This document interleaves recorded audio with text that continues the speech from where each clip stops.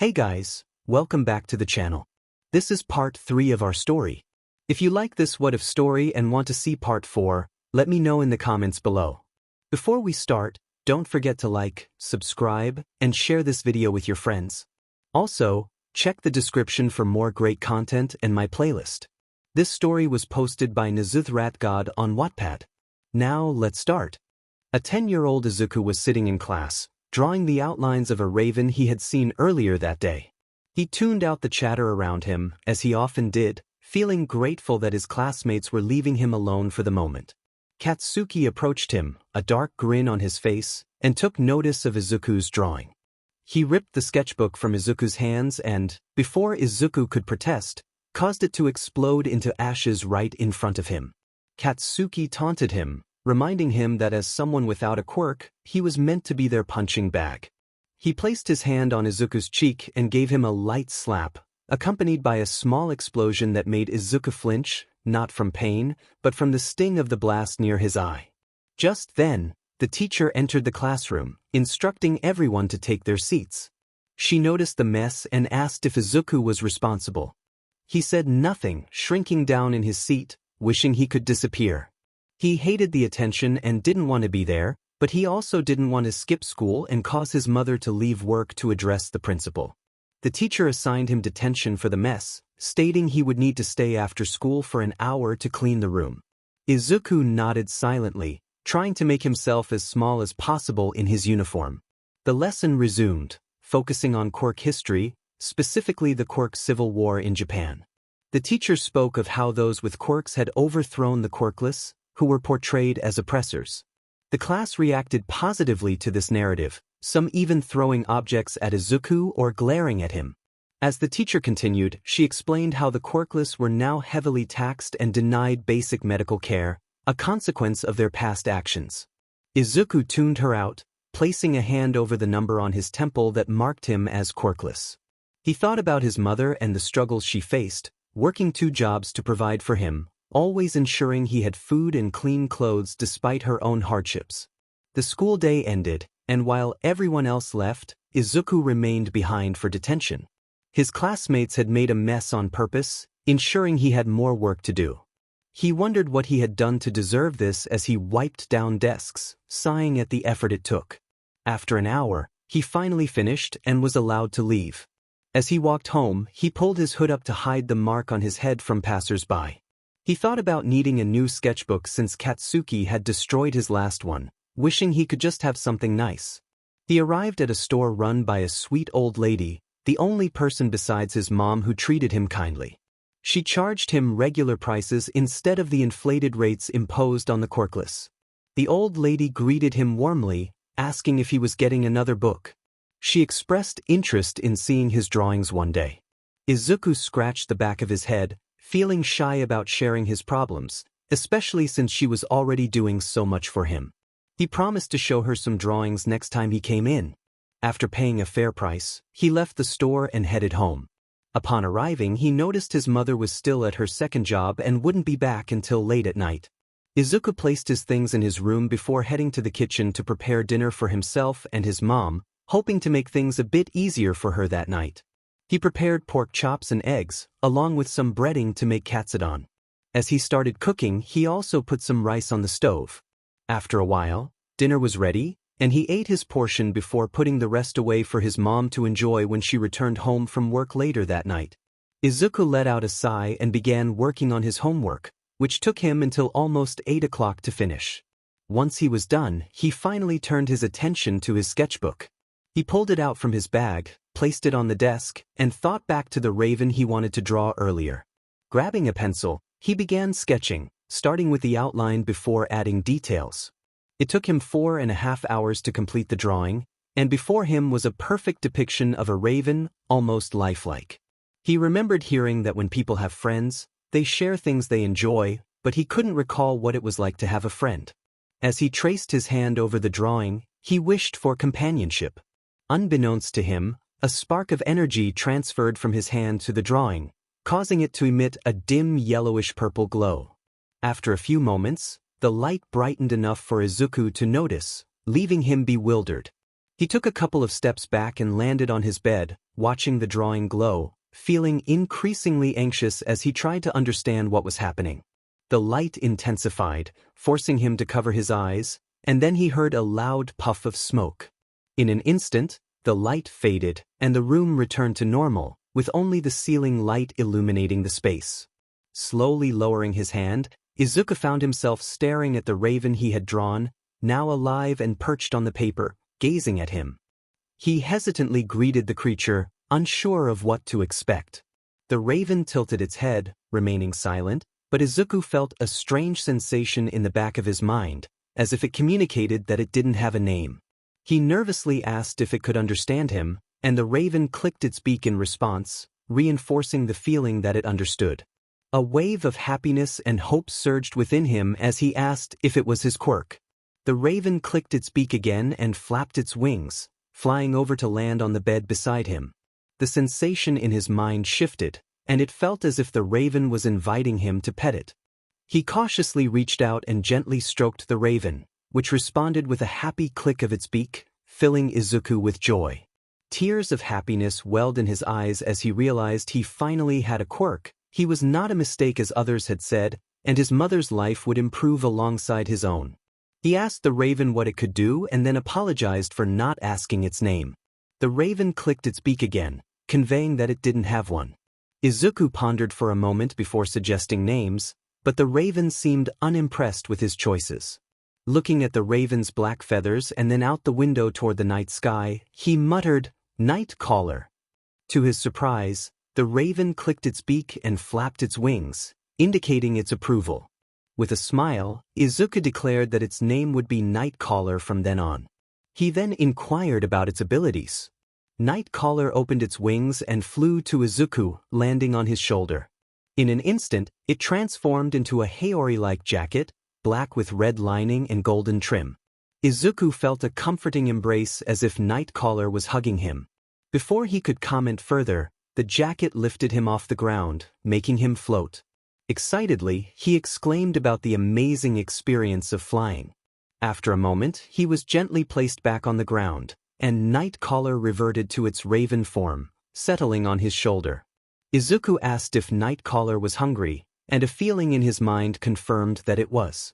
He decided to get some food and walked into the kitchen.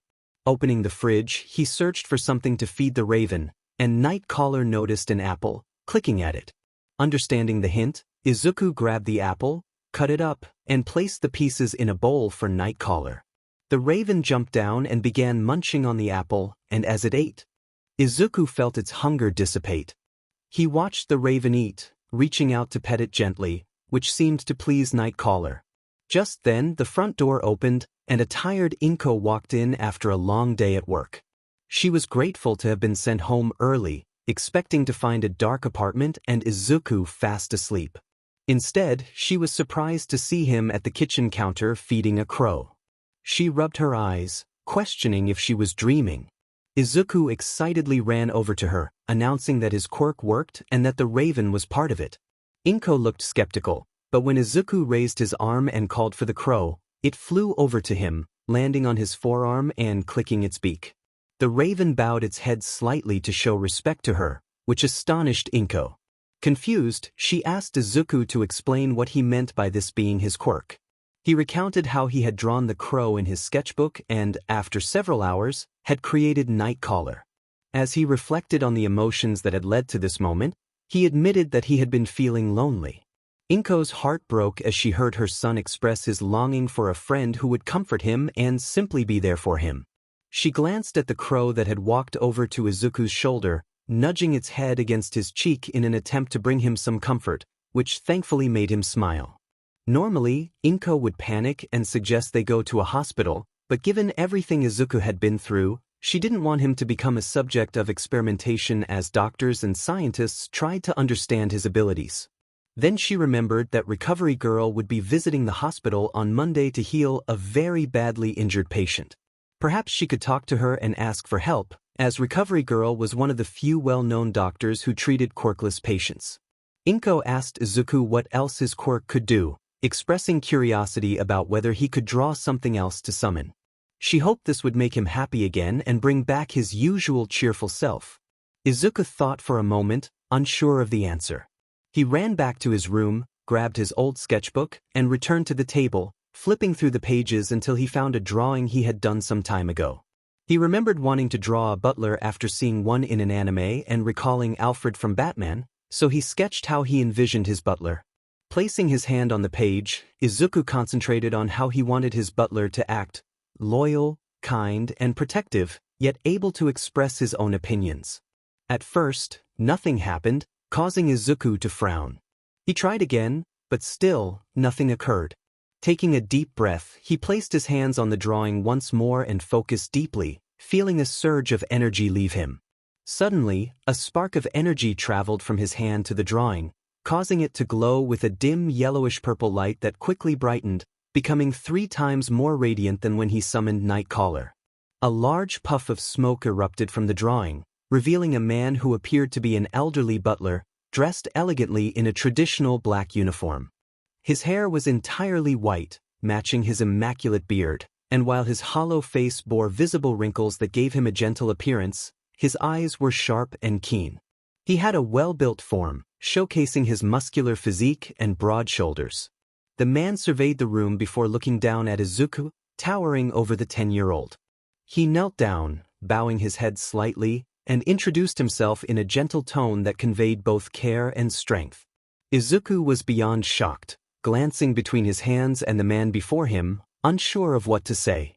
The butler confirmed that he was created by Izuku and that his role was to serve as a butler and protect him, though he admitted he did not have a name. Amazed by this revelation, Izuku pondered the implications of his ability to summon beings by drawing them and envisioning their characteristics. He wondered if he could summon something else, or perhaps a different type of person or creature, and how they would behave. He decided to test this by suggesting a name, 𝗍𝗵𝗲. The newly named 𝗍𝗵 stood up, acknowledging the name with approval. He then offered to draw a warm bath for 𝗍𝗁𝗄 and help prepare fresh clothes for her. 𝗍𝗁𝗄 felt a blush rise to her cheeks, unsure of how to respond to the fact that her son had summoned a literal butler. 𝗍𝗵𝗲 assured them that he would be just a call away if needed. 𝗍𝗁𝗄, feeling a mix of emotions, admitted to Izuku that she felt a twinge of jealousy over his new companion. Izuku chuckled, apologizing to his mother.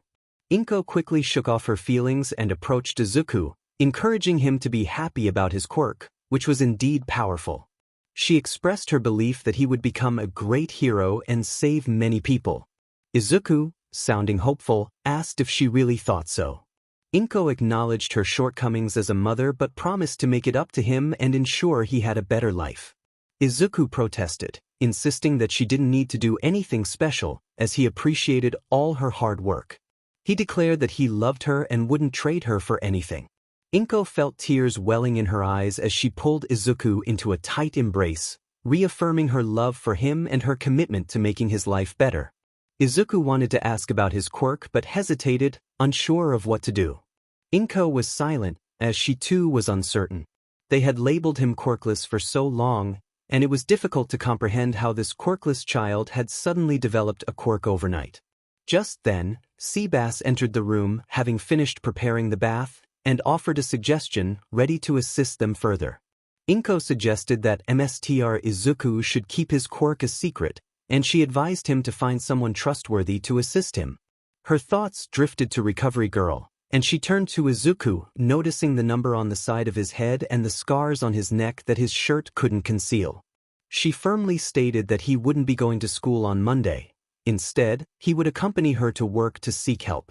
Izuku felt a surge of happiness at the prospect, as it meant one more day away from his bullies. 𝗍𝗫𝗁𝗄 and 𝗍𝗵𝗲 had caught a glimpse of Izuku's memories and felt a growing rage at how he had been treated. Unbeknownst to Izuku, they silently cheered for him, relieved that he wouldn't have to limp home or hide his injuries from his mother. The weekend passed quickly, and during that time, Izuku learned that when his summons weren't needed, they could return to his mind. 𝗍𝗵𝗲 explained that he and 𝗍𝗫𝗁𝗄 could reside there. Although he wasn't entirely sure how it worked, he had an idea. 𝗍𝗵𝗲 also ensured that 𝗍𝗁𝗄 and Izuku enjoyed delicious meals and that their home was immaculate, with clean clothes always available. Despite the 𝗵𝘃𝗧𝗵𝗲 family's attempts to stop him, 𝗬𝗵𝗲 was more stubborn than both of them combined, insisting that it was his duty. Izuku was eager to see if he could summon more beings, but 𝗵𝗃𝗲 advised him to wait until they consulted a medical professional to avoid any potential harm. Days flew by, and soon Izuku found himself in the hospital waiting room, waiting for his mother to return from her conversation with Recovery Girl. To pass the time, he sketched a scenic view of Mount Fuji. He had left 𝗍𝗂𝗧 at home, while 𝗬𝗵𝗲 sat beside him, also waiting, as 𝗍𝗂𝗧 believed bringing 𝗍𝗂𝗧 might cause complications. 𝗬𝗵𝗲 observed the people passing by, noting the glares directed at Izuku. He deduced that the hostility stemmed from Izuku being quirkless, which filled him with anger. He felt protective of his emissary and worried that without his presence, someone might try to take advantage of Izuku. Fortunately, their wait was short, as a nurse soon called for them. They followed her into a room where 𝗍𝗂𝗧 was seated. Izuku took a seat while 𝗬𝗵𝗲 stood nearby. 𝗍𝗂𝗧 explained that she had spoken to Recovery Girl, who agreed to see Izuku and help him understand his quirk at UA. Izuku's excitement was palpable. He was eager to meet Recovery Girl. 𝗬𝗵𝗲 inquired if Izuku knew her, to which Izuku replied that while he didn't know her personally, he was aware of her reputation as one of the best medics in the world. He explained that her quirk allowed her to heal most injuries, provided the patient had enough stamina. 𝗬𝗵𝗲 stroked his beard thoughtfully, intrigued by the nature of her quirk. Just then, Recovery Girl entered the room and closed the door behind her. She acknowledged 𝗍𝗂𝗧 and expressed curiosity about Izuku, who had activated his quirk after 6 years. 𝗍𝗂𝗧 clarified that Izuku had always possessed a quirk, but previous doctors had failed to recognize how it worked, labeling him quirkless instead. Recovery Girl frowned, recognizing the unfortunate reality that many doctors often misdiagnose children, leading to their quirkless status. She expressed her frustration with the system, noting that doctors received bonuses for labeling children as organ donors. 𝗍𝗂𝗧 shared her disdain for this practice, hoping that with Izuku's quirk finally manifesting, he would avoid such a fate. Recovery Girl then shifted the focus back to Izuku's quirk, stating that she needed to conduct a brain scan and a BLD test. She gestured to 𝗬𝗵𝗲, asking who he was.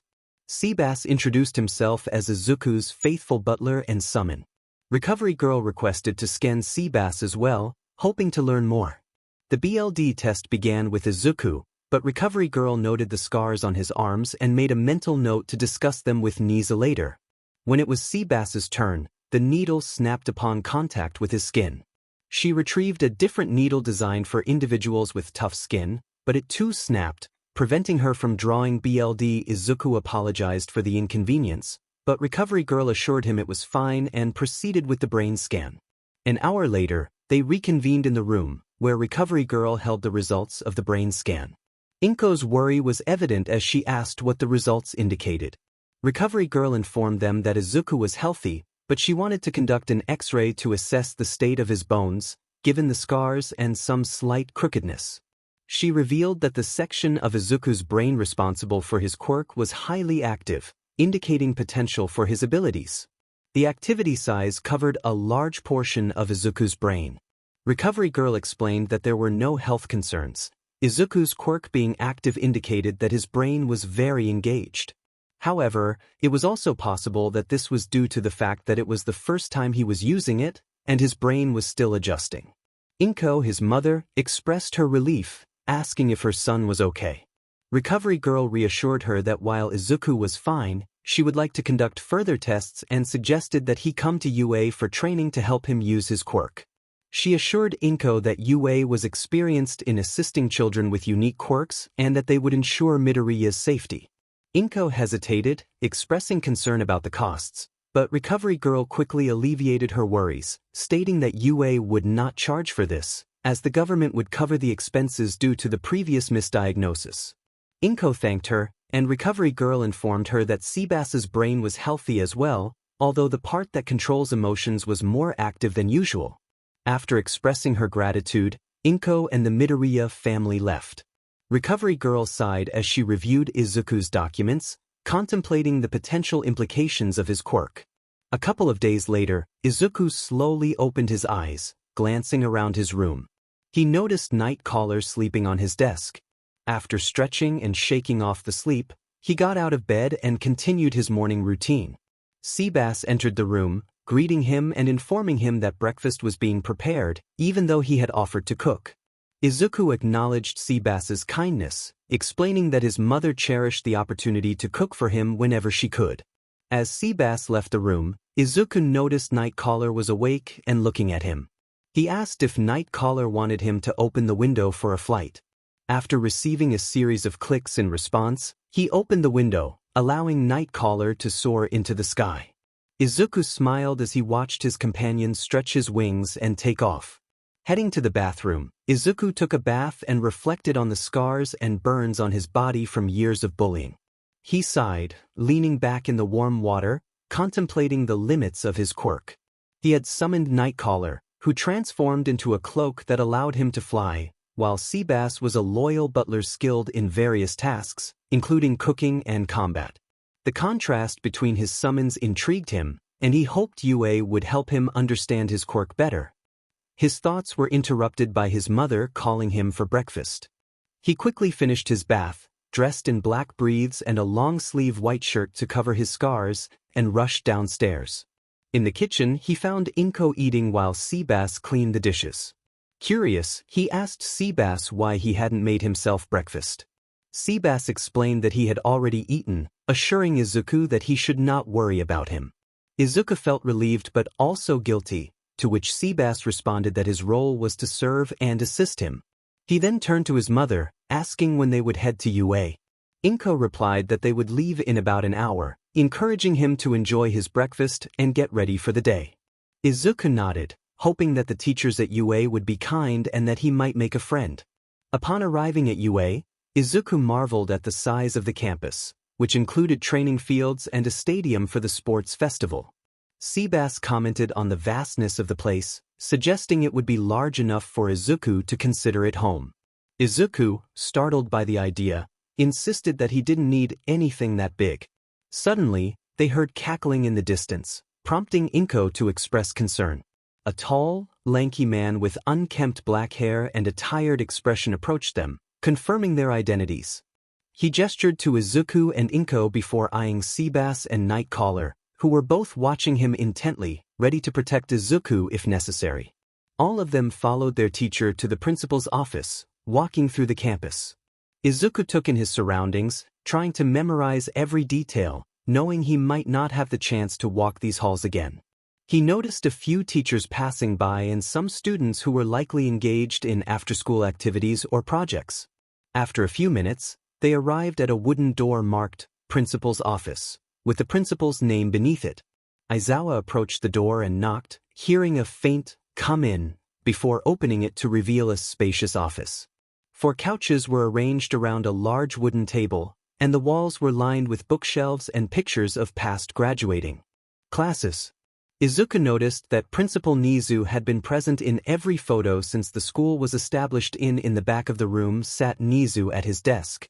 He greeted Izuku with a smile, introducing himself. Izuku responded with a respectful bow, feeling a mix of nervousness and excitement. Nizu expressed his interest in Izuku's quirk, mental state, and physical condition, which puzzled Izuku. Nizu explained that Recovery Girl had informed him about Izuku's injuries, which had not healed properly. To address this, he had arranged for specialists to help heal Izuku and for Hound Dog to assist with any mental health concerns. Izuku protested, insisting he didn't need all that help and worried about the costs. Nizu reassured him, stating that the government would cover the expenses due to their negligence. Inko, Izuku's mother, voiced her skepticism about the government's reliability, but Nizu suggested that they could use leverage against those in power to ensure proper care. Nizu then proposed a game with Izuku, which surprised him. He had never had anyone want to play games with him, especially with all the homework he had. Nizu explained that he wanted to play chess, noting Izuku's low grades and impatience. Inko felt a pang of sadness, knowing how hard she had tried to support her son in his studies, yet he continued to struggle. Izuku hesitated, admitting he didn't know how to play because he had never had anyone to teach him. Nizu offered to teach him and promised to go easy on him at first. However, Izuku, filled with determination, insisted that he wanted to learn without any leniency. 𝗍𝗂 grinned, seeing potential in the young boy and imagining how he could nurture his abilities until he could officially join UA. 𝗍𝗂 retrieved a chessboard from under his desk and set it up on the table, explaining the pieces and their movements. He shared some strategies with Izuku as they began the game. The others watched as Izuku made several mistakes but managed to capture a few of 𝗍𝗂's pieces. After 10 minutes, 𝗍𝗂 won the game but recognized Izuku's potential, noting how he adapted his strategy even after losing several pieces. 𝗍𝗂 praised Izuku for his effort, acknowledging that he had done well for his first time playing chess. Izuku expressed his longing to play again in the future, to which 𝗍𝗂 agreed, suggesting they schedule another game. However, 𝗍𝗂 then led them to the gym to explore how Izuku's quirk worked. Inko reminded 𝗍𝗂 about the doctor he had mentioned earlier, but 𝗍𝗂 explained that since the specialists were not yet available, they would focus on understanding Izuku's quirk first. Aizawa sighed, knowing it was going to be a long day. Once in the gym, 𝗍𝗂 turned to Izuku and asked about his summons and how he had called them forth. Izuku explained that 𝗬𝗵𝗲 was a butler, but he wasn't entirely sure about his abilities. He mentioned that he had created detailed drawings and had ideas for the powers he wanted his summon to possess, though he lacked complete control. 𝗬𝗵𝗲 chimed in, stating that he could perform all the tasks of a butler and possessed super strength, which was 4 times that of an average human. He could also unleash that strength in explosive bursts. Izuku was in awe of 𝗬𝗵𝗲's capabilities, which made 𝗬𝗵𝗲 feel a sense of pride. For Nightcaller, he had the ability to fly, but he could also transform into a coat that Izuku could wear, allowing him to soar through the skies.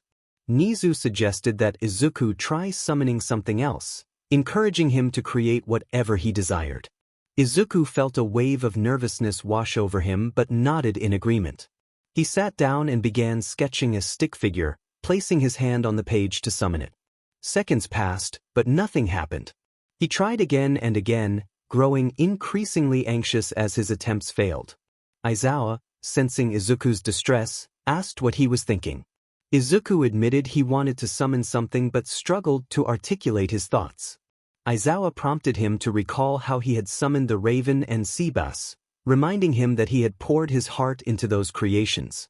Izuku realized that he lacked a true passion for this new summon, which made it difficult for him to succeed. Aizawa encouraged him to try again, this time focusing on something he truly wanted. Izuku contemplated deeply, his gaze falling on his scars, which filled him with a sense of sorrow. He thought about how those scars had impacted his life and then had an idea. What if he could summon someone who could heal others, someone capable of mending even the most severe wounds without draining the injured stamina?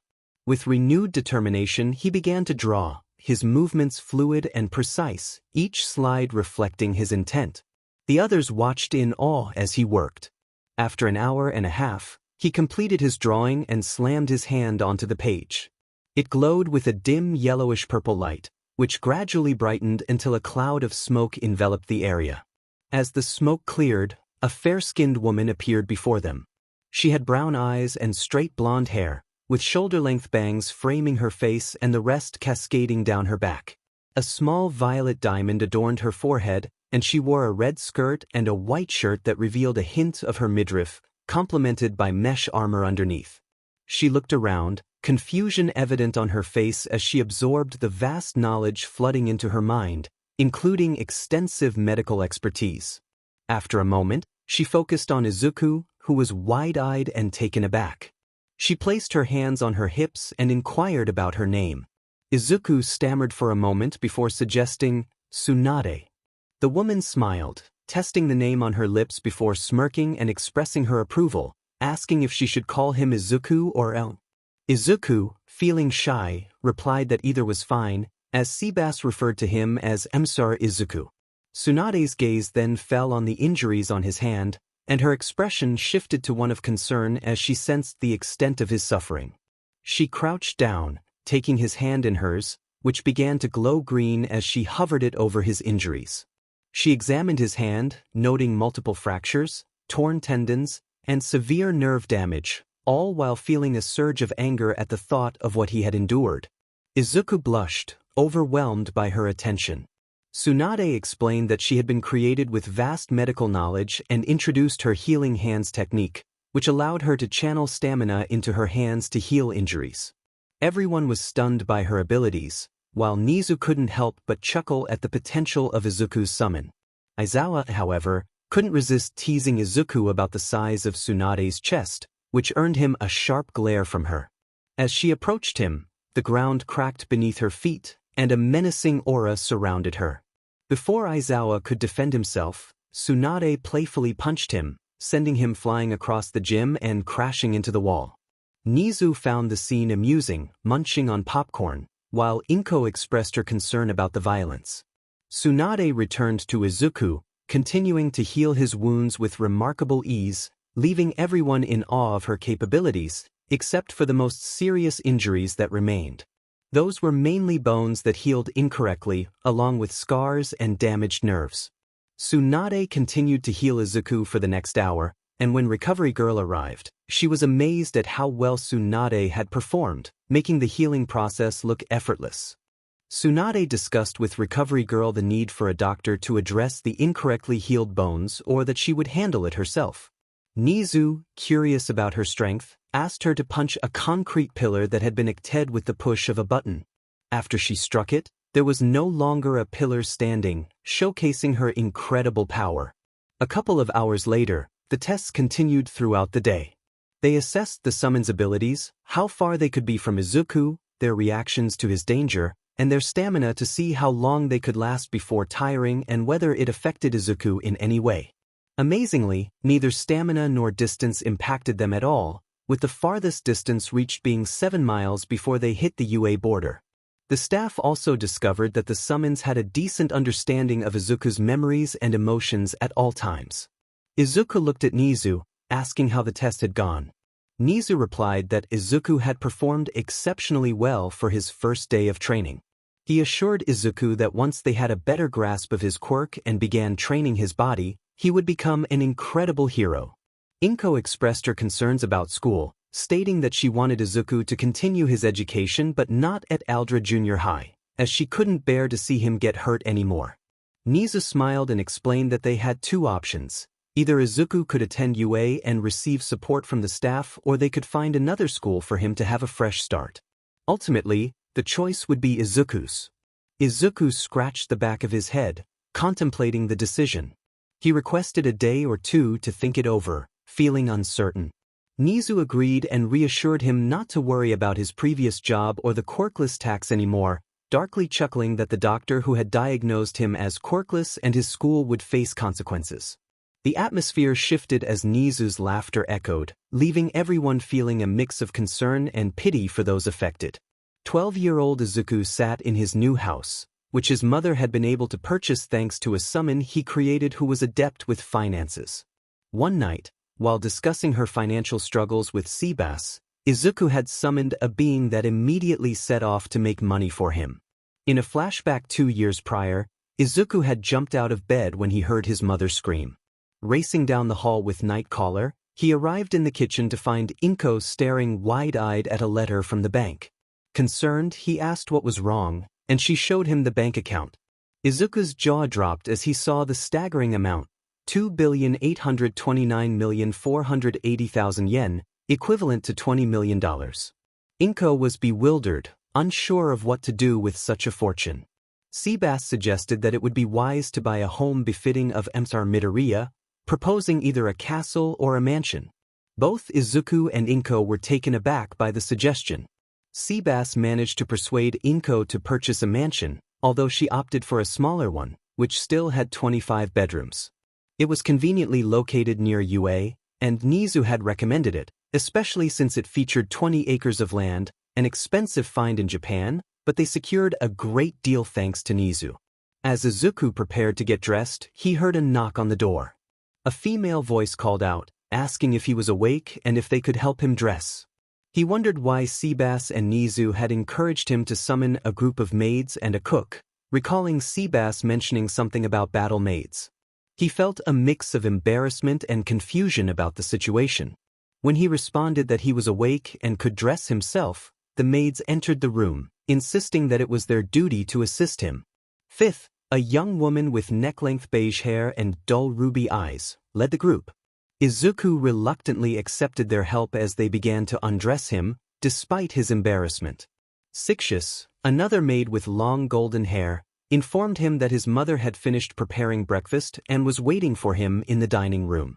Izuku felt flustered, aware that he was only in his underwear, exposing his scars to the maids. Although he could sense their supportive emotions and knew they didn't judge him, years of abuse made it difficult to shake off his insecurities.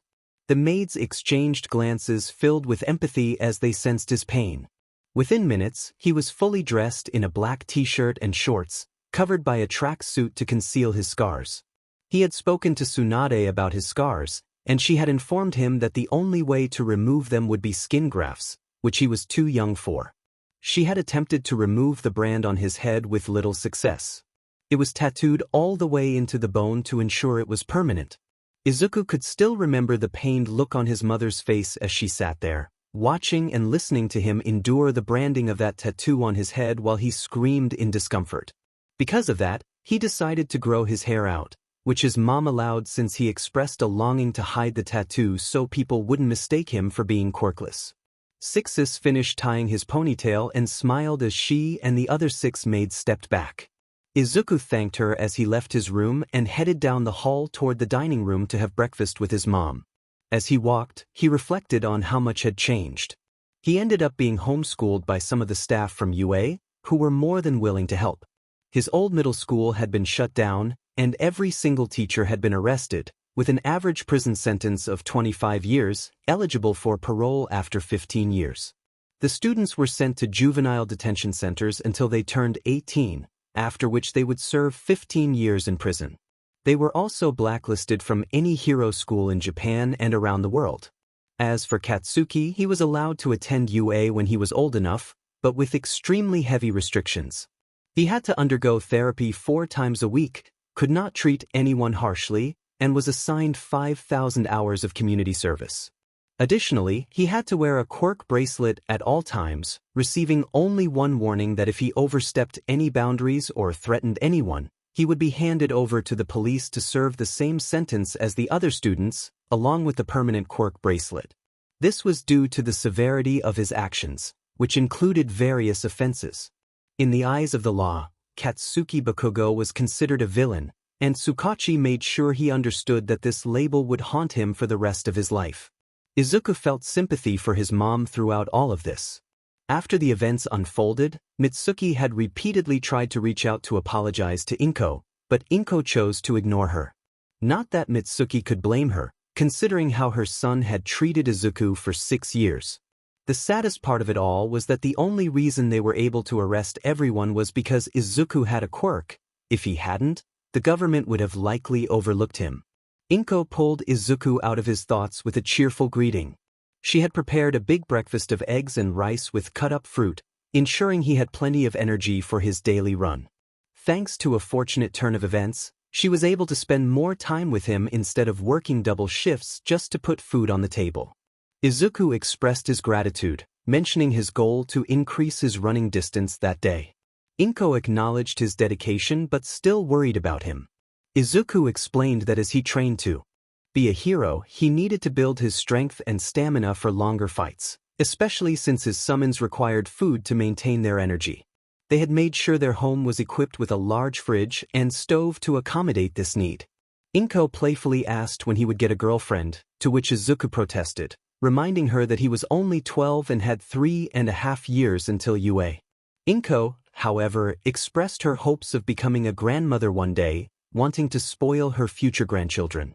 Meanwhile, in a dark underground base, a small child with white hair, red eyes, and a bronze horn sneezed. Overhaul ordered his men to clean the base thoroughly and quarantine it for 2 weeks to ensure the cause of the sneeze was eliminated. Back with Izuku, he felt a sudden wave of paternal instincts as an image of the same child flashed through his mind. Shaking his head, he returned to his breakfast. Inko continued to tease him about the future, but for now, he was enough for her. Tsunade, who had been quietly observing, asked Izuku how his bones felt since they had finally finished healing them. He reported that they felt good, with only a slight ache. Tsunade assured him to let her know if he experienced any pain, as she was always ready to help. Inko inquired about Tsunade's important surgeries at the hospital, and Tsunade mentioned she had to heal someone's spine that had been injured during a villain attack. Inko expressed her confidence in Tsunade's abilities, knowing the patient would be in safe hands. Izuku was reminded to eat his breakfast before it got cold, and he happily returned to enjoying his mother's cooking, which always brought him joy. The summons around him took note of this, planning to learn how to replicate Inko's recipes to make him happy, especially Tsunade, who had a small notepad labeled Inko's recipes. Izuku was soon running down the road, listening to music through his earbuds. He reached the park that was his target for the day, nearly 23 miles from home, and felt the exhaustion from pushing himself hard. Spotting a bench in the distance, he made his way over, slumping down to catch his breath. He had beaten his record by 3 miles, but his lungs and legs were aching. He reassured himself that he was fine, having convinced his summons that he could handle it alone. After a few moments on the bench to catch his breath, he stood up and began to walk. Not far into his stroll, he noticed someone sitting nearby. She was a fair-skinned girl with a strikingly pretty face. Her inward-tilting yellow eyes, resembling those of a cat, and her pale ash-blonde hair that fell just past her shoulders, framed her face beautifully. She wore a black and red checkered skirt paired with black leggings and a black knotted sweatshirt. Himiko took a controlled breath, reminding herself to stay normal to avoid her parents' anger. It was a challenge, especially after witnessing a classmate's injury. The sight of BLD had stirred something within her, something appealing yet troubling. She had to suppress those feelings to avoid being labeled a freak. A timid voice broke her thoughts, and she opened her eyes to see a boy, perhaps a year younger than her, standing in front of her.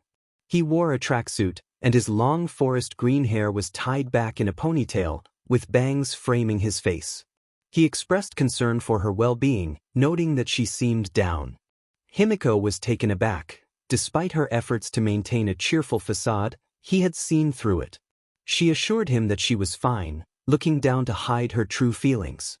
He offered to sit next to her for company, and to her surprise, she found the idea comforting. She gently patted the bench beside her, inviting him to join her. He took a seat at a respectful distance, and they sat in silence for what felt like an eternity.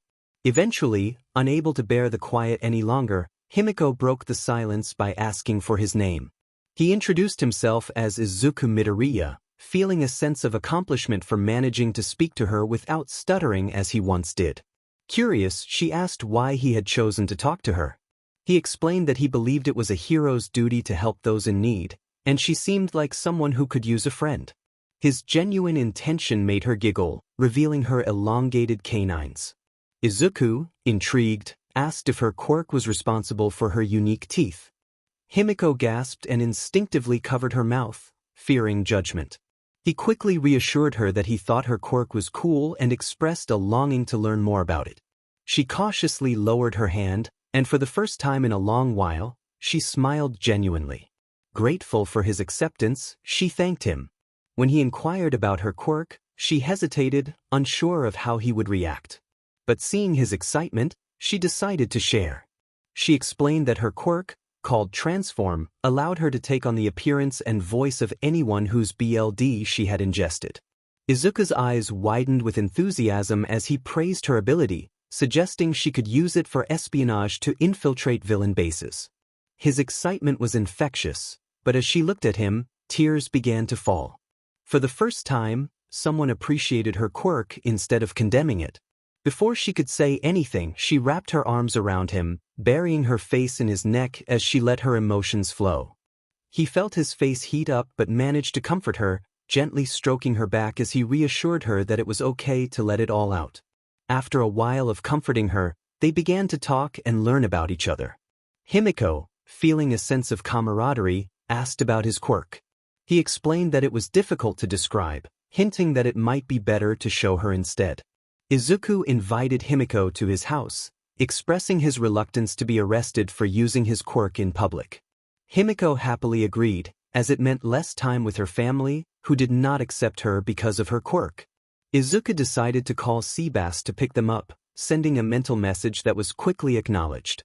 𝗬𝗵𝗲 confirmed he would arrive with a car soon.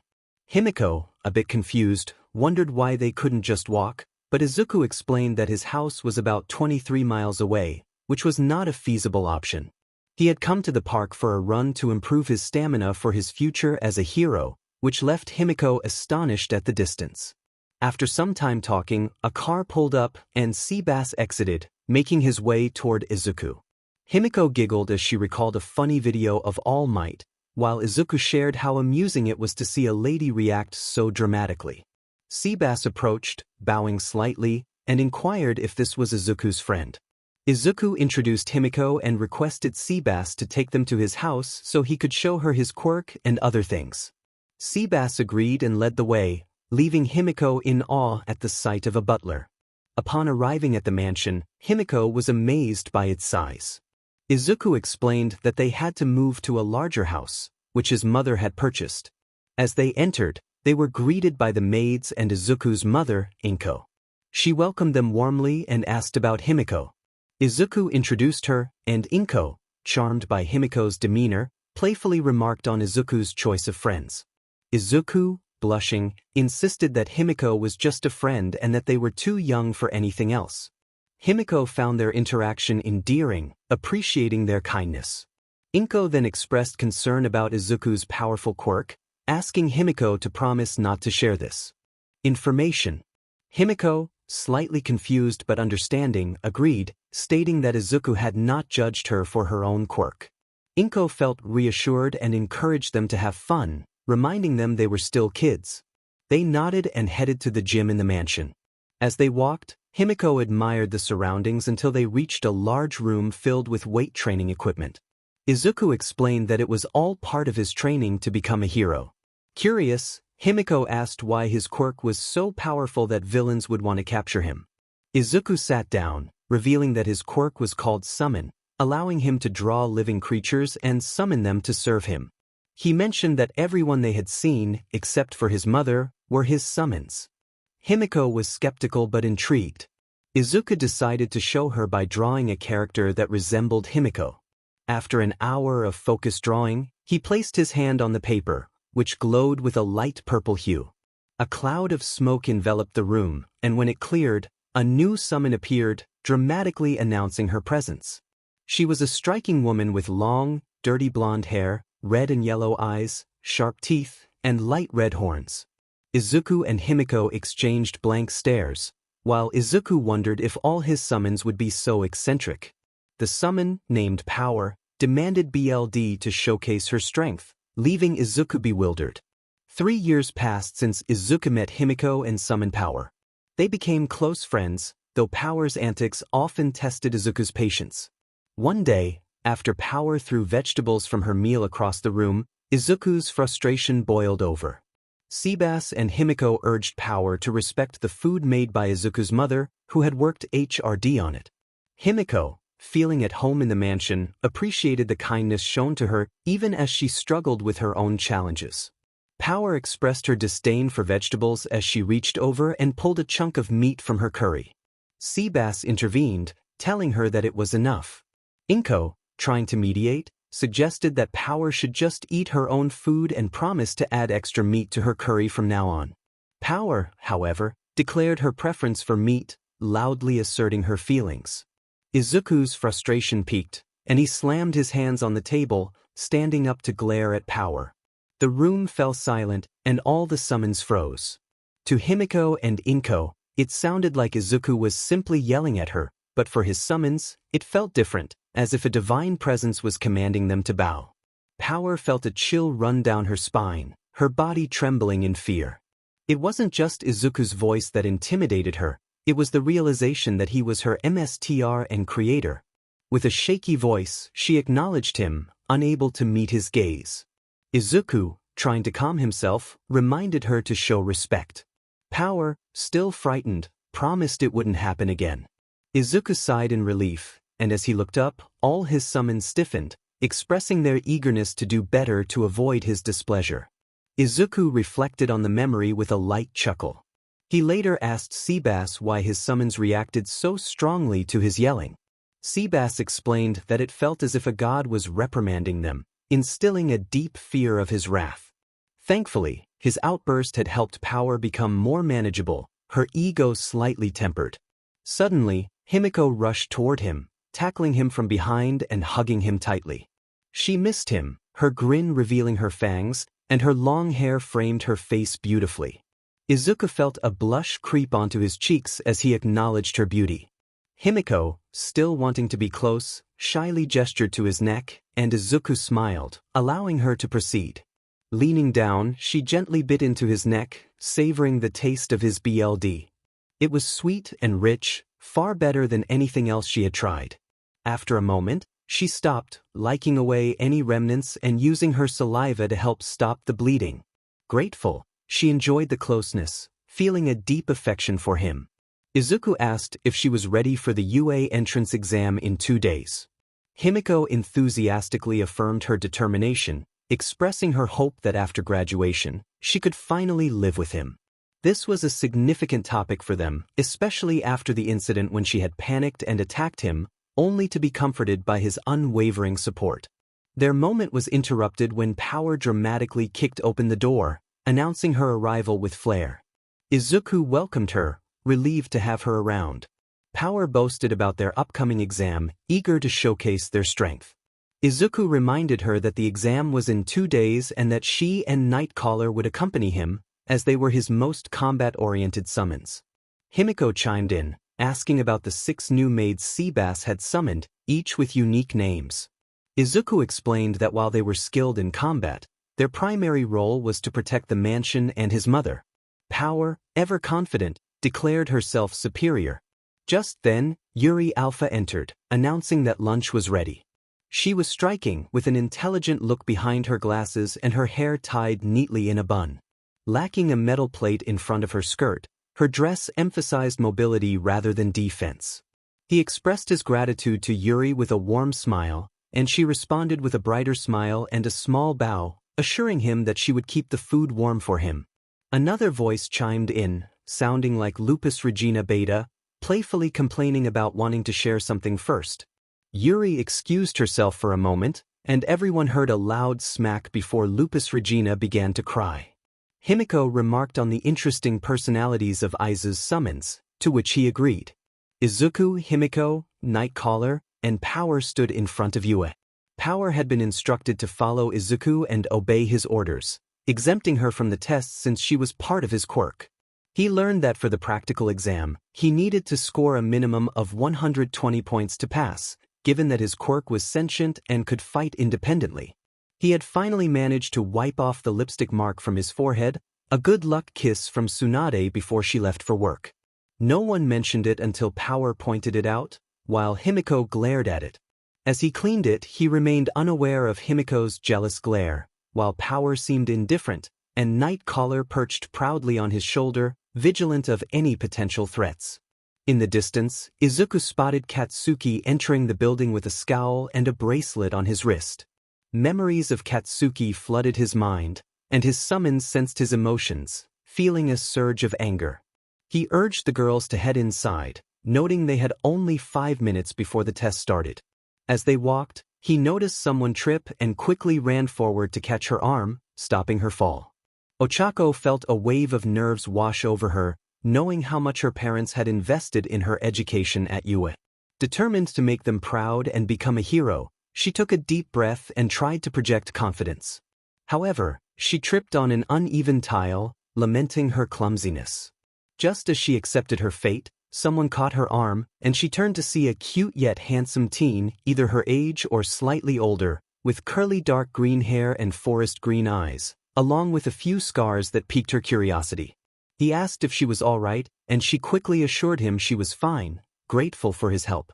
He introduced himself as Izuku Midoriya, and she responded with a warm smile, introducing herself as Ochako Uraraka. She then noticed the other 2 with him and inquired about them. 𝗵𝗃𝗄 introduced herself, and Power, full of enthusiasm, declared herself the great and powerful Power before being playfully smacked on the back of the head by Izuku, who had learned this trick from 𝗎𝗎𝗓 to keep her in check. Izuku apologized for Power's behavior, explaining it was one of the few ways to manage her excitement. 𝗵𝗃𝗲 cawed at Power, and she retorted, arguing with the bird. 𝗧𝗵𝗃𝗲, intrigued, asked about the bird, and Izuku explained it was part of his quirk. She expressed her admiration, having never seen a sentient quirk before. Their conversation was interrupted by a bell signaling they had 5 minutes left, prompting 𝗧𝗵𝗃𝗲 to urge everyone to hurry to the test room. 3 hours later, Izuku, 𝗵𝗃𝗲, and Power waited in the auditorium for instructions for the next part of the tests. To pass the time, Izuku sketched in his notebook, drawing a fox head with multiple eyes that had a slightly demonic appearance. Present Mike soon took the stage to explain the rules, and while 𝗵𝗃𝗲 listened attentively, Power dozed off, and Izuku half-listened, having already been briefed by Nizu about the point requirements. When Izuku had asked Nizu why the points were necessary, he had felt disturbed by Nizu's soulless gaze and unsettling laughter, which echoed in his mind. Nizu had simply stated that it was entertaining to watch humans try and fail, which left Izuku feeling uneasy about the situation. Suddenly, a tall teen with dark blue hair and glasses shouted at Izuku, accusing him of not paying attention during the speech. Izuku narrowed his eyes, feeling annoyed rather than intimidated, thanks to the confidence he had gained from his supportive friends and family. Before he could respond, a pink-skinned girl with pink hair and yellow horns interjected, defending him by pointing out that he was minding his own business when he was interrupted. Izuku felt grateful toward the girl who had distracted the others and made a mental note to thank her if he saw her again. The blue-haired boy sat down, his head bowed in shame. The instructor cleared his throat and explained that the fourth robot was more of an obstacle and wouldn't earn any points, but it did present an opportunity. He encouraged everyone to embrace their school motto, Plus Ultra. The students echoed the phrase with enthusiasm. Izuku stood in front of one of the gates to City A, Power beside him. He did some quick stretches before reaching up to scratch 𝗵𝗃𝗲's chin, earning some happy croons from the creature. He then grabbed the support item he had brought with him and examined the container filled with BLD. Throughout his training, he had discovered that his quirk allowed him to harness certain powers from his summons, but only one at a time. From 𝗬𝗵𝗲, he could access explosive strength, from 𝗬𝗵𝗏, healing hands, and from Power, BLD manipulation using his own BLD to a limited extent. It had taken him months to master this skill, especially since he could only control Power's BLD or small amounts of his own. He also had to learn all his other summons abilities, and the ability he gained from each summon was random. As he looked around, he spotted 2 familiar faces, 𝗧𝗵𝗃𝗲 and a pink-skinned girl. He informed Power that he would be right back and instructed her to destroy as many robots as possible once the gates opened. Power laughed maniacally, declaring it would be a spectacle. Izuku sighed, knowing that no matter how many times he tried to calm her down, she would always be this way. As he approached 𝗧𝗵𝗃𝗲, who was stretching with the help of the pink-skinned girl, someone placed a hand on his shoulder, stopping him. The person warned him against interrupting them, pointing out that they were preparing for the test. He also mentioned a blonde-haired girl with horns who had been sitting next to Izuku, suggesting that he had broken the rules by being in the city with her. Before the person could continue, Izuku saw the doors open and dashed away into the city, where he spotted Power already engaged in battle. He ran past her and ventured deeper into the city, faintly hearing Present Mike urging the teens to get started, emphasizing that real life doesn't have a countdown. As he turned a corner, he encountered a group of one-pointers charging at him. Izuku opened the capsule and pulled out the BLD, transforming it into a crude-looking katana. He sent a mental signal to 𝗵𝗃𝗲𝗏, who transformed into a coat-like form and lifted him off the ground, allowing him to fly.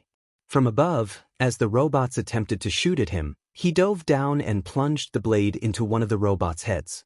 It began to short-circuit before powering down.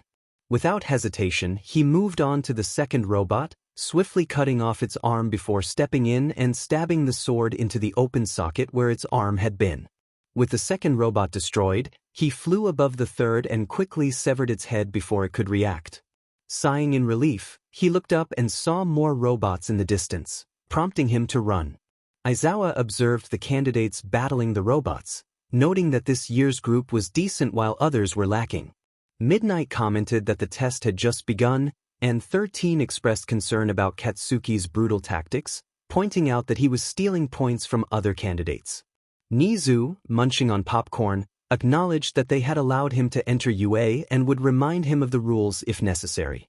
Meanwhile, a thin man with long golden blonde hair watched the fights, searching for anyone worthy of inheriting one for all. He noticed Izuku's progress and felt a sense of dread as he observed the boy's actions. Izuku retracted the BLD to his container and fell to the ground, using 𝗬𝗵𝗲𝗃's explosive strength to punch a robot's head off that was about to attack another student. He then turned and utilized 𝗵𝗃𝗃𝗁𝗲's lightning, which, while weak, stunned 2 3-pointers, allowing him to draw the BLD sword again and destroy them. The man felt a lump form in his throat, realizing he needed to keep an eye on Izuku if his suspicions were correct. 𝗍𝗲 decided it was time to release the 0-pointer but opted to wait until the timer hit the 5-minute mark for added entertainment.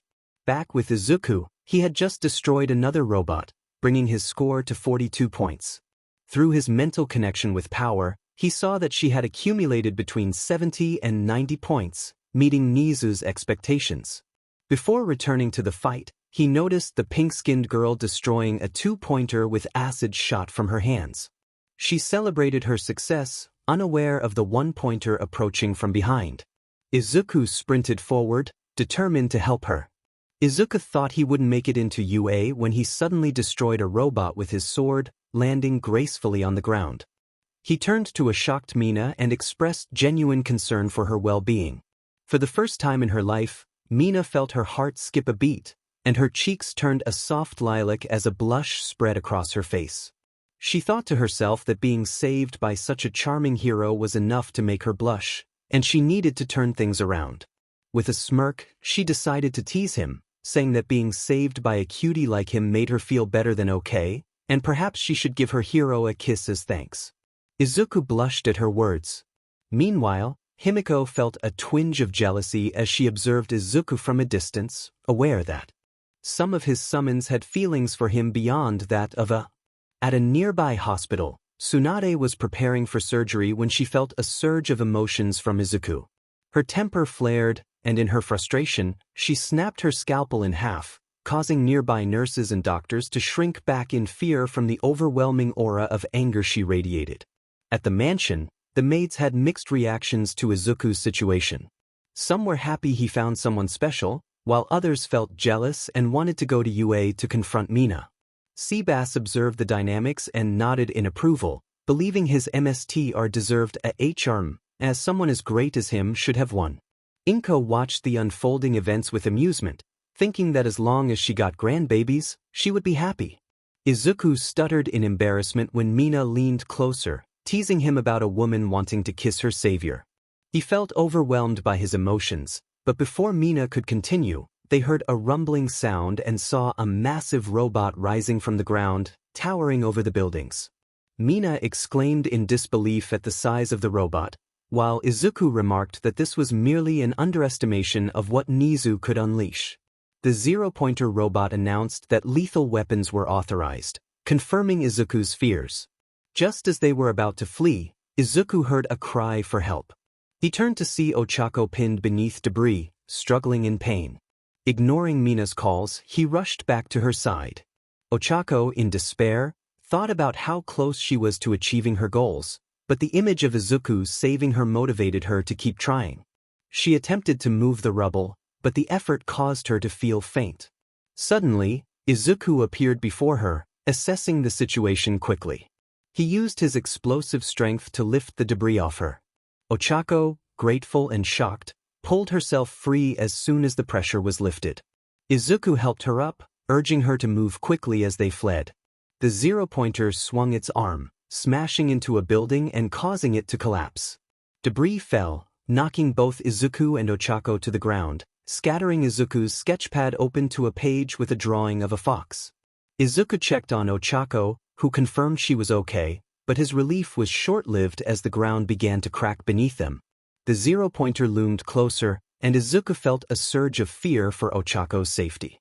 As panic set in, a subconscious distress signal emanated from him, reaching each of his summons, who felt the urgency to protect him.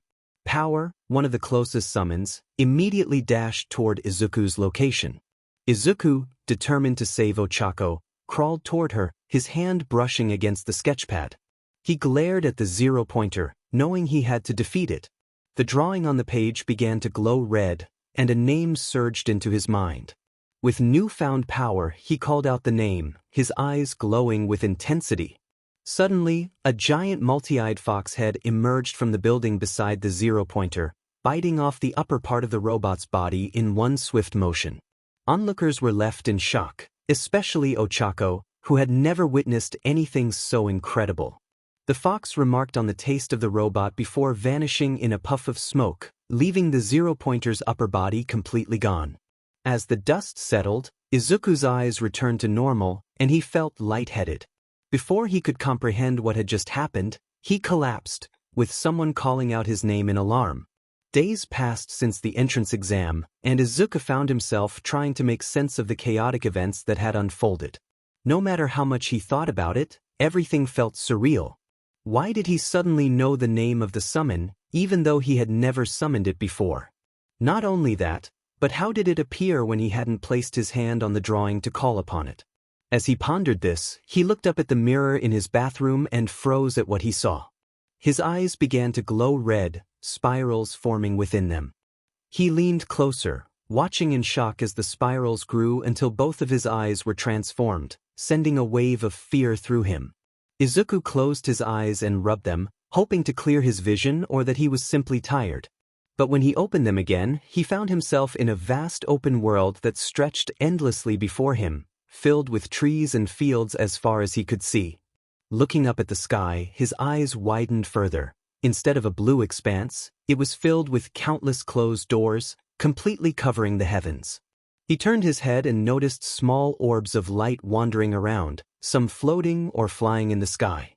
Each orb radiated different colors, some a familiar yellowish purple, while others shone in shades of red and blue. Confused, he wondered where he was. As he spoke, all the orbs of light suddenly turned to him, their collective joy palpable. Izuku then felt a surge of voices flooding his mind, thousands speaking at once, both inside his head and in this strange world. They called out to him, expressing their excitement and curiosity about his presence. However, the overwhelming noise caused him to clutch his head in pain, struggling to process it all. The voices shifted from excitement to concern, and they began to approach him, sensing his distress.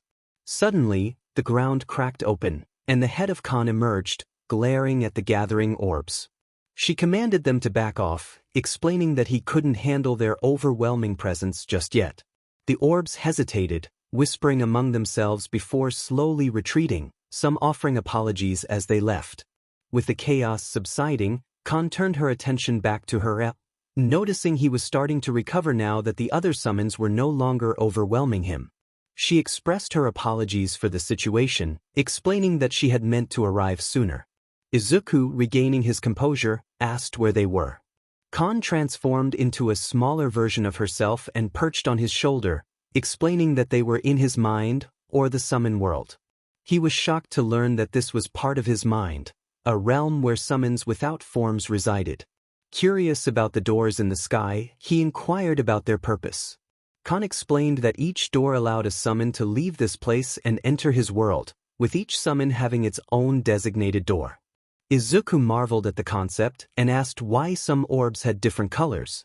𝗂𝗏 clarified that the colors represented different scales of power. The yellowish-purple orbs were common summons, while blue ones were more powerful, and the red ones were combat-oriented and significantly stronger. He realized that this was why she and power had reddish colors when he summoned them. As they continued walking, Izuku's excitement grew, and the summons felt his happiness, which in turn made them even happier. 𝗂𝗏 reminded him that it was thanks to him that they existed. They walked for a while, but unbeknownst to him, he was heading toward a darker part of the summon world, a place born from the trauma and abuse he had endured. The vibrant forests and lush grasslands began to fade, replaced by a desolate landscape devoid of life, save for a few orbs of light that belonged there. 𝗂𝗏 urged him to leave, sensing that he wasn't ready for what lay deeper within. However, Izuku was drawn to a massive set of doors, taller than the apartment he used to live in, with cracks forming across their surface. Khan's voice trembled with fear as she insisted he leave immediately. Despite her warnings, he felt compelled to approach the door, and as he drew closer, a wave of fear and negative emotions washed over him. He pressed on, now only 100 feet away from the door, when suddenly 9 voices echoed in his mind, warning him to leave before it was too late. Just as everything went dark, Izuku opened his eyes to find himself back in the bathroom, his hands having just removed themselves from his face where he had been rubbing his eyes. Was that all a dream? Izuku pondered quietly to himself in confusion. Khan, his summon, reassured him that it was not a dream. He jumped and looked around, not seeing her anywhere, but then remembered their mental connection. "Oh, so you're still in the summon world," he thought. "Yes," she replied, "and I'm here to apologize. You weren't supposed to see that door since you're not ready for what lies beyond it." Izuku understood but had a quick question about how to summon her. "Like you tested with 𝗬𝗵𝗲, you can just call my name and I'll appear in my small form. If you need me to fight, raise your pointer and pinky fingers while keeping your thumb and other 2 fingers together to form a hand puppet of a dog. After that, look through the opening, aim it at your opponent, and call my name. That will make me appear in my large form," she explained. Izuku thanked her for the information, feeling a bit strange about knowing so little about his quirk but appreciating her help. "It's alright, you're still new to this overall, and the 9 haven't deemed you ready to learn everything due to your own mental trauma," she began but suddenly stopped mid-sentence, as if recalling something. Izuku sensed her hesitation and asked what was wrong. "I'm sorry, I said something you weren't ready for. Just remember, if you need my assistance, summon me," she said before the mental connection was cut. That was strange, he thought. Why does all the trauma I went through affect my quirk? And who are the 9? Leaving the bathroom, Izuku walked into his room, where he received a mental message from a summon he had made only a week ago. She had finally gathered all the weapons she needed and was on her way back home to continue training him on how to use them properly, rather than relying on sheer luck. He had summoned her because he wanted to rely on his own strength, which was why she had to leave to gather the necessary equipment. As he walked, he passed some of the regular maids he had summoned, who were busy cleaning the mansion, while one of the combat maids directed them. Suddenly, he felt flapping and noticed 𝗵𝗃𝗧 landing on his shoulder, letting out a small croon to get his attention. Izuku greeted him and was pleased to feel that 𝗵𝗃𝗧 had enjoyed his flight.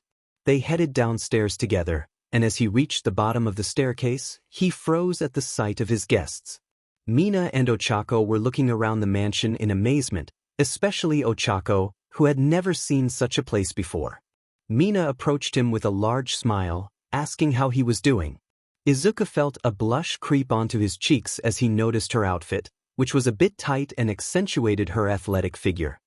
He stammered that he was doing well, noticing the slight tint of lilac on her cheeks. 𝗬𝗧𝗄 joined them, wearing a black skirt and a white long-sleeved shirt, and he couldn't help but blush at her presence as well. Some of the maids glared at the attention the girls were giving him, while others seemed pleased. Curious, Izuku asked how they knew where he lived. 𝗬𝗧𝗄 explained that 𝗵𝗃𝗧𝗄 had delivered a note with his address and that he was free today. Mina confirmed this with a smile, and Izuku sighed, feeling a mix of embarrassment and gratitude. Off to the side, 𝗬𝗵𝗃𝗧 gave 𝗵𝗃𝗧𝗄 a thumbs up, which made the crow puff out his chest in pride. 𝗵𝗃𝗄, his mother, approached and handed him a peanut, which 𝗵𝗃𝗧𝗄 took and flew off to the table to enjoy. Izuku greeted the girls and apologized for what had happened during the test. Mina quickly reassured him that he had nothing to apologize for, as he had helped 𝗬𝗧𝗄 and saved her from being knocked out. She called him their hero, which made Izuku blush even more. "Wait, Midori?" he asked, surprised by the nickname. Mina explained that she thought it was cuter. Before he could respond, 𝗬𝗧𝗄 chimed in, asking if she could call him Midori as well. He agreed, feeling even more flustered. Unbeknownst to him, some maids grew jealous, while Tsunade, far away in a hospital, felt a twinge of jealousy as well. As Izuku's mind wandered back to moments from his past when girls had been kind to him, a knock on the door interrupted his thoughts. 𝗬𝗵𝗃𝗧 opened the door with a smile, welcoming Ms. Toga back. She reminded him to call her 𝗵𝗃𝗄, expressing her dislike for her last name. He felt a wave of regret as he apologized, hoping for forgiveness. She waved it off, her smile returning as excitement bubbled within her at the thought of spending the day with Izuku. Before her stood two girls she vaguely remembered from the UA entrance exam, and they were quite close to Izuku. 𝗵𝗃𝗄 maintained her cheerful demeanor, but a feeling of irritation simmered beneath the surface as she questioned who these girls were and why they were with him.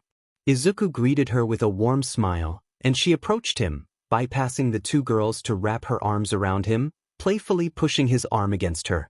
She expressed how much she missed him, causing his face to turn a bright shade of red. 𝗵𝗃𝗄 glanced at the two girls, a victorious smirk on her face, having claimed her place beside Izuku. Mina and 𝗬𝗧𝗄 felt a pang of jealousy, unsure of why they felt that way but wanting to be closer to him as well. Izuku was flustered by 𝗵𝗃𝗄's affectionate behavior, which was more forward than usual.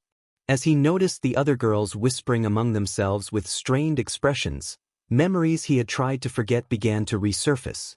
Back at 𝗎𝙪𝙢𝙢𝙢, he had received a note from some girls expressing their interest, inviting him to the cafeteria. However, when he arrived, a bucket of rotten food was dumped on him, followed by a punch from Katsuki, who laughed while recording the incident. The girls had mocked him for being quirkless, telling him he would die alone and should accept it. Shaking off those painful memories, Izuku reminded himself that 𝗵𝗃𝗄 would never treat him that way. She would stand up for him if needed. He suggested they all move to the living room to talk, rubbing the back of his head nervously. The girls quickly agreed, with 𝗵𝗃𝗄 still holding onto his arm as they walked together. Mina and 𝗬𝗧𝗄 felt a slight twinge of jealousy, with Mina puffing her cheeks in frustration and 𝗬𝗧𝗄 looking a bit disappointed. They entered the spacious living room, which featured a fireplace, two couches and recliners arranged around a large table, all facing a massive TV that Seabass had secretly purchased for Izuku and 𝗵𝗃𝗄. Mina expressed her awe at the size of the room, while 𝗬𝗧𝗄 struggled to comprehend the wealth of her friend. Izuku explained that a colleague was out in the world making money for them, which allowed them to afford such a place. Seabass followed them, ready to assist if needed, while Alpha and Beta joined as well. 𝗵𝗃𝗄 inquired about Power, wondering where her older sister figure was. Izuku informed her that Power was asleep after staying up all night watching movies, which made 𝗵𝗃𝗄 chuckle in understanding. They all sat down, the atmosphere initially awkward until Mina broke the silence by asking where 𝗬𝗧𝗄 and the others were from. 𝗬𝗧𝗄 shared that she was from Mie Prefecture, living with her parents in an apartment they were building near UA. Izuku recalled a small apartment complex under construction just a couple of train stops away and asked if it was the one in Mizudafu. 𝗬𝗧𝗄 was surprised by his knowledge, confirming it was indeed the same place. 𝗵𝗃𝗄 chimed in, recalling that the complex had only recently had insulation installed and lacked wiring and plumbing. 𝗬𝗧𝗄 explained her current living situation, feeling uneasy about bringing down the mood. 𝗵𝗃𝗄 entered the room, sensing the tension, and approached 𝗬𝗧𝗄 with a warm hug, offering her extra room in their home. 𝗬𝗧𝗄 hesitated, insisting she would be fine, but 𝗵𝗃𝗄 insisted she stay for dinner, not allowing her to leave without a hot meal. Grateful yet embarrassed, 𝗬𝗧𝗄 accepted the offer, trying to hide her blush and the happy tears forming in her eyes at 𝗵𝗃𝗄's kindness. 𝗵𝗃𝗄, unaware of the tension, playfully mentioned interrupting their little date, causing Izuku and 𝗬𝗧𝗄 to exclaim in embarrassment. 𝗵𝗃𝗄 blushed, feeling tempted to hug Izuku even tighter and perhaps kiss his cheek. Mina blushed but grinned with a mischievous glint in her eyes. Izuku protested, feeling flustered, while the maids in the room nodded in agreement with their emperor. 𝗵𝗃𝗄 giggled, teasing him one last time before she left, mentioning that dinner would be ready in a couple of hours. After she departed, Izuku sighed and looked up at the three girls, apologizing for his mother's antics. Mina reassured him, saying that if he ever needed a place to stay, he could always come over to her house. 𝗬𝗧𝗄 expressed her gratitude for the offer. Mina then shared a bit about herself, explaining that she used to live in Chiba Prefecture before moving to their current location a couple of years ago, where she met her best friend Toru. She playfully mentioned meeting a very cute green-haired hero. Izuku turned red and looked away, while 𝗵𝗃𝗄 shot him a narrowed-eyed glare. Izuku shared that he was born and raised in Mizudafu but had moved closer to UA after some significant events. Ochako and Mina sensed there was more to his story but chose not to press him, wanting to build their friendship first. Himiko mentioned her upbringing in the outskirts of Tokyo but downplayed her past, focusing instead on how she met her special hero, Izuku, and hugged him tightly, causing him to blush. Ochako and Mina, noticing the affectionate gesture, felt a pang of jealousy, wishing they could hug him like that too.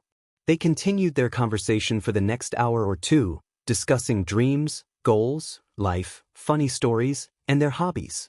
Eventually, Mina remembered something she had meant to ask Izuku. She inquired about his quirk, and the room fell silent as both Izuku and Himiko exchanged uncertain glances. They hesitated, aware of the potential consequences if word got out about his quirk. Izuku expressed his concerns, suggesting it might not be wise to share. Ochako asked if it was dangerous, and he replied with a vague affirmation. Mina encouraged him to share, assuring him that she would keep his secret safe. She understood the pain of betrayal when someone revealed a trusted secret. Ochako nodded in agreement, offering him the choice to share whenever he felt comfortable. Izuku looked into their eyes and saw sincerity, prompting him to take a deep breath and explain his quirk, though he kept some details to himself. After a few minutes, he finished his explanation, noticing that Ochako looked amazed while Mina seemed overwhelmed, as if her mind was racing to process the information. Before they could continue, the door opened, and Maki, the weapon expert Izuku had summoned, entered with a bag full of various weapons. She was a young woman with a tall, athletic build, golden eyes, and dark green hair tied in a short ponytail. Maki greeted Inko warmly as she walked in, and Inko returned the greeting with a smile. Maki mentioned that she was ready to train Izuku for UA, having brought all the necessary weapons. Inko informed her that Izuku was in the living room with Himiko and two guests he had saved during the entrance exam. Maki headed in that direction, and Inko remarked on her sweet nature, despite being a bit rough around the edges. Meanwhile, deep within Izuku's mind, a new crack appeared on the giant door he had approached earlier that day. A chunk fell off, revealing a bullied red glowing eye staring out into the world. This creature emanated an aura of terror, desiring nothing more than to eliminate any threats to its MSTR. Izuku sat in his room, staring at the letter he had received from UA. Despite knowing he had performed well, he felt a wave of nervousness wash over him, comparable to the flutter he felt when Mina had lightly flirted with him after helping her during the test. He thought about Ochako and how kind she had been when they visited his house a week ago, spending time together almost every day since. Shaking his head to clear his thoughts, he took a deep breath and opened the letter. Inside, he found a small disc that activated upon contact, projecting a screen that displayed 𝗍𝗬, who wore a welcoming smile. 𝗍𝗬 greeted him, expressing his pleasure at finally being able to send a message to him. Izuku was taken aback, realizing that it was indeed the principal reaching out to him. 𝗍𝗬 explained that the only other individuals interested in sending a message were Izawa, 13, and Hound Dog. Izuku wondered how 𝗍𝗬 knew what he was thinking. 𝗍𝗬 reassured him not to worry about it, but Izuku couldn't help but feel concerned. 𝗍𝗬 then informed him that he had passed the written test with an impressive score of 780 out of 790, coming in second only to Momo Yaoyorozu, who scored. Hearing this, Izuku let out a sigh of relief, thrilled to have done so well. 𝗍𝗬 continued, explaining that in the practical exam, Izuku had not only exceeded the set goals but had also gone out of his way to save other participants. He had even risked his life to save someone by taking down the 0-pointer. As a result, Izuku earned 154 villain points and 120 hero points, bringing his final score to 274 points, a new UA record, surpassing All Might's score by over 100 points. Izuku's eyes widened in disbelief, and a smile spread across his face. However, his joy quickly faded when he noticed that Katsuki Bakugo had come in second place. Panic began to set in as he realized he would likely be in the same class as Katsuki, who was known for his explosive temperament. His summons sensed his rising anxiety, but before it could overwhelm him, Nightcaller nudged his cheek, acting as his emotional support. Izuku had received approval from Hound Dog, the school therapist, to bring 𝗵𝗃𝗧𝗏 anywhere on school grounds. Grateful, he scratched his chin and thanked 𝗵𝗃𝗧𝗏, who let out a soft croon. Nizu spoke again, acknowledging Izuku's concern about Katsuki.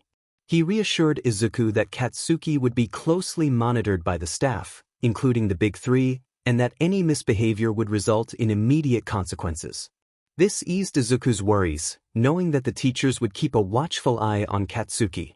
𝗵𝗃𝗧𝗏 nudged him once more, helping him shake off the creeping thoughts of the past. A small smile returned to Izuku's face, thanks to 𝗵𝗃𝗧𝗏's comforting presence. Nizu concluded by reminding Izuku that school would start on Monday, and with that, the connection ended. Suddenly, the disc exploded, startling Izuku, who muttered under his breath about the crazy rat. In another scene, Maki swung her polearm at Izuku with incredible speed. Though he was covered in bruises and had sustained some injuries, he refused to give up, getting back up each time. He pulled out his 3-section staff, twisting it apart and swinging one end at her. Maki easily deflected it, but Izuku quickly wrapped the chain around her polearm to lock it in place. He swung the bottom section at her, but she jumped back and kicked him in the stomach, sending him backward. Reconnecting his staff, thanks to myheroacademia, the student who designed and maintained his equipment, Izuku shook off the blow and charged forward. He swung his staff again, but at the last moment he disconnected a section and swung it swiftly, stepping into her guard and causing her to trip. As she fell, Izuku used his strength to overpower her arms, holding the end of his staff to her chin while grabbing her collar. Breathless, he admitted that he had finally broken her guard. Maki looked at him, slightly shocked, but then smiled proudly, acknowledging his achievement. She noted that while it was a bit sloppy, with time and training he would master it. However, she requested that he let go of her shirt, feeling flustered. Realizing his position, Izuku's face turned bright red, and he quickly released her, but not before Maki's staff made contact with his face, sending him flying backward. She reminded him not to lose concentration, as it was still her win. Maki tried to suppress her embarrassment while ignoring the heated glares from 𝗫𝗏𝗏 and lupus regina. She reassured Izuku that it was fine to be aggressive in training, as it prepared him for real-life situations against villains. Izuku nodded, understanding the importance of being prepared, even if it was difficult to strike back. Maki then began to hit him harder, pushing him to respond with equal intensity. He felt a hard punch and then his phone buzzed. Looking down, he saw a message from Mina. She mentioned that she and Ochako had received their acceptance letters and were heading to a Nico cafe. She invited him to join them and suggested bringing Himiko along with Power since she knew Power liked cats. He smiled a bit, put his phone away, and stood up. He informed Maki that he had to cut training short to celebrate with his friends. Maki nodded, agreeing to continue later. Seabass dropped Izuku off at the cafe and told him to call when he was ready to be picked up. Izuku nodded and exited the car, with 𝗵𝗃𝗧𝗏 perched on his shoulder, looking around. As Izuku's emotional support animal, 𝗵𝗃𝗧𝗏 was allowed in any building with him, but since this was a Nico cafe, Izuku advised him to wait outside for safety. 𝗵𝗃𝗧𝗏 nodded and flew up to a power line, watching as Izuku and Power entered. Inside the cafe, Izuku looked around and blushed at a sight that caught his attention, while Power completely ignored it and headed toward a group of cats. She exclaimed with joy about the cats before cackling and joining them. Izuku spotted Ochako playing with a cat, wearing a pair of cat ears. She cooed at the cat while holding a long plastic stick with feathers that the cat kept swatting at. Izuku mumbled that she was very cute, but his gaze was fixed on Ochako rather than the cat. Mina appeared beside him, also wearing cat ears, and teased him about not finding her cute. This made him blush even more as he thought to himself about how every girl he met seemed both cute and appealing. Mina playfully mentioned that she still hadn't thanked him for saving her, leaning in closer. Izuku felt nervous, but before anything could happen, both Ochako and another girl playfully interrupted Mina. The girl had long, messy, wavy chartreuse hair with pink specks and big round eyes. She told Mina to stop, reminding her that she was supposed to introduce her new friend, not get too close. Power, in a corner booth, was surrounded by half the cafe's cats, all purring happily. Izuku, with a tired expression, reminded her not to yell. She grumbled but agreed and returned to playing with the cats. Mina introduced her friend 𝗬𝗪𝗪𝗧𝗪, saying she wanted them all to be friends at UA. Izuku nervously extended his hand, introducing himself. Toru smiled and shook his hand, noticing the scars but choosing not to mention them. She expressed her hope for them to be good friends and suggested they sit down. As they settled at a table, they began to share about themselves, including their quirks. When it came to Izuku's quirk, Mina almost revealed it but quickly stopped, realizing it was his secret to share. Toru asked about his quirk, and Izuku replied that he would like to get to know her better before revealing it. Toru understood and encouraged everyone to celebrate. Mina enthusiastically agreed, and they ordered takoyaki, gyoza, and onigiri, along with tea or coffee. Ochako enjoyed the takoyaki, expressing her surprise at how good it was. Mina agreed, noting that most cafes weren't known for great food. Power, however, declared that all the meat was hers as she devoured the gyoza. Izuku decided to order more, knowing how much Power loved meat. They continued chatting until the door opened, and 𝗵𝗃𝗲 entered with a big smile. The paperwork had finally gone through, and she was free from her family. Spotting Izuku, she ran to him and enveloped him in a warm hug, her happiness radiating. Releasing him, she looked at his flushed face and thanked him for being her friend. She leaned down and kissed him, making his eyes widen and his face turn even redder. Ochako and Mina were taken aback, feeling a twinge of jealousy. After a moment, Izuku managed to regain his composure and complimented 𝗵𝗃𝗲 on her beauty, making her smile even more. She hugged him again, expressing her gratitude. Toru, curious about the new girl, asked her name. 𝗵𝗃𝗲 introduced herself simply, and Toru inquired about why she was living with Izuku. 𝗵𝗃𝗲's expression turned somber as she explained that her parents viewed her as a monster due to her quirk, forcing her to be something she was not. But then she looked at Izuku, and a smile returned to her face. She reflected on how meeting him had changed her life, as he became her very first real friend. He didn't judge her, and he was the first person to see her quirk as something heroic. 𝗵𝗃𝗲 was surprised when she felt an arm wrap around her shoulders, pulling her into a sideways hug from Izuku, who gazed into her honey-yellow eyes. He expressed that he could tell she was hurt and needed a friend, which prompted him to extend a hand that day. He was glad he did, as she was his first real friend too. Wide-eyed, she leaned in and kissed his cheek, leaning against him, earning slightly jealous glares from Mina and Ochako. She whispered that she loved him, though she knew he might not feel the same way at that moment. Still, she hoped that one day he would. Izuku's face flushed with embarrassment, feeling ashamed for not being able to reciprocate her feelings right then. He was still grappling with too much and couldn't open his heart to anyone just yet. Toru, sensing the tension, decided to change the subject. She asked what kind of heroes they all wanted to be and what they envisioned for their futures. She shared her dream of being a hero who could show that anyone could be a hero, regardless of their quirk. After a few years, she hoped to settle down and have at least 3 kids. When Izuku inquired about her quirk, she revealed it was invisibility. He remarked that it was a great quirk for infiltration missions and suggested she ask 𝗵𝗃𝗲 for help with hand-to-hand combat. Toru looked at Izuku, a bit shocked, before her gaze shifted to 𝗵𝗃𝗲, who readily agreed to give her a lesson or two. Mina then chimed in with enthusiasm, sharing that her quirk was acid, allowing her to create and shoot acid from any part of her body. She aspired to be a fun hero, making her siblings proud, and dreamed of having a large family before returning to hero work once her kids were older. Izuku praised her goal, and then another student shared her quirk, which was called zero gravity. She wanted to earn enough money to help her parents out of debt and live an easier life, perhaps starting a small family later on. Mina admired her ambition, expressing that she would want to do the same if her parents were in a similar situation. When it was 𝗵𝗃𝗲's turn, she took a deep breath before explaining her quirk, which allowed her to transform into someone after drinking their BLD, mimicking everything about them except their quirk. Her dream was to show that even those with villainous quirks could be heroes and to have a family one day. To her surprise, instead of looks of disgust, her friends smiled at her, filling her with happiness.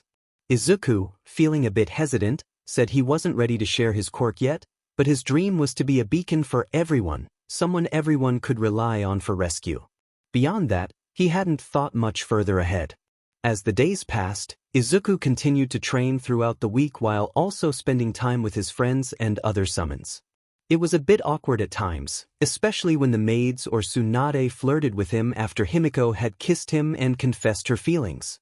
His mother didn't help either, constantly teasing him. He was pulled from his thoughts when 𝗵𝗃𝗁 poked his cheek with his beak, reminding him he was standing in front of class 1's door. He thanked the bird, who responded with a soft croon as he settled more comfortably on Izuku's shoulder. He hoped the blue-haired student wouldn't be in the classroom, as it was already challenging enough with Bakugo there. Upon opening the door, he was met with yelling. A student was scolding another for having his feet on the desk, claiming it disrespected previous and future generations of students. Izuku scanned the room and noticed only 2 other students, one with bicolored hair and a scar on his face, and a appealing girl with spiky black hair and striking black eyes. As he made his way to the back of the room, he spotted Aizawa lying on the ground behind his desk in his sleeping bag. Muttering to himself that some things never changed, he snuck to the back row next to the window. He pulled out his sketchpad to draw, working on a potential new summon and passing the time, as he loved to draw. 𝗵𝗃𝗁 looked around the classroom, noticing the black-haired girl curiously observing Izuku. The bird tilted his head, sensing her mild curiosity rather than hostility, and continued to scan the room. As time passed, more students entered while Izuku focused on his drawing, occasionally feeding 𝗵𝗃𝗁 a peanut from his bag. Taking a quick break, he looked at his sketch of a black hooded figure with armored gauntlets and a sword, a metal mask covering its head. The drawing appeared ominous, yet to Izuku, it felt strangely right, as if something was waiting for him to create it. Though he had a strange feeling urging him to draw 8 others without masks, Izuku was about to return to his artwork when the blue-haired student finally noticed him. The student pointed out that having 𝗵𝗃𝗁 on his shoulder was against UA's rules since animals weren't allowed. He marched up to Izuku, who tried to ignore him, but stopped when he saw the student reach for 𝗵𝗃𝗁, who pecked the student's hand sharply. Izuku, feeling a mix of annoyance and protectiveness, told him not to touch 𝗵𝗃𝗁, asserting that the bird was his emotional support animal and he didn't have to remove it. The blue-haired student was about to argue further when Himiko entered with her hair down, running toward Izuku and hugging him tightly. He blushed as she squished his face into her chest, and she expressed her happiness about being in the same class. Izuku felt a rush of embarrassment, especially as her UA uniform hugged her figure. Himiko noticed his glance and smiled, wanting to tease him more, but their moment was interrupted. The blue-haired student attempted to intervene, but was cut off by Mina, who rushed in with Ochako and Toru. Katsuki, observing the scene from the front of the class, felt a piercing glare from the teacher's desk. He looked over to see a pair of glowing eyes peering from a yellow sleeping bag, silently daring him to speak up. Gritting his teeth, he remained seated, vowing to confront Izuku later. Once everyone settled down, a figure rose from behind the desk, staring at them with a bored expression.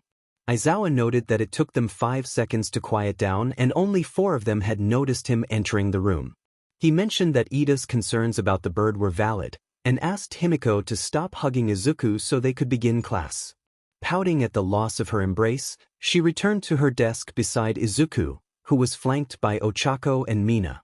Aizawa introduced himself as their sensei and instructed them to change into their uniforms for a physical test involving their quirks. When Ochako questioned the lack of orientation, Aizawa dismissed it, stating they were there to become heroes and that the staff had the authority to teach them as long as it wasn't life-threatening. Kyoka whispered a joke about Aizawa's sadistic nature, but he confirmed it with a dark tone, warning them to hurry up and change. After an awkward change into gym clothes, where Izuku felt self-conscious about his scars, they gathered outside in the field. Aizawa noted it took them 10 minutes to change and allowed it this time, but insisted they improve. He called Bakugo forward, who marched confidently and unleashed his quirk, throwing the ball with a massive explosion. Izuku flinched at the sound, memories flooding back, but was brought back to the moment when 𝗵𝗃𝗁 nudged his cheek and he felt a reassuring squeeze from Himiko. Aizawa assessed Bakugo's throw, expressing disappointment at the distance achieved. As Bakugo stomped back, he sneered at Izuku, challenging him to beat his score. Before Izuku could dwell on the comment, Aizawa called for him, instructing him to throw the ball as hard as he could. Izuku felt the weight of the moment, knowing he had to prove himself. He stepped forward, sending a mental message to Nightcaller to stay back for safety. Focusing, he used 𝗫𝗫𝗄𝗃's lightning to loosen his muscles before switching to 𝗬𝗫𝗄𝗃's superhuman strength. With a deep breath, he hurled the ball with all his might, creating a shockwave as it soared through the sky. Aizawa noted his improved ability to 𝗬𝗫𝗄𝗃 between summons, and when the distance was revealed, he couldn't help but smile slightly at the impressive result. Most students were shocked, while his friends cheered him on, especially 𝗵𝗃𝗄, who was the loudest. But for one student, the reaction was entirely different. When did Deku get a quirk? Katsuki's anger surged as he realized that Izuku had been hiding it all along, looking down on him and ruining his life. Fueled by rage, he charged forward, unleashing powerful explosions. He demanded to know how Izuku had managed to keep this a secret. Panic washed over Izuku, and instinctively, he raised his arms to protect himself. Aizawa prepared to intervene when he noticed Izuku's book glowing with a strange mix of colors.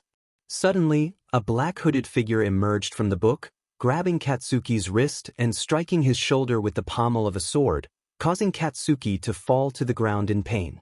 The figure warned Katsuki not to harm Izuku again, threatening that if he did, there would be dire consequences. Aizawa, with a stern gaze, warned both boys about their actions and instructed Katsuki to get his shoulder healed before meeting him in class.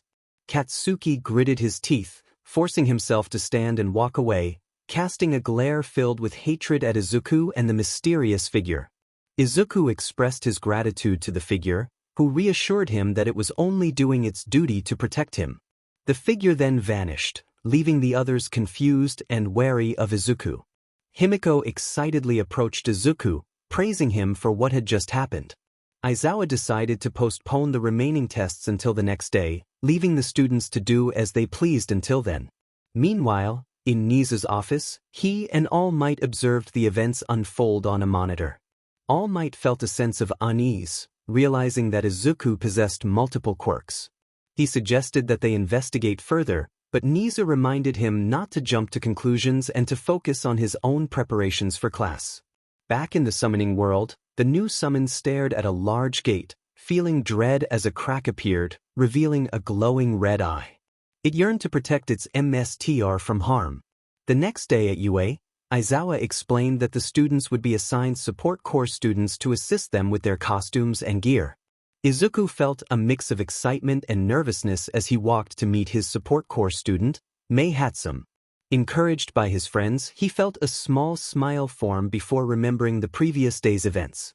As Aizawa called on the students to introduce themselves, Katsuki stood up, scowling as he declared his name and quirk, boasting about his ambition to become the #1 hero. His harsh words earned him glares from his classmates, especially after his earlier confrontation with Izuku. Finally, it was Izuku's turn. As he approached the front of the class, anxiety bubbled within him, but he felt the support of his summons. He introduced himself, sharing his interests and dreams, but hesitated to reveal his quirk, fearing its power would draw unwanted attention. Iida chastised him for not being forthcoming, prompting his friends to defend him. Katsuki glared at Izuku, recalling the pain he had experienced, while Izuku felt a wave of panic. When 𝗵𝗃𝗄 beckoned him over, he seized the opportunity to escape the tension. Aizawa observed, choosing not to intervene, aware of the significance of Izuku's quirk and the need to keep it a secret for now. Given how Bakugo and Iida were, calling them out would have only caused more problems. Once Izuku sat down, 𝗵𝗃𝗄 immediately reached over and gently grabbed his hand, reassuring him that she was there for him and would always be there.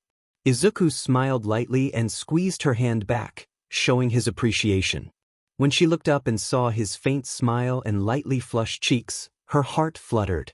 She felt a strong urge to lean over and kiss him, wanting to promise that she would always listen and care for him unconditionally. However, she set those thoughts aside, knowing he was still healing and that she didn't know the full story. For now, she would remain his friend and a shoulder to lean on when needed. Izuku felt grateful for the support from his summons and 𝗵𝗃𝗄 when he was on the verge of panic.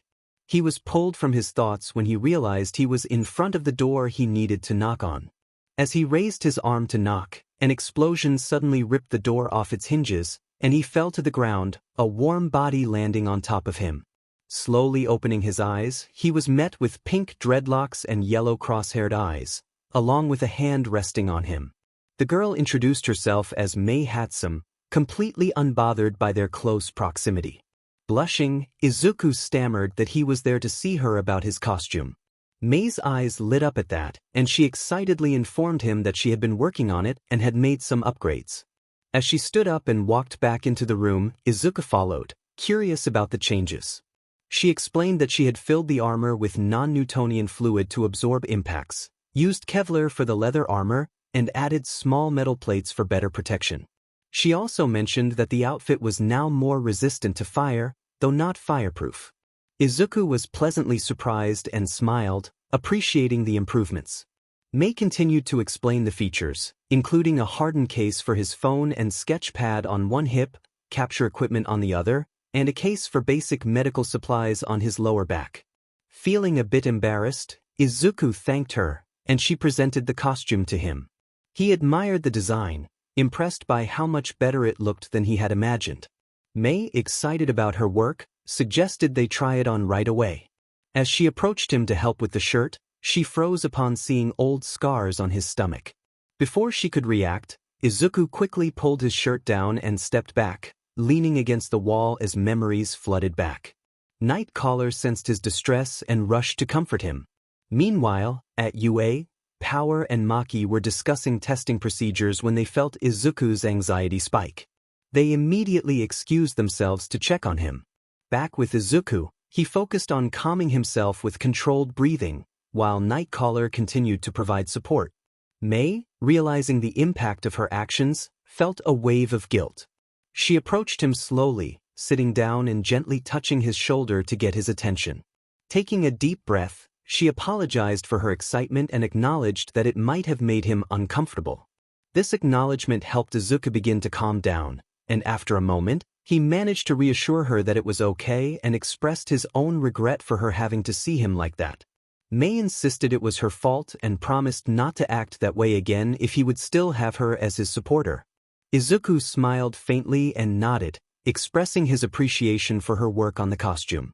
With a bright smile, May helped him up and declared that she would make sure to create the most amazing gear for him. Days later, Izuku reflected on that moment with a faint smile. It marked the beginning of his friendship and partnership with May. He had worn his costume a few times, providing feedback on how to make it more comfortable and practical. He was pulled from his thoughts when he felt 𝗵𝗃𝗄𝗁 laugh at something Ochako said. She was sitting on his lap, chatting with Mina, Toru, and their new friend Sue about something he wasn't fully paying attention to. Surprised that 𝗵𝗃𝗄𝗁 wanted to sit on his lap, he asked her why. She pouted, kissed his forehead, and told him she loved him, wanting to express her support for him. Izuku allowed a small smile to appear on his face before returning to his sketchbook, where he began to draw a possible new summon. This one was designed to hold his weapons during combat, making it easier for him to fight or draw them while engaged in battle. Elsewhere in the room, Iida observed Izuku and 𝗵𝗃𝗄𝗁 with narrowed eyes, disapproving of the open affection between them. He wanted to correct them, but he knew he would only face backlash from Izuku's friends. His frown deepened when he saw 𝗵𝗃𝗄𝗁 kiss Izuku's forehead and lean against him. Gritting his teeth, he remained silent, recalling how even the teacher had defended them last time. Iida wasn't the only one feeling frustrated. Katsuki Bakugo glared at Izuku with intense hatred. He couldn't understand how Izuku had gained a quirk, and the memory of the creature that had injured him resurfaced in his mind. His glare intensified, radiating a palpable tension, but before anyone could react, a loud voice interrupted the atmosphere. All Might burst through the door, dramatically ripping it off its hinges and cracking the wall with his entrance. Everyone in the room was awestruck by the sight of the #1 hero in his Silver Age costume. Denki exclaimed in amazement at seeing All Might for the first time, while Momo expressed surprise at his height. Kirishima admired his manliness, but Himiko, with a smile, declared that she already had her number one hero right beside her, glancing at Izuku, whose eyes sparkled at the sight of his idol. All Might greeted them enthusiastically, announcing that they would be engaging in combat training in a 2v2 format. However, he emphasized the importance of looking the part before they could act like heroes. His gaze lingered on Izuku longer than anyone else, still wary of his ability to use multiple quirks and create beings to assist him. Quickly regaining his composure, All Might pushed a button on a remote, revealing over 20 suitcases, each numbered. He instructed everyone to grab a case and head to the locker rooms near ground beta to begin their training. As All Might dashed away, everyone hurried to collect their cases, but Izuku lagged behind, wanting to change last to avoid revealing his scars. As Izuku entered the changing room, he sought a more private area to undress, ensuring that if anyone entered, they wouldn't see him. Meanwhile, the others gathered in the briefing room, admiring each other's costumes and discussing their designs. Mina complimented Himiko's costume, which made her blush with happiness as she mentioned Izuku's help with the base designs. Ochako silently wished she had asked Izuku for assistance with her own costume. Himiko then wondered where Izuku was, and Kirishima mentioned that he was still changing. Just as Katsuki was about to insult him, Izuku walked into the room, apologizing for having trouble with his gauntlets. Himiko's face lit up upon seeing him. He looked like a fantasy mage, and she loved the look. The others, especially Ochako, Mina, and Toru, appreciated his medieval style, and even Tokoyami nodded in approval, though he thought it could have been black. Himiko approached Izuku, hugging him and then twirling to show off her costume, asking for his opinion. Izuku blushed as he admired her outfit, appreciating how it hugged her figure. Meanwhile, a certain classmate had a mischievous grin while observing the girls' costumes but was quickly deterred by the intense glare from the crow that often accompanied Izuku. Once everyone was present, All Might announced the training scenario. The villains had acquired a nuclear bomb and planned to detonate it in the city. The heroes needed to infiltrate the building to either disable the bomb or defeat the villains, while the villains aimed to stall the heroes until the timer expired. Tsu remarked that the situation felt quite American, to which Mina recalled that All Might had spent years in America, bringing back some of its traits. Ida interjected, emphasizing the importance of following the rules as heroes. Katsuki, eager for a chance to confront Izuku, asked if he could incapacitate his opponents. All Might clarified that no moves could result in serious harm, and if anyone surrendered, they could not be attacked. He then revealed a board with everyone's names, explaining that teams would be randomly assigned. As the teams were announced, Izuku Midoriya and Toru Hagakure were paired as heroes against Katsuki Bakugo and Tenya Ida as villains. Ochako and Mina expressed disappointment at not being on Izuku's team, while Himiko hugged him protectively to keep him close. Toru greeted Izuku with a smile, and he took a moment to admire her colorful costume, realizing they would be working together. Could you please let him go so he could get ready for his fight? He felt a bit embarrassed. Looking up at her, she pouted but relented, allowing him to leave. As he stepped back, her gaze shifted to Bakugo, who was storming out of the room with Ida. She shot him a fierce glare, promising pain and misery if he hurt Izuku. Hagakure was asked if she was ready, and she smiled, nodding as they both left to stand outside the building. Ochako, feeling confused, wondered why Izuku didn't have power or that one girl with him to help. Himiko explained that he wanted to prove to his summons that he was worthy. They all told him he was, but he didn't feel it. He thought he relied on them too much, which wouldn't make him a good hero or MSTR. Even though they whispered, a girl with earlobe jacks overheard and frowned in confusion about the summoner, and Toru was stretching when she noticed Izuku doing the same while talking to Nightcaller. After a few more stretches, he stood up and asked if she had any ideas for their strategy. She admitted she wasn't the best at strategizing, preferring to go with the flow. He reassured her it was okay and suggested sharing his idea for her input. He explained that the bomb was likely placed on the highest floor to make it harder for them to retrieve it. The building had many blind spots, so they needed to be careful as they ascended. He analyzed Ida's quirk, noting that it was similar to Ingenium's, relying heavily on speed. Unlike his brother, Ida's thrusters were on his legs, making that both his strength and weakness. They would need to either trap him in a cluttered room or trip him, but he preferred to avoid a direct confrontation since Ida had a speed advantage. Next, he discussed 𝗵𝗃𝗄𝗁, whose quirk involved explosions. He explained that 𝗵𝗃𝗄 sweated nitroglycerin, allowing him to create blasts from his hands.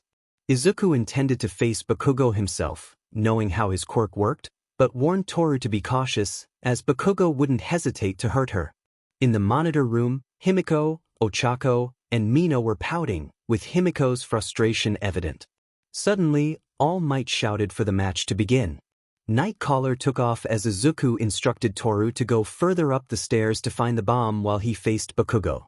They began to climb the stairs, carefully peeking around corners. Upon reaching the third floor, they sneaked toward the next set of stairs. Before they could proceed far, 𝗵𝗃𝗄𝗁 burst from around a corner, unleashing a powerful explosion down the hall. Izuku quickly grabbed Toru and jumped back to dodge the blast, thankful for the armor May had improved for him, which prevented serious injury. He urged Toru to search for the bomb while he stood up, ready to shield her if 𝗵𝗃𝗄𝗁 attacked again. 𝗵𝗃𝗄𝗁 taunted Izuku, relishing the chance to hurt him without consequence. Toru, now invisible, dashed off as Izuku prepared for 𝗵𝗃𝗄𝗁's next move. As 𝗵𝗃𝗄𝗁 charged at him, Izuku assumed a combat stance, waiting for the right moment. He moved into position, using 𝗬𝗵𝗲𝗃's strength to grab 𝗵𝗃𝗄𝗁's arm and hurl him into the wall, creating a significant impact. Standing up, 𝗵𝗃𝗄𝗁 glared at Izuku, who reached for his book. As 𝗵𝗃𝗄𝗁 moved to attack, Izuku jumped away and spoke to the book. A peculiar, worm-like creature crawled out, glowing with a yellowish-purple hue. It wrapped around Izuku, its head resting on his shoulder, sporting a human-like face. Izuku introduced the creature as Playful Cloud and raised his hand to its face. The worm then produced a red bar, which Izuku carefully pulled out, holding it in two sections while letting the final part dangle. 𝗵𝗃𝗄𝗁 expressed his disgust at the creature, which seemed hurt by his words. In the observation room, everyone felt a mix of disgust and intrigue at the sight of the creature and its unexpected ability. Three individuals were particularly excited about how Izuku would utilize this summon in his fight against 𝗵𝗃𝗄𝗁. Momo, who had trained with a similar creature once, recalled how challenging it had been to 𝗵𝗃𝗲𝗄𝗏. Izuku focused intently on 𝗵𝗃𝗄𝗁, charging in with surprising speed that caught 𝗵𝗃𝗄𝗁 off guard. Using the Playful Cloud, Izuku spun it and swung it with immense force. 𝗵𝗃𝗄𝗁 barely dodged the blow, raising his left arm to block it, but the impact shattered his gauntlet and sent him stumbling back. Seizing the opportunity, Izuku grabbed the middle section of the staff, spinning it so the bottom struck 𝗵𝗃𝗄𝗁's left leg, causing him to falter. Izuku followed up with a quick kick before swinging the Playful Cloud again, narrowly missing 𝗵𝗃𝗄𝗁 but cracking the concrete beneath it. Frustrated with Izuku's relentless attacks, 𝗵𝗃𝗄𝗁 unleashed a point-blank explosion to create distance. The blast hit Izuku, but his armor absorbed the impact. As he looked up, he saw 𝗵𝗃𝗄𝗁 charging in again, preparing another explosion. Thinking quickly, Izuku rolled out of the way but was caught by a kick to the chin that sent him tumbling backward, disoriented. As 𝗵𝗃𝗄𝗁 approached for another strike, the windows behind him shattered, and Nightcaller, Izuku's loyal raven, swooped in with surprising strength, knocking 𝗵𝗃𝗄𝗁 away.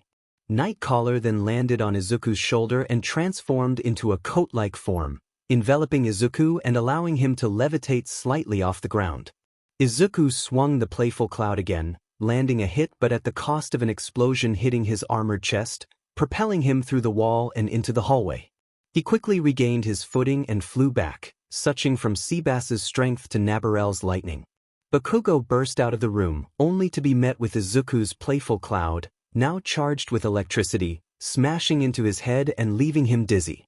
At that moment, a small capsule that Izuku had myheroacademia opened, releasing a hammer of energy that struck 𝗵𝗃𝗄𝗁's unguarded side with a sickening crack, indicating a broken rib. 𝗵𝗃𝗄𝗁, breathing in exhaustion and pain, declared it was time to finish this. He looked at his right gauntlet with a dark grin, explaining how his quirk worked and that the gauntlet stored his sweat. Izuku's expression paled as he realized what was coming. 𝗵𝗃𝗄𝗁 lifted his arm, pulled the pin, and released a massive explosion. Izuku's eyes widened in fear as he raised his arms to guard himself, while his summons attempted to shield him as well. The explosion shook the entire building, causing Toru and Ida to fall to the ground. When the smoke cleared, Izuku remained standing, but he was seriously injured. His arms were burned, his legs scorched, and a large section of his armor was destroyed, leaving him bleeding from cuts and burns. As the pain washed over him, Izuku fell to his knees. Bakugo laughed triumphantly, taunting Izuku about his worthlessness before kicking him hard in the chest, sending him flying back to the ground in agony. In the observation room, everyone was silent, shocked and horrified by Bakugo's actions. Ochako and Mina covered their mouths in disbelief at Izuku's injuries, but Ochako noticed something alarming. Himiko was missing. Bakugo sneered at Izuku, demanding he drop out of the hero school. However, as he took a few steps away, he felt a sudden chill and turned around just in time to receive a knife through his shoulder, immobilizing his arm. He was tackled to the ground, and another knife aimed for his eye.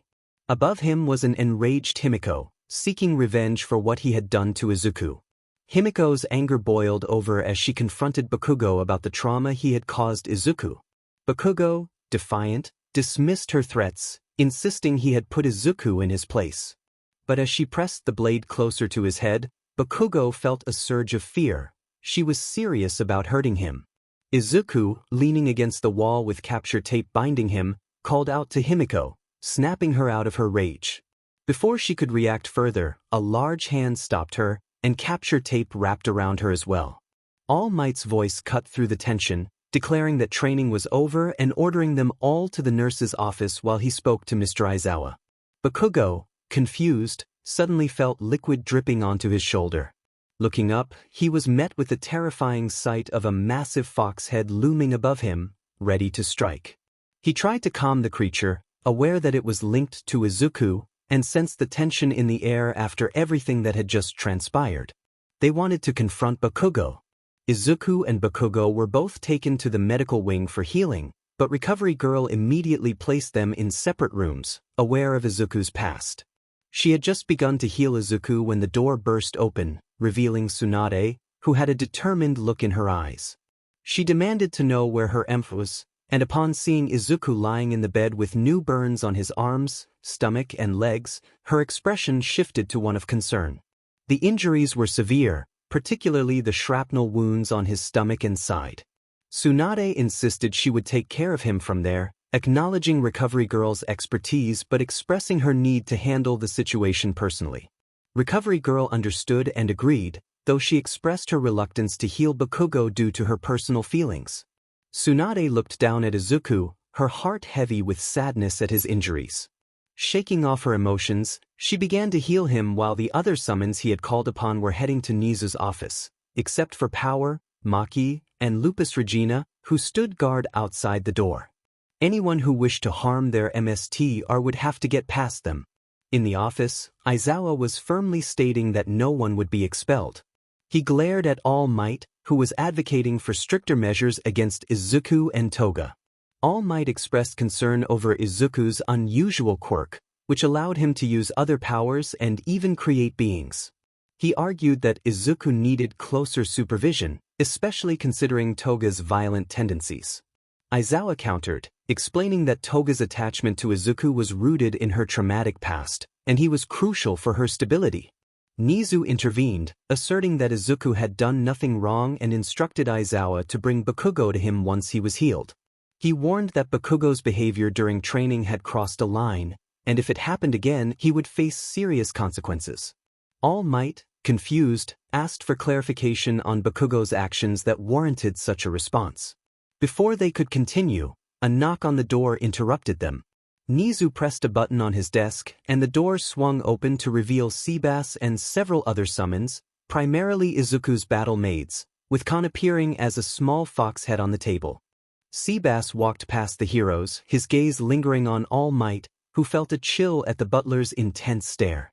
𝗬𝗲 addressed the group, stating that while Bakugo would be punished, he would remain at the academy under strict conditions. He warned that if anyone harmed their 𝗵𝗃𝗲 again, they would face serious repercussions. All Might, taken aback, questioned whether 𝗬𝗵𝗲 was threatening students. 𝗬𝗵𝗲 clarified that he was stating a fact. Those who hurt their 𝗵𝘃𝗲 would face consequences equal to the pain they inflicted. All Might was astonished by the protectiveness of Izuku's summons, realizing that they were willing to go to great lengths to defend him. He left the office, deep in thought about Nisa's insistence on reviewing Izuku's profile and the implications of what he had just witnessed. Meanwhile, in Recovery Girl's office, Izuku lay unconscious as Tsunade completed her healing. She struggled to contain her anger towards Bakugo for his actions. Taking a deep breath, she focused on her task, but her attention was drawn to 𝗵𝗃𝗲, who sat beside Izuku's bed, gently holding his hand. The look of pain and helplessness on her face was evident, and Tsunade sighed, fully aware of how much 𝗵𝗃𝗲 relied on Izuku for her emotional stability, especially given her troubled past. God only knows what would have happened to her if Izuku had never met and befriended her. The fact that he gave her BLD whenever she needed it showed how much he truly cared for her. He went out of his way to make her happy, which made Tsunade a little jealous but also happy, as it demonstrated that despite everything he had gone through, he still had the heart of a hero. 𝗵𝗃𝗲 gently squeezed Izuku's hand, hoping he would wake up, but he remained unconscious. Tsunade had placed him in a medically induced coma to help him heal faster. She looked up at his handsome face and smiled lightly, gently moving some hair from his eyes. As she did, she noticed something in the corner of her eye, hidden by his long hair. It looked like a small tattoo on his temple. Before she could investigate further, a knock on the door pulled her from her thoughts. Tsunade narrowed her gaze slightly and asked who it was. 𝗬𝗵𝗲 responded from the other side of the door, and Tsunade invited him in. 𝗬𝗵𝗲 entered, followed by Yuri, Lupus Regina, Nabarel, and Intoma. The other battle maids were at home guarding the house. Yuri stepped forward, hoping to keep her sisters calm, aware of how defensive they could be. Tsunade reassured them that she had just finished healing Izuku and that thankfully, there would be no lasting effects or scars on his body. 𝗬𝗵𝗲 informed them that a car was ready and that they should leave, as Izuku's mother was very worried after hearing what had happened. Tsunade nodded, and 𝗵𝗃𝗲 reluctantly let go of Izuku's hand as 𝗬𝗵𝗲 moved over to gently pick him up. They began to walk toward the car, surrounded by the summons who made it clear they would protect Izuku and confront anyone who threatened his life. Maki followed 𝗵𝗃𝗲, scowling at the thought of what her 𝗵𝘃𝗲 had endured, which she could vividly sense through their connection. As they exited the building and approached the car, most of the summons, except for Nightcaller, Nabarel, Lupus Regina, Maki, and 𝗬𝗵𝗲, desummoned themselves to fit comfortably in the large vehicle. 𝗬𝗵𝗲 placed Izuku in the back seat, where his face began to twitch, indicating he was starting to wake up. A few minutes later, while on the road, his eyes slowly opened. He realized he was in a car and felt something warm against him. Turning his head, he saw 𝗵𝗃𝗲 hugging him tightly, tears threatening to spill down her cheeks. Slowly, he moved his arm and gently hugged her back, causing her to jump slightly and look up at him with a smile. He apologized for the fight, and she reassured him that it wasn't his fault. Leaning into him more, he placed his arm on her back, enjoying the comfort of her embrace, which almost made him forget how touch-starved they both were. He shyly asked if they could continue this for a while, even when they got home. Her happy smile and blush deepened as she agreed, saying they could do this as much as he wanted. He thanked her, feeling warmth in his chest. Meanwhile, Nightcaller had left with a small envelope, heading to the Bakugo house to deliver it to Katsuki's parents before they learned about the incident from the school. Back at home, Izuku's room was one of the safest places in Japan, with all the battle maids guarding the door. Some of them were feeling jealous about what was happening inside. To Izuku's embarrassment, he lay on his bed with his head on 𝗵𝗃𝗲's thighs as she gently stroked his hair, trying to comfort him and prevent any panic attacks from the earlier events. 𝗵𝗃𝗲 smiled as she continued to slide his hair, enjoying the moment. She asked if he was feeling any better, and he responded that he was, thanking her for her help. She giggled lightly and leaned down to kiss his forehead, a blush forming on her cheeks as she expressed her love for him and her willingness to do anything to make him happy. Izuku looked up into her honey-yellow eyes with slitted pupils, feeling his heart skip a beat from the affection she showed him. Elsewhere in the mansion, Inko shooed away the chef that Izuku had created so she could prepare dinner for everyone, especially for the summons that usually stayed out of Izuku's body. She smiled, knowing that 𝗵𝗃𝗲 was comforting Izuku and ensuring he was happy despite everything they had gone through that day. However, her thoughts turned to Katsuki Bakugo. She wondered what had gone wrong in raising him, reflecting on how he had been rough around the edges as a child but had never acted like this before. Inko missed her best friend but had cut off all communication after everything her son had done to Izuku.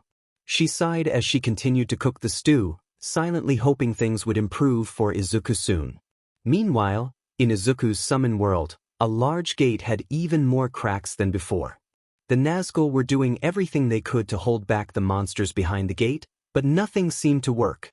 A feeling of dread and primal fear seeped out as a lone red eye stared from within the depths of the gate. Aizawa called Izuku's mother and informed her that they could stay home if he wanted to, 𝗵𝗃𝗲 explained as she walked beside him on their way to UA after being dropped off by Seabass due to the traffic jam. In her hand she held a box wrapped in cloth. Earlier that morning, when Izuku had asked about it, she had blushed and told him he would have to wait. 𝗧𝗵𝗃𝗧 turned its head to check on Izuku, concerned for his well-being. Izuku reassured her that he was fine, stating that he couldn't let Bakugo control his life any longer. He needed to grow stronger, and skipping school wouldn't help. 𝗵𝗃𝗲 nodded, stepping closer and leaning against him, showing her support. It made her happy that he didn't flinch or pull away, allowing her to be close. As they turned the last corner, UA's campus came into view, but they were met with a crowd of reporters numbering in the hundreds. Izuku, confused by the scene, wondered what was happening. 𝗵𝗃𝗲 suggested that perhaps the reporters had come to see All Might, her tone tinged with irritation due to the hero's actions the previous day. Izuku agreed that it made sense. As they approached, the reporters spotted them and quickly surrounded the pair, bombarding them with questions about All Might. Izuku felt his anxiety rising, memories of his old school flashing through his mind. Recognizing his distress, 𝗵𝗃𝗲 acted swiftly, grabbing his hand and interlocking their fingers. She pulled him through the crowd, shoving people aside if necessary, ignoring their angry protests. Once they reached the gate, she swiped her ID card, and the door opened, allowing them to escape the throng of reporters. Just as the reporters attempted to follow, Aizawa arrived, his expression dark. He ordered them to leave, asserting that they were interrupting his students. His quirk activated, intimidating the reporters before the gate slammed shut. Aizawa noticed a pair of menacing red eyes among the crowd, radiating hostility.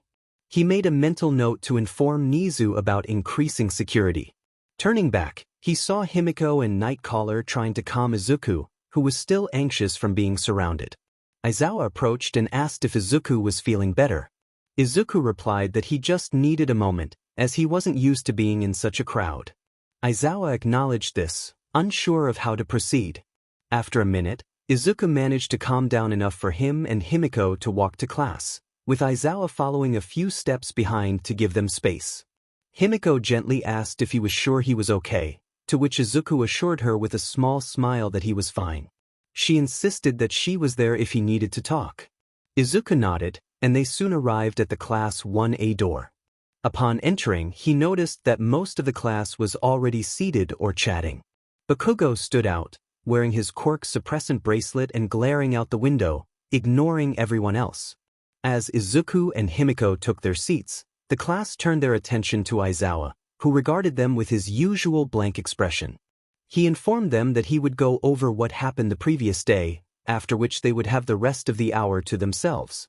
He needed to speak with Nizu and ensure the reporters wouldn't cause any trouble. Aizawa pulled out a stack of papers and began his review. He praised Izuku for his performance in the fight but noted that he relied too heavily on his support weapon.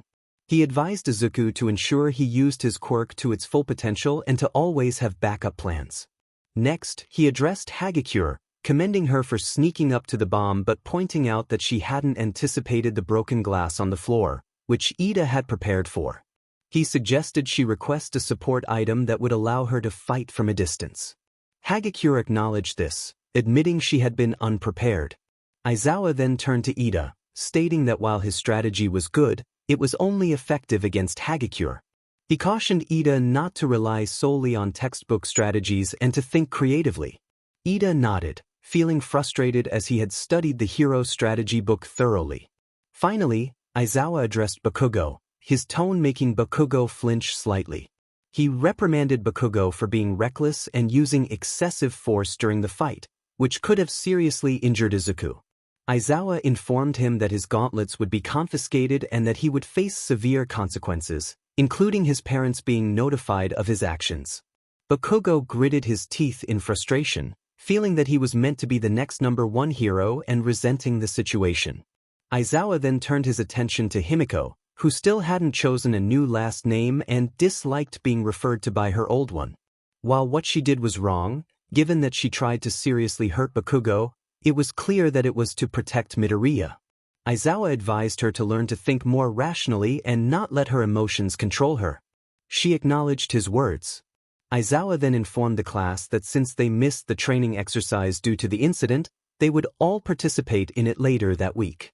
He allowed them an hour of free time, stating he needed to speak with Nizu. Before leaving, he reminded them to decide on their class and vice president before lunch and called Bakugo to follow him. Gritting his teeth, Bakugo complied. The rest of the class quickly formed friend groups, chatting amongst themselves, except for Ida, who attempted to rally everyone for a vote but was ignored. Frustrated, he turned to his book, but the noise soon prompted him to reprimand his classmates. Izuku was about to pull out his sketchbook when Himiko poked his arm, drawing his attention. She suggested they talk to Ochako, Mina, and Toru, and he smiled in agreement, putting away his sketchbook and moving his chair over to join them. Azui and Yaoyorozu surprisingly joined the group, and he noticed Tokoyami nearby while Kirishima sat next to Mina. Mina greeted Izuku with enthusiasm, her cheeks faintly tinted. He responded positively, mentioning how Himiko and the others had helped him at home. Ochako complimented his fighting skills, impressed by his use of an unusual weapon. Izuku credited Maki for teaching him, explaining that while it was challenging to learn, it became easier and more effective once mastered. Kirishima expressed admiration for Izuku's fighting style, introducing himself with a friendly handshake. Izuku reciprocated the gesture, pleased to meet him.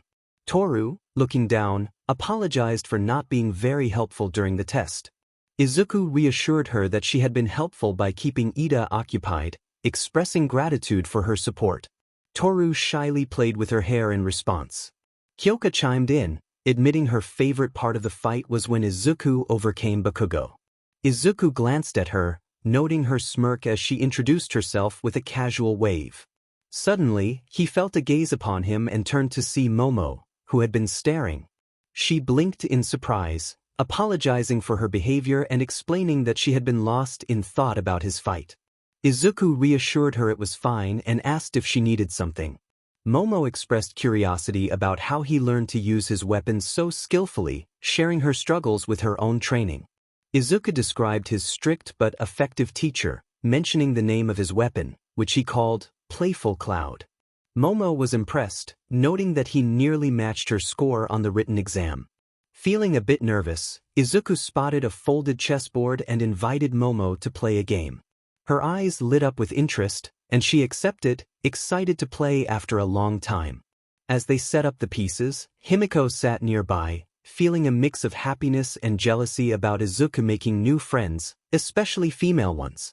While the group chatted, Tokoyami attempted to engage Dark Shadow, who seemed reluctant to emerge. When he finally spoke, he revealed his fear of Midoriya, which puzzled Tokoyami. Dark Shadow explained that it sensed a deep dread and rage emanating from Izuku, which was almost suffocating. As Tokoyami looked at Izuku, he felt an unsettling presence within him, something dark that craved chaos. His gaze caught a glimpse of a shadowy figure that morphed into a skeletal shape with piercing red eyes, filling him with despair. Just as quickly as it appeared, it vanished, leaving Tokoyami breathless and trembling in fear. He realized he wanted to distance himself from whatever that presence was. Across the classroom, Ida had finished reprimanding Denki and Mineta for discussing something inappropriate, finally regaining control over the situation. School was meant for learning and nothing else, and it was his job to ensure that.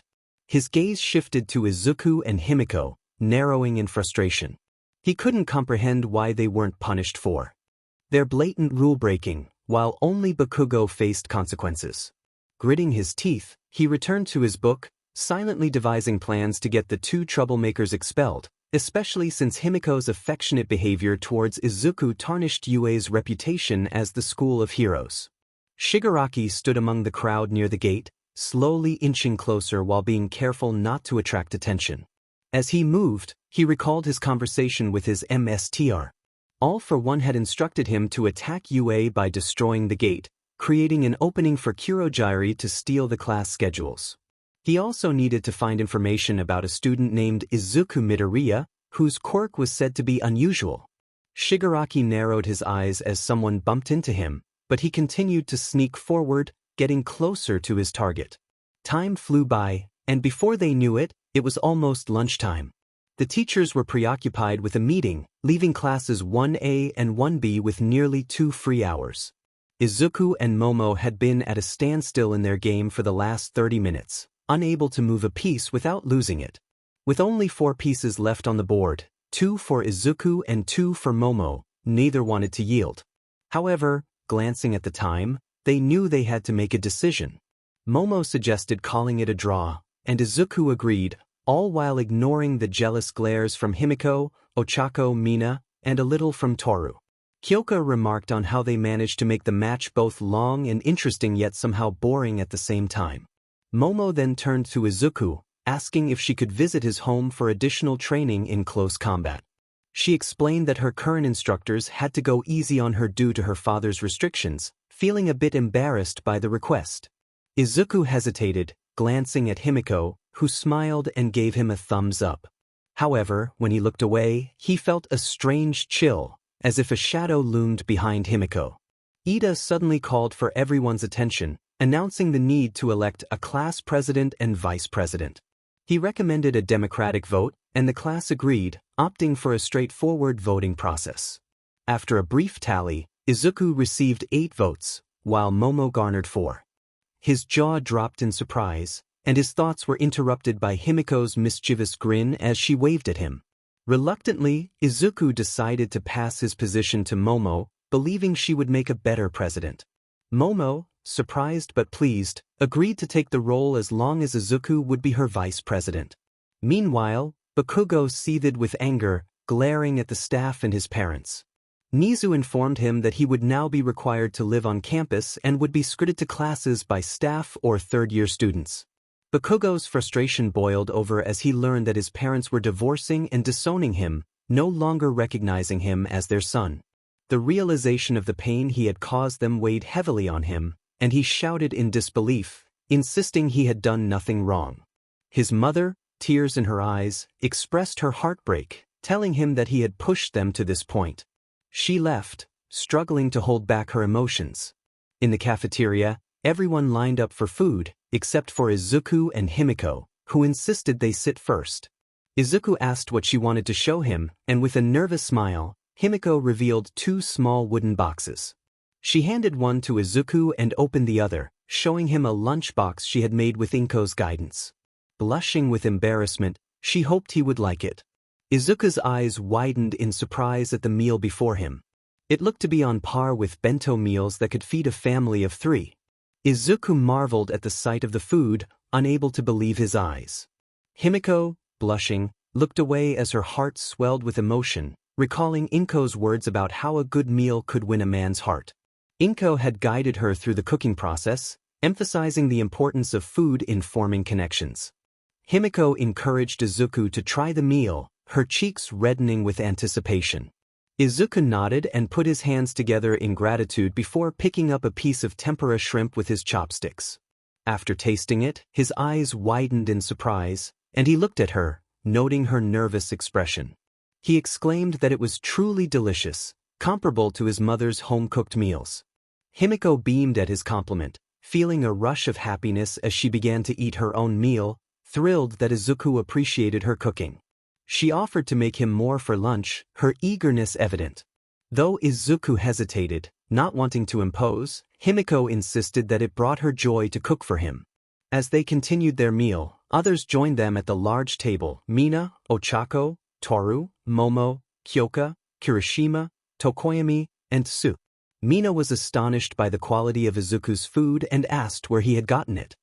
Himiko, with an innocent smile, revealed that she had made it, though the other girls perceived a competitive glint in her expression. Ochako, who had never seen such appetizing food, felt a pang of envy as she looked at her own modest lunch of fried fish, steamed rice, and miso soup. Despite her feelings, she smiled gratefully and began to eat while listening to the lively conversation around her. Kirishima shared stories of his friendship with Mina, recounting their childhood adventures before he had to move away. Izuku, wanting to be kind, picked up a piece of his tempura shrimp and some fried chicken, placing it on Ochako's tray. She was taken aback, her cheeks flushing as she thanked him and took a bite, overwhelmed by the deliciousness. Himiko noticed this interaction, feeling a mix of emotions as she watched. Just as Izuku was about to ask who had voted for him to be class president, an alarm began blaring loudly. Confusion spread through the group as Kirishima looked around, trying to understand the commotion. Kyoka, irritated by the noise, called out to a third-year student who appeared worried. He informed them that someone had broken into UA, urging everyone to evacuate and leave the situation to the teachers. Ida attempted to maintain order, but his voice was drowned out by the chaos as students rushed to leave. Izuku and his friends struggled to navigate through the panicking crowd. Himiko was shoved away from Izuku, feeling overwhelmed and frightened. Izuku, noticing her distress, felt a surge of anger and concern. His summons responded to his emotions, and Nightcaller transformed into his coat form, allowing Izuku to fly above the crowd. He reached for Himiko's hand and pulled her close, lifting her into a protective embrace. Momo, standing on a window ledge with a megaphone, called for everyone to stop, explaining that it was only the media outside. Thankfully, the stampede halted as students realized the truth. Momo instructed them to return to their lunch tables or classes and wait for further instructions, and they complied. Izuku hovered over to Momo, expressing admiration for her quick thinking. She downplayed her actions, insisting she just wanted to keep everyone safe. Izuku smiled at her, appreciating her efforts, which made Momo's cheeks warm slightly. Meanwhile, Himiko hugged Izuku protectively, casting a wary glance at Momo. The next day, after the chaotic events, the students of UA were sent home early due to the media's intrusion. This incident granted UA the legal right to take action against the media, which Nizu planned to pursue vigorously. In Class 1A, Izuku was absorbed in his sketchbook, drawing two figures, one female, clad in a suit-like uniform with red hair and surrounded by chains, and the other male, appearing more ordinary in a dark blue jacket over a long-sleeved white shirt, surrounded by small creatures.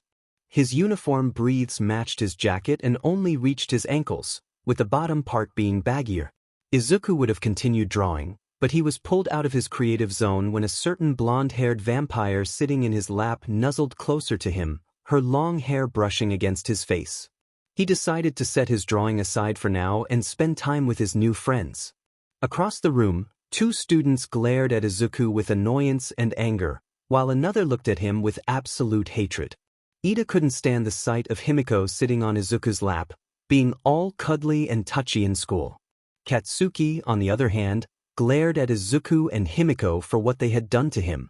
If it weren't for those two, especially Deku, he wouldn't be facing punishment for his actions against quirkless individuals, nor would he have been disowned by his own parents. Gritting his teeth, he noticed his bracelets glowing, indicating that his quirk was suppressed. A few minutes later, Aizawa entered the classroom and paused at the door, scanning the room to see everyone in their seats, except for Himiko, who was leaning over and playing with Izuku's hair.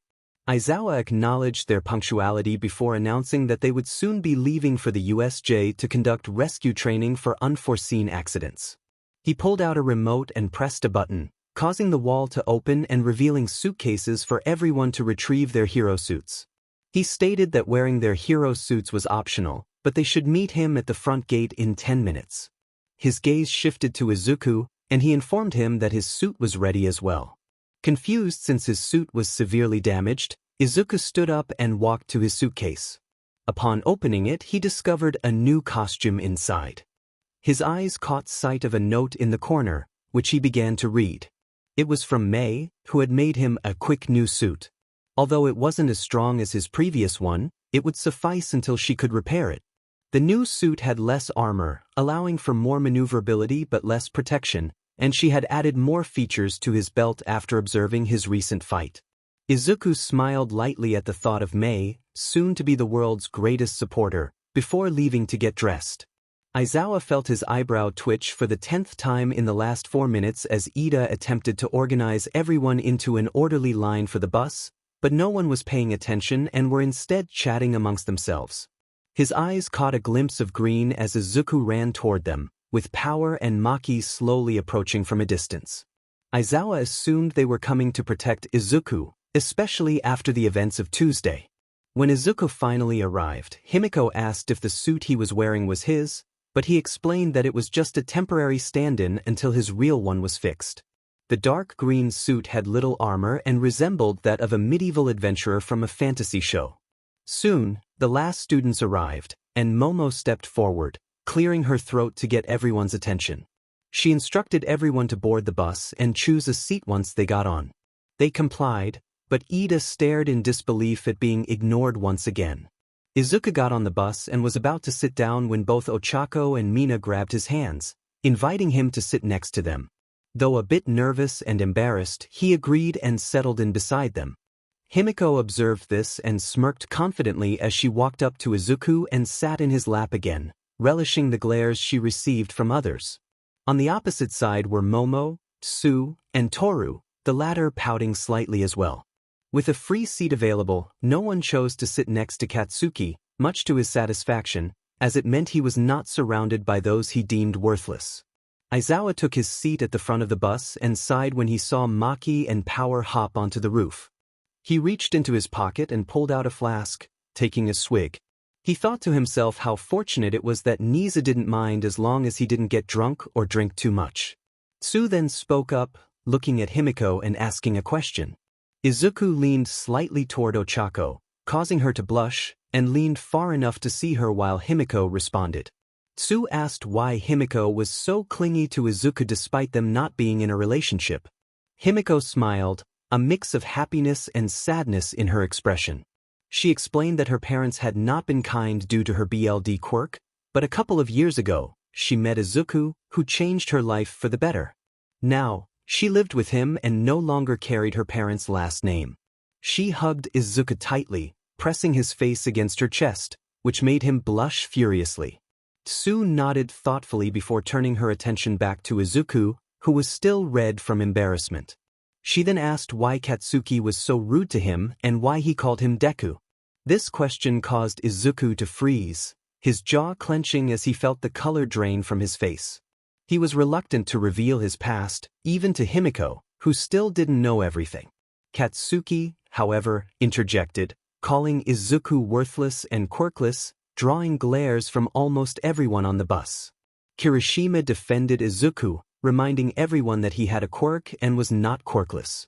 Katsuki was about to retort, but a single glare from Aizawa silenced him.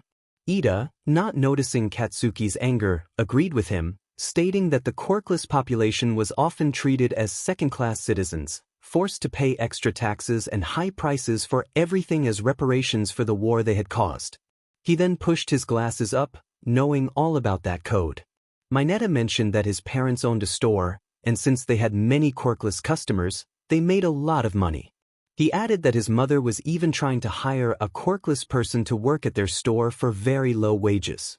This statement elicited mixed reactions on the bus, with most feeling angered by the insensitivity toward the quirkless population, especially from those who claimed to be heroes. Himiko's eyes widened as she connected the dots regarding the mark on the side of Mineta's temple. It was a brand indicating he was quirkless. Rage began to build within her toward Bakugo, Ida, and now Mineta, and she felt on the verge of shouting at them. However, before an intense argument could erupt, the bus came to a stop at the USJ, and Aizawa quickly announced their arrival. He instructed everyone to get off the bus, trying to regain control of the situation before Himiko lost her temper or Izuku's summons caused any trouble. 𝗵𝗃𝗲 immediately stood up, took Izuku's hand, and dragged him off the bus. The others sitting nearby followed suit, and soon everyone was disembarking, though Aizawa shot a glare at 3 specific individuals, promising to address them after the lesson. Once they moved away from the bus, 𝗵𝗃𝗲 hugged Izuku tightly, burying her face in the crook of his neck. She expressed her sorrow for what he had endured. Izuku smiled sadly and hugged her back, reassuring her that it was in the past and that he needed to grow stronger and move on. 𝗵𝗃𝗲 asked if there was anything she could do to help, still holding on to him. Izuku gently cupped her chin to meet her gaze and smiled, requesting that she simply be herself and keep smiling. He also asked her not to share his past, fearing it might cost him friends. 𝗵𝗃𝗲 nodded, and they held each other a moment longer before joining the rest of the group, with her still holding his arm. They soon saw the rescue hero 13 standing before them. Ochako exclaimed her excitement at seeing her favorite hero, wishing she would reveal her identity, believing she must be appealing. Izuku, unaware of the jealous glares directed at him, confirmed that she was indeed appealing, having met her before when he was learning to use his quirk. He recalled that she had been a bit embarrassed and asked him to keep her appearance a secret for the sake of her privacy. 13 greeted the class warmly, but her demeanor shifted slightly when she spotted Izuku in the crowd. She regained her professionalism and introduced herself, explaining that she primarily conducted rescue missions rather than combat. She warned them that her quirk, while useful, could be extremely dangerous if not handled carefully. She emphasized that they all had experience with their quirks and their potential hazards. As she outlined the day's training, which would involve learning how to rescue people in various emergencies, excitement buzzed among the students. 13 led them inside, where they were taken aback by the sights around them. Kirishima expressed his astonishment, but his attention was soon drawn to a purple portal that began to open, causing him to feel uneasy. The 2 teachers exchanged worried glances as the portal fully opened, revealing a tall, lanky man with bluish-white hair, covered in hands all over his body. Just behind him, Power and Maki entered the area, surprising Izuku, who had told them to stay home and relax. However, his focus quickly returned to the villain, who stepped out of the portal, revealing his upper body and arms adorned with hands. The villain looked slightly annoyed that All Might was absent but shrugged it off as the portal widened, allowing hundreds of villains to emerge. With a vicious grin behind his mask, the leader of the villains announced their intentions to eliminate All Might and everyone present. 13 immediately instructed the students to evacuate while Aizawa prepared to buy them time. Izuku protested, pointing out that Aizawa's combat style was better suited for stealth and quick takedowns rather than facing large groups. Aizawa insisted that it was his duty to protect them and that heroes needed to be resourceful. He leaped down the stairs, launching himself at the villains with incredible speed. Activating his quirk, he neutralized several of them before executing a powerful kick that incapacitated one of the villains. He swiftly wrapped his scarf around another, applying pressure that caused a painful injury. Aizawa felt his eyes begin to sting, and as he blinked, a misty villain behind the hand-covered man vanished. Frustrated, he realized he had to act quickly as he found himself surrounded by villains. Meanwhile, the students attempted to escape with 13, but the misty villain suddenly appeared before them, a massive figure with glowing yellow eyes. He introduced himself as 𝗬𝗓𝗓 and declared that they could not leave. Kirishima stepped forward, hardening his arms to shield his classmates. 13 prepared to confront 𝗬𝗓𝗓, but Katsuki rushed in, unleashing a massive explosion aimed at the villain, only for it to pass harmlessly through him. 𝗬𝗓𝗓 chuckled, relishing the chaos that was about to unfold. Now scatter. Immediately, portals opened up around everyone, and most were pulled in. Before Izuku fell, he saw 𝗵𝗃𝗲 disappear into a different portal, so he turned his gaze to Maki and Power. He urged them to protect everyone. Izuku landed on the ground and looked up, realizing he was in the center of the horde of villains that Aizawa was fighting. The teachers spotted Izuku and rushed toward him, determined to protect him. He fought fiercely, taking down villains until he reached Izuku and stood in front of him, facing the oncoming threat. Aizawa asked what had happened, and Izuku explained that a gas-like villain had opened a portal, causing him to fall through. Aizawa grimaced, realizing that the rest of the class was separated. He hoped they were strong enough to hold out until he or 𝗬𝗏 could assist them, especially if more villains were scattered around the USJ. A villain laughed, announcing that quirks had brought them new targets. He commanded the others to attack the teacher but instructed them to capture the green-haired teen for their 𝗵𝘃𝗲. The villains charged, and Izuku immediately returned to combat, trying to keep them away from Izuku. Despite his efforts, some managed to break through his defenses. Before Izuku could prepare to defend himself, one of his 𝗬𝗲𝗁 emerged from his book, looking slightly different. It wore a metal mask and wielded a massive mace in one hand and a gigantic morning star in the other. The 𝗬𝗁 stepped forward, swinging the mace and taking out several villains before hurling the morning star at a larger foe, sending him crashing away. Determined not to stand by, Izuku mentally summoned the worm creature, which appeared and wrapped around him while 𝗍𝗏𝗃 transformed into his coat form. The worm released his playful cloud, which Izuku quickly grabbed. Izuku, reluctantly, gave Izuku permission to fight until he found a chance to escape. Izuku agreed and moved forward, swinging playful cloud at a villain and combining it with 𝗬𝗏𝗃's explosive strength. The attack was powerful enough to send the villain flying into the lake behind Shigaraki, catching the attention of the remaining villains. Shigaraki watched Izuku closely, beginning to understand why his 𝗵𝘃𝗲 was so interested in him.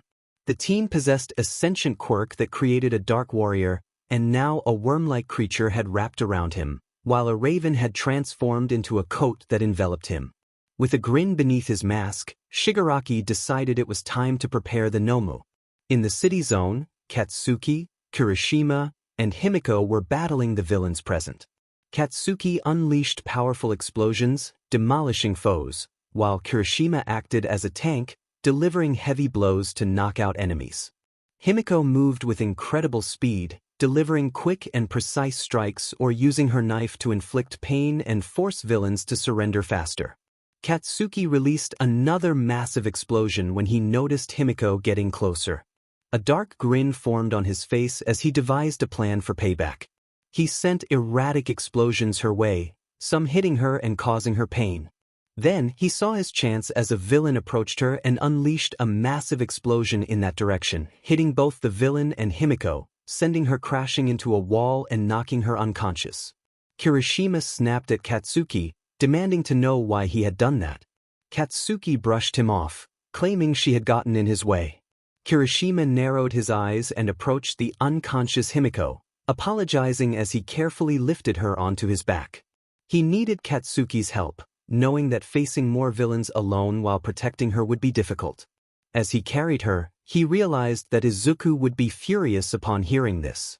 Elsewhere in the USJ, Todoroki was protecting Toru from villains. Maki was assisting Denki, Momo, and Kyoka in dealing with their foes, while Power laughed maniacally as she took out villains alongside Tokoyami in the monsoon zone. Tsu and Mineta were struggling, with Tsu constantly saving Mineta from his own antics, which she found frustrating. At the entrance, Ida managed to escape while the others distracted quirks long enough for him to flee the building. He raced toward UA to inform them of the situation, unaware that Seabass had already contacted UA, sensing what was happening with Izuku. The teachers were mobilizing, while Nizu attempted to reach All Might, who was engaged in battle elsewhere.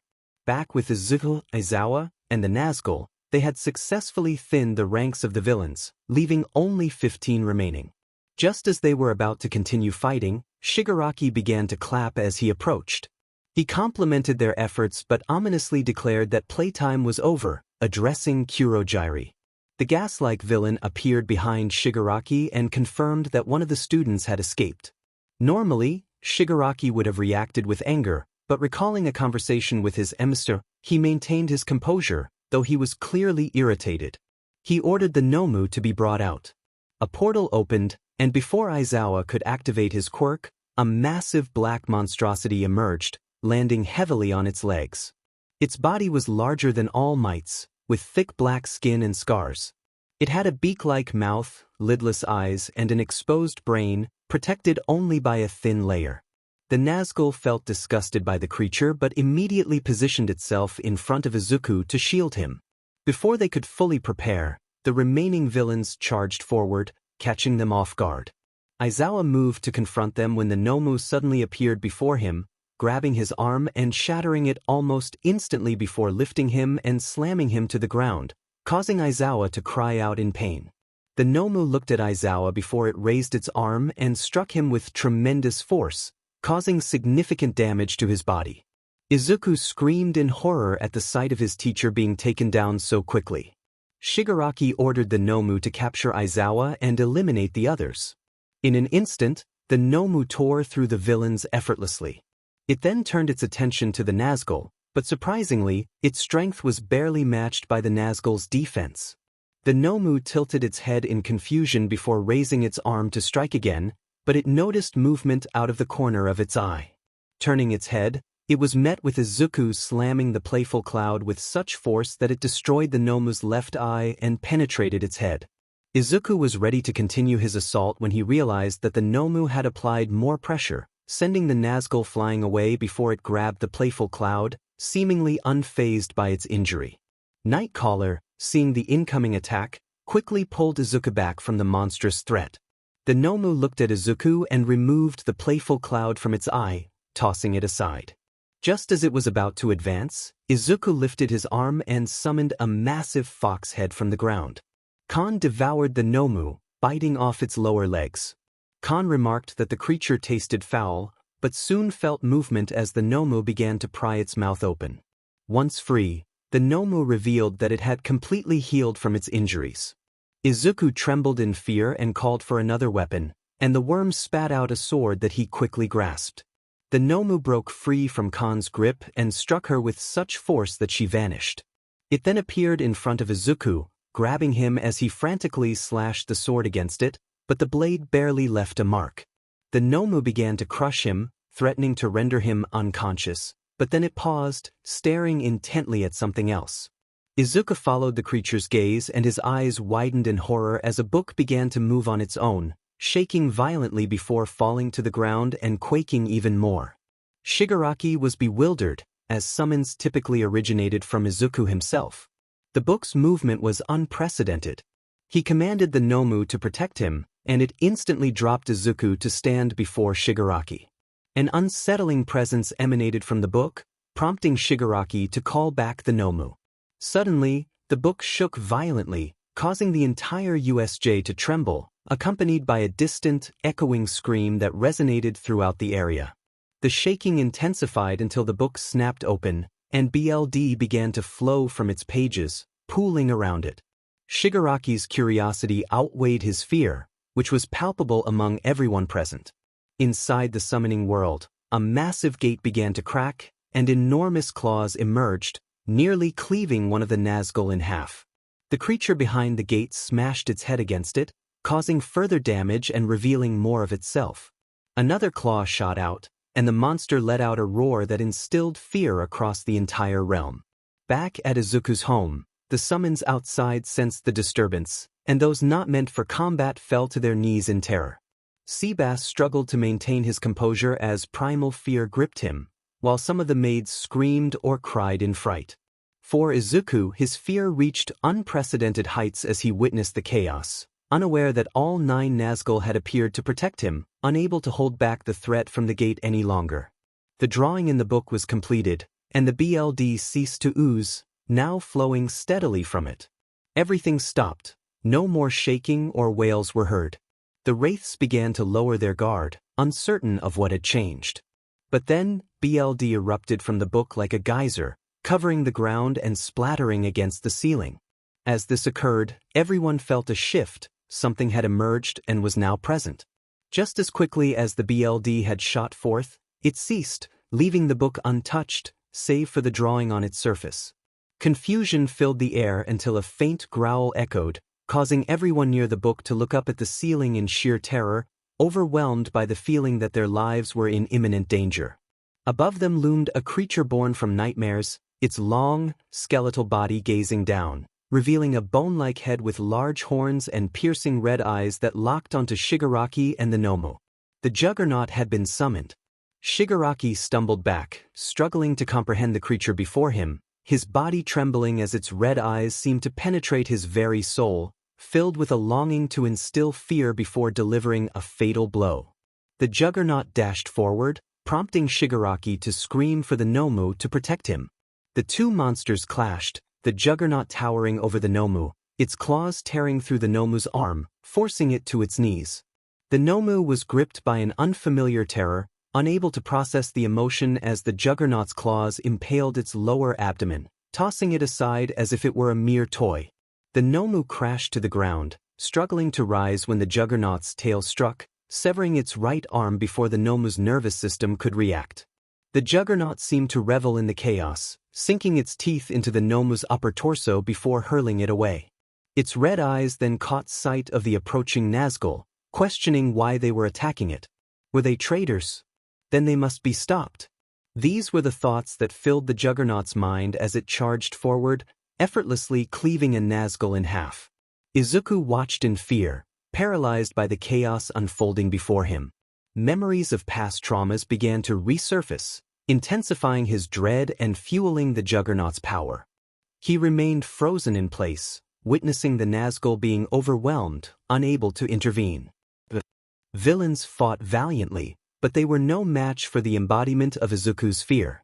Meanwhile, on the ship, 𝗬𝗵𝗲 and myheroacademia were brainstorming ways to escape the sinking vessel, surrounded by villains on all sides. 𝗬𝗲, feeling the pressure, pondered their next move, desperately wanting to save myheroacademia. Unbeknownst to her, myheroacademia was inching closer until, in a sudden act of desperation, he pushed her off the ledge and into the water. He apologized, claiming he had too much to live for and a dream to pursue, before dashing away while the villains were distracted. He leaped into the water, swimming as fast as he could toward the shore, where he spotted a terrified Izuku and an injured Aizawa. Determined to escape, myheroacademia took off running, but before he could make any progress, he found himself hanging upside down, pain coursing through his body. Before he could comprehend the situation, the Juggernaut, mistaking him for a villain, ended his struggle. 𝗬𝗲, on the other hand, managed to fight her way to the shore, exhausted and struggling to keep her costume intact after multiple attempts by villains to tear it off. As she trudged toward safety, she noticed more villains racing toward her. With a heavy heart, she thought of her family, fearing she might never see them again. Just as the villains closed in, the Juggernaut appeared, swiftly dispatching several of them with a single swipe of its massive claws. The remaining villains fled in terror. 𝗬𝗲, too tired to react, felt herself being lifted and carried away, her vision fading as she caught a glimpse of the Juggernaut's dark, skeletal form and its bullied red eyes. Izuku ran toward Aizawa, driven by the need to save his teacher despite his fear. He reached Aizawa and attempted to calm himself, using Tsunade's powers to heal him. However, his lack of training only numbed Aizawa's pain. Panic surged within him as he struggled to force the quirk to work more effectively. Aizawa, with a broken jaw, urged Izuku to take deep breaths and focus on the internal bleeding and severe cuts that threatened his life. After what felt like an eternity, Izuku managed to stabilize Aizawa's condition, though his teacher's life still hung in the balance. Just as he was about to continue, Aizawa insisted he prioritize the safety of others. Reluctantly, Izuku agreed and took off, Nightcaller aiding his speed as he grabbed his weapon, Playful Cloud. Aizawa sighed in relief, knowing Izuku was safer away from the villains.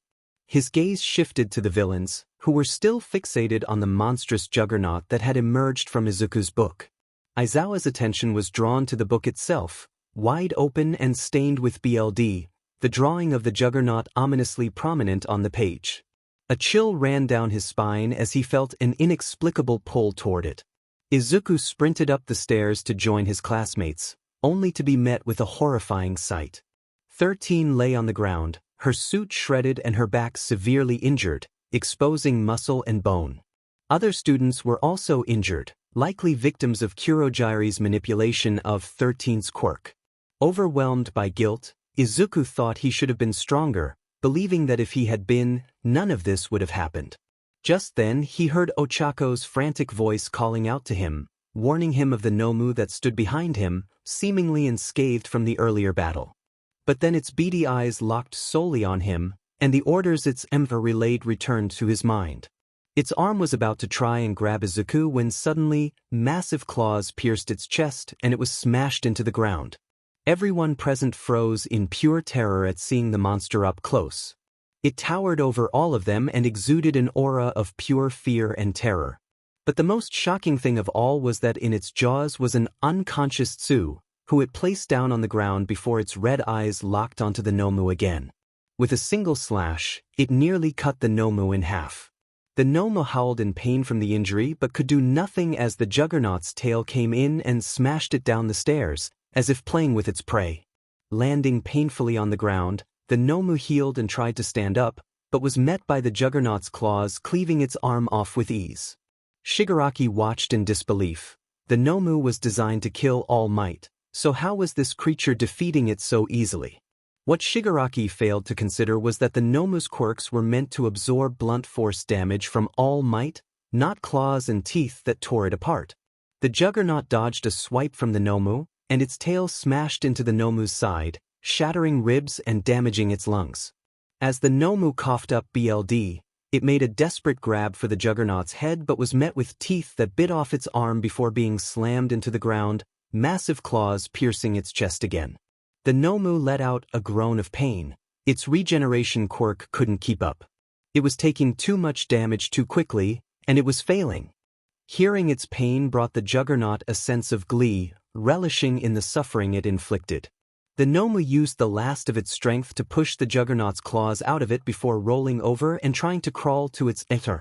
Shigaraki watched this unfold, still unable to believe that his 𝗵𝗃𝗲's ultimate creation was so utterly defeated and now crawling to him. Claws pierced the 𝗵𝗲 again, and the Juggernaut looked up at Shigaraki, who fell backward in fear, staring at it. The Juggernaut seemed to smile at the fear radiating from him. Its other arm moved and pierced the 𝗵𝗲's upper chest, below its neck, forcing its body up. The last thing the 𝗵𝗲 ever saw was the Juggernaut's massive mouth open before it snapped shut, taking off its head and part of its chest in a single bite. Shigaraki watched the 𝗵𝗲's corpse collapse on the ground as BLD began to pool around him, creeping closer until it hit his shoes and continued to rise up his breaths and hands. The Juggernaut ripped its now bloodied claws from the 𝗵𝗲's corpse and looked back at Shigaraki, slowly walking forward to draw out as much fear from him as possible. Shigaraki whimpered for help, feeling utterly helpless as the embodiment of fear approached him. Kurohige stood frozen, unable to move, even though he was built to protect Shigaraki no matter what. Before the Juggernaut could get any closer, it heard a voice that made it stop in rage. Katsuki stood before the scene of carnage, surveying the aftermath. Kirishima, walking up behind him, felt nauseated at the sight. That was when they both noticed the Juggernaut, which was staring solely at Katsuki. For the Juggernaut, all of Izuku's painful memories, sad moments, and feelings of fear raced through its mind, culminating in a singular thought that screamed at it to inflict pain.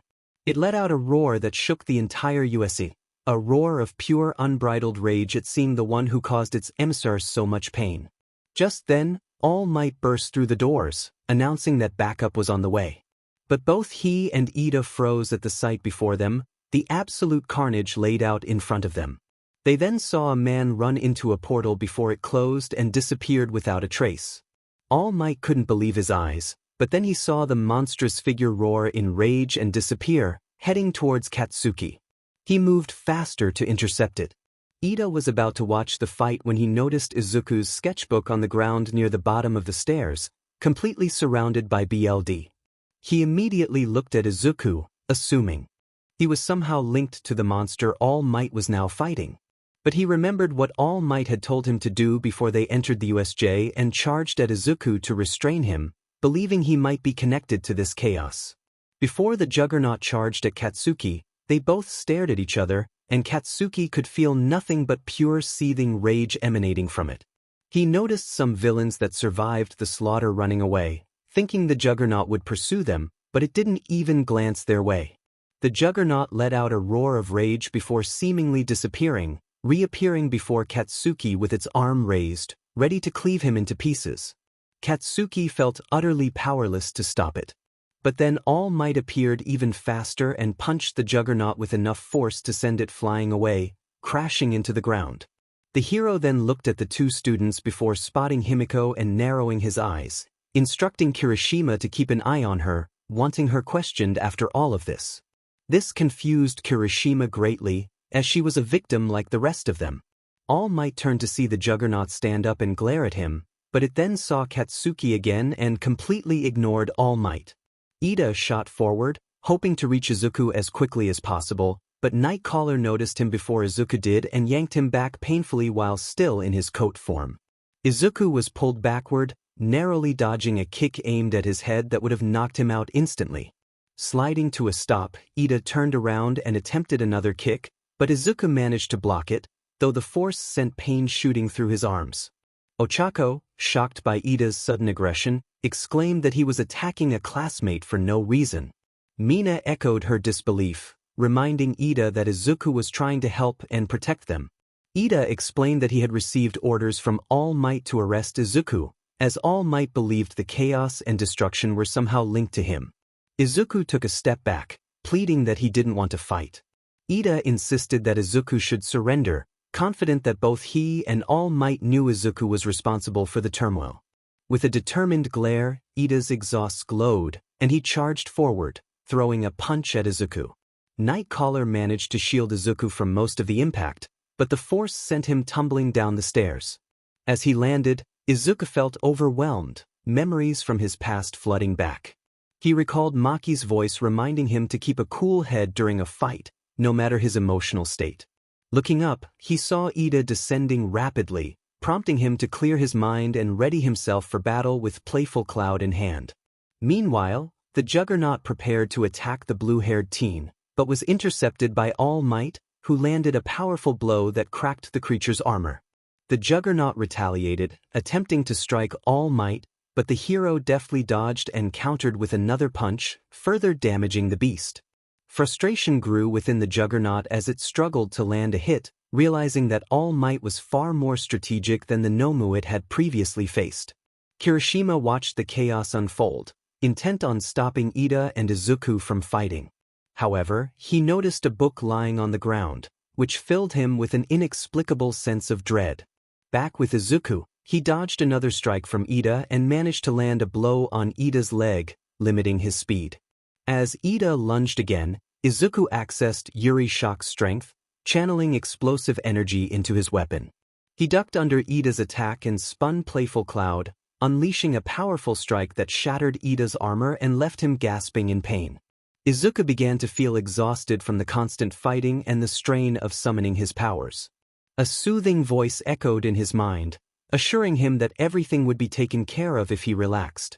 As he listened, his body relaxed, and his eyes transformed, revealing a red spiral pattern. Suddenly, multiple black chains shot out from Izuku, ensnaring Ida and forcing him to kneel. Another chain wrapped around Katsuki, while several more restrained All Might, surprisingly bringing him to the ground. The chains then ensnared the Juggernaut, pulling it toward Izuku as it struggled against its bonds. Despite its efforts, the creature could not break free. As Izuku approached, his form flickered, revealing a female figure who placed a hand on the Juggernaut, causing it to freeze and bow its head in 𝗬𝗵𝗄. She gently explained that while the Juggernaut was trying to protect its 𝗬𝗵𝗄, it was also causing him pain. The Juggernaut, filled with horror, realized it was hurting Izuku, the very person it sought to defend. The figure explained that the Juggernaut embodied all of Izuku's suppressed pain, and its presence was forcing him to remember his suffering. As the Juggernaut grappled with this revelation, a chain shot out and grabbed the book, opening it to the page where the Juggernaut had emerged.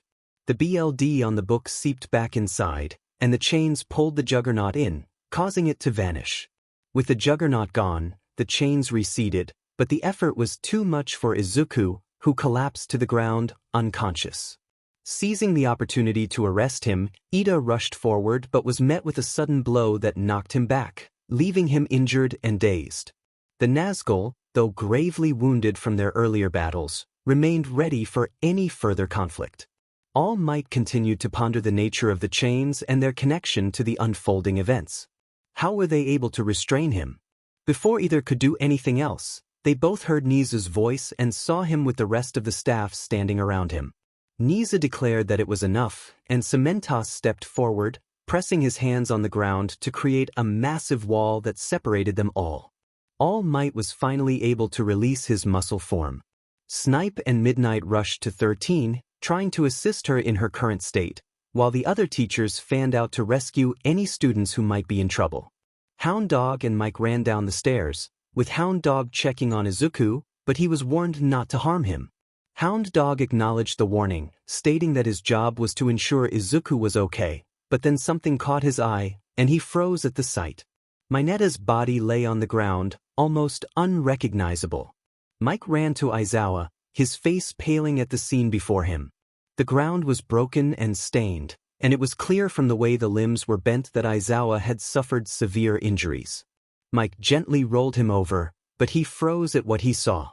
Aizawa was missing his right eye, and it appeared as if it had been violently removed. Forcing down the nausea, Mike set Aizawa back down and grabbed his first aid kit, doing his best to heal his wounds. Meanwhile, Hound Dog swallowed hard at the sight of the devastation and the loss of a student, pushing himself to move and save the others. He gently picked up Izuku, receiving a fierce glare from 𝗍𝗬 as a final warning. As he carried Izuku, he noticed the injuries he had sustained from the fight, likely caused by villains and the glare from Iida. Kirishima saw them leaving and began to follow, stopping only to grab Izuku's book before heading up the stairs. Upon reaching the top, they were met with heroes, police, and ambulances, with Recovery Girl and Tsunade present.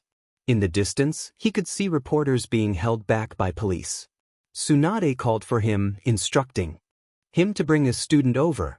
He nodded and ran to place her on the stretcher, carefully placing Izuku's book in her hands, knowing she would return it to him. Himiko murmured Izuku's name while still unconscious. Mina ran toward Kirishima, covered in everything but BLD, and tackled him in a hug, asking if he was okay. He reassured her that he was fine, but was cut off when his phone vibrated. Looking down, he saw that it was his sister calling. Carefully lowering the volume, he answered, bracing himself for her reaction. Off to the side, some of the teachers were with Midnight, who was comforting 13 as she cried into her chest, feeling the weight of not being able to protect her students. Normally, they would have placed her in an ambulance, but Recovery Girl was working on healing her enough for safe transport. 𝗍𝗬 observed everything with his usual calm demeanor, then noticed Hound Dog approaching after placing Izuku on a stretcher, with Mike following after helping Aizawa. Mike informed 𝗍𝗬 that Aizawa was in an ambulance and that the paramedics believed he would be fine since some injuries had stabilized. Hound Dog sadly reported that they had lost a student. 𝗍𝗬 asked who it was and learned it was Minato.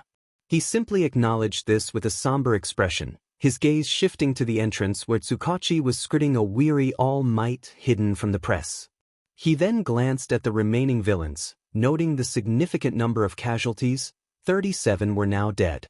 Shigaraki sat at the bar, downing another whiskey in an attempt to calm his nerves, but no amount of drinking could quell his shaking fear as he recalled the monster that had effortlessly defeated his 𝗍𝗬 and many of his allies. A smooth voice emanated from a TV screen, offering comfort to anyone who heard it. Shigaraki responded hesitantly, still trying to steady himself. The voice inquired about the situation and the whereabouts of the 𝗍𝗬. Shigaraki stammered that it was dead, prompting the voice to remark on All Might's strength. Shigaraki protested, insisting that it wasn't All Might but a monster that had appeared, causing him to tremble again as he remembered the creature's terrifying red eyes and its sinister smile. He explained that everything had been going according to plan until a black hooded figure appeared to protect the boy they were trying to capture. He had sent the 𝗍𝗬 to retrieve the boy, but then the creature had slaughtered the 𝗍𝗬 and any villains nearby.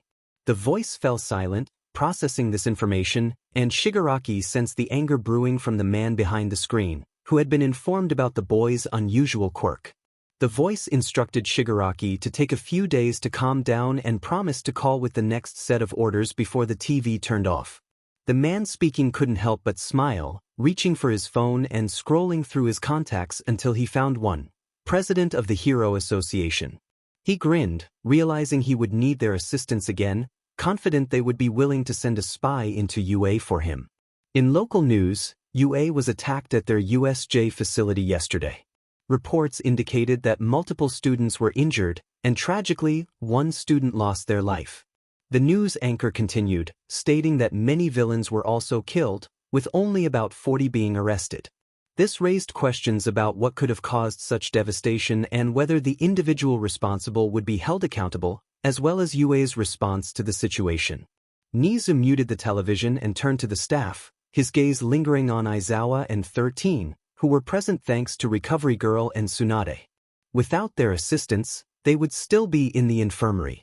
Beside 𝗬𝗏, Ms. Joke offered comfort, sensing the weight of his personal struggles. 𝗵𝗃 addressed the group, suggesting they review the events at the USJ to clarify the conflicting information they had received. 𝗬𝗏 recounted the incident, explaining that everything seemed normal until a portal opened, allowing numerous villains to emerge. He instructed 𝗬𝗏 to protect the students while he confronted the villains. Midoriya unexpectedly arrived through a portal, informing 𝗬𝗏 that the others had been teleported. 𝗬𝗏 permitted him to join the fight. During the battle, one of Midoriya's summons appeared to assist them until a formidable creature attacked, causing significant harm to 𝗬𝗏 before turning its attention to Izuku. 𝗬𝗏's memories became hazy, but he recalled a sinister presence emerging as Izuku helped him recover. He had urged Izuku to flee and assist the other students before he himself was overwhelmed. He paused, instinctively touching the eye patch covering his missing eye. 𝗵𝗃 suggested they shift topics to allow 𝗬𝗏 to regain his composure. Hound Dog then spoke about the tragic loss of myheroacademia during the attack and proposed therapy sessions for the students to address their emotional needs. 𝗵𝗃 agreed but decided to give the students until Monday to mentally recover before starting the sessions. Hound Dog also mentioned that Quirk had decided to transfer to another school due to the stress of the situation, a decision supported by his parents. 𝗬𝗏 reflected on Quirk's quiet demeanor, noting that despite his short time at UA, he had been a decent student. The room fell silent until Midnight cleared her throat, bringing attention to the need to discuss the circumstances surrounding Midoriya, All Might, and Iida, as well as how to manage the aftermath of the incident. The group understood the complexity of the situation, recognizing that Izuku's quirk was unpredictable and that his actions might have been a defensive response. However, the fact that it resulted in fatalities weighed heavily on everyone. Vlad questioned how a teenager could wield such immense power, while Power Loader speculated that it might indeed be a defense mechanism. Present Mike wondered why it would lead to harm if it was meant to protect. 𝗬𝗏 then shared a troubling insight, drawing everyone's focus as he touched the area where his eye once was. He hesitated, gathering his thoughts before revealing that after Izuku had left, he felt an overwhelming pull towards a book, as if he were both anchored in place and being drawn into it. He described a vision of a foreboding gate before being engulfed in darkness. 𝗬𝗏 found himself in a surreal world filled with vast fields, forests, mountains, and lakes, his eyes widening in astonishment at the sight. The sky was dotted with countless closed doors. As he wandered, he noticed glowing orbs of light in various colors floating around him. Following a trail that grew increasingly dark, he reached a desolate area where all plant life had withered. There, he encountered a pair of massive doors that had been violently forced open, exuding a demonic aura. 𝗬𝗏 felt an array of negative emotions emanating from the doors. Envy, wrath, pride, and fear were the most palpable. A voice, indistinguishable in gender, echoed, warning him that he did not belong there. Despite the urge to bow in respect, 𝗬𝗏 stood firm. Suddenly, he was pulled into the darkness beyond the gate, where the oppressive emotions intensified. He struggled to rise from the ground, but the weight of the surrounding presence was overwhelming. Shadows loomed around him, their forms a mix of human and otherworldly, all fixated on him with a chilling intent. A dark male voice expressed disdain for Izuku, claiming his presence was repulsive. 𝗬𝗏 felt a wave of cold numbness wash over him as pure rage radiated from one of the creatures glaring at the others. The creature shouted in fury, shaking the room, declaring that disrespecting their 𝗵𝗃 was unacceptable.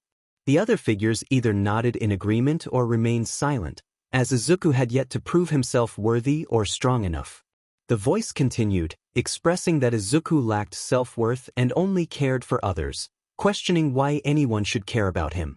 As the aura from the creature intensified, Aizawa felt an overwhelming pressure, realizing that this being was the strongest among them.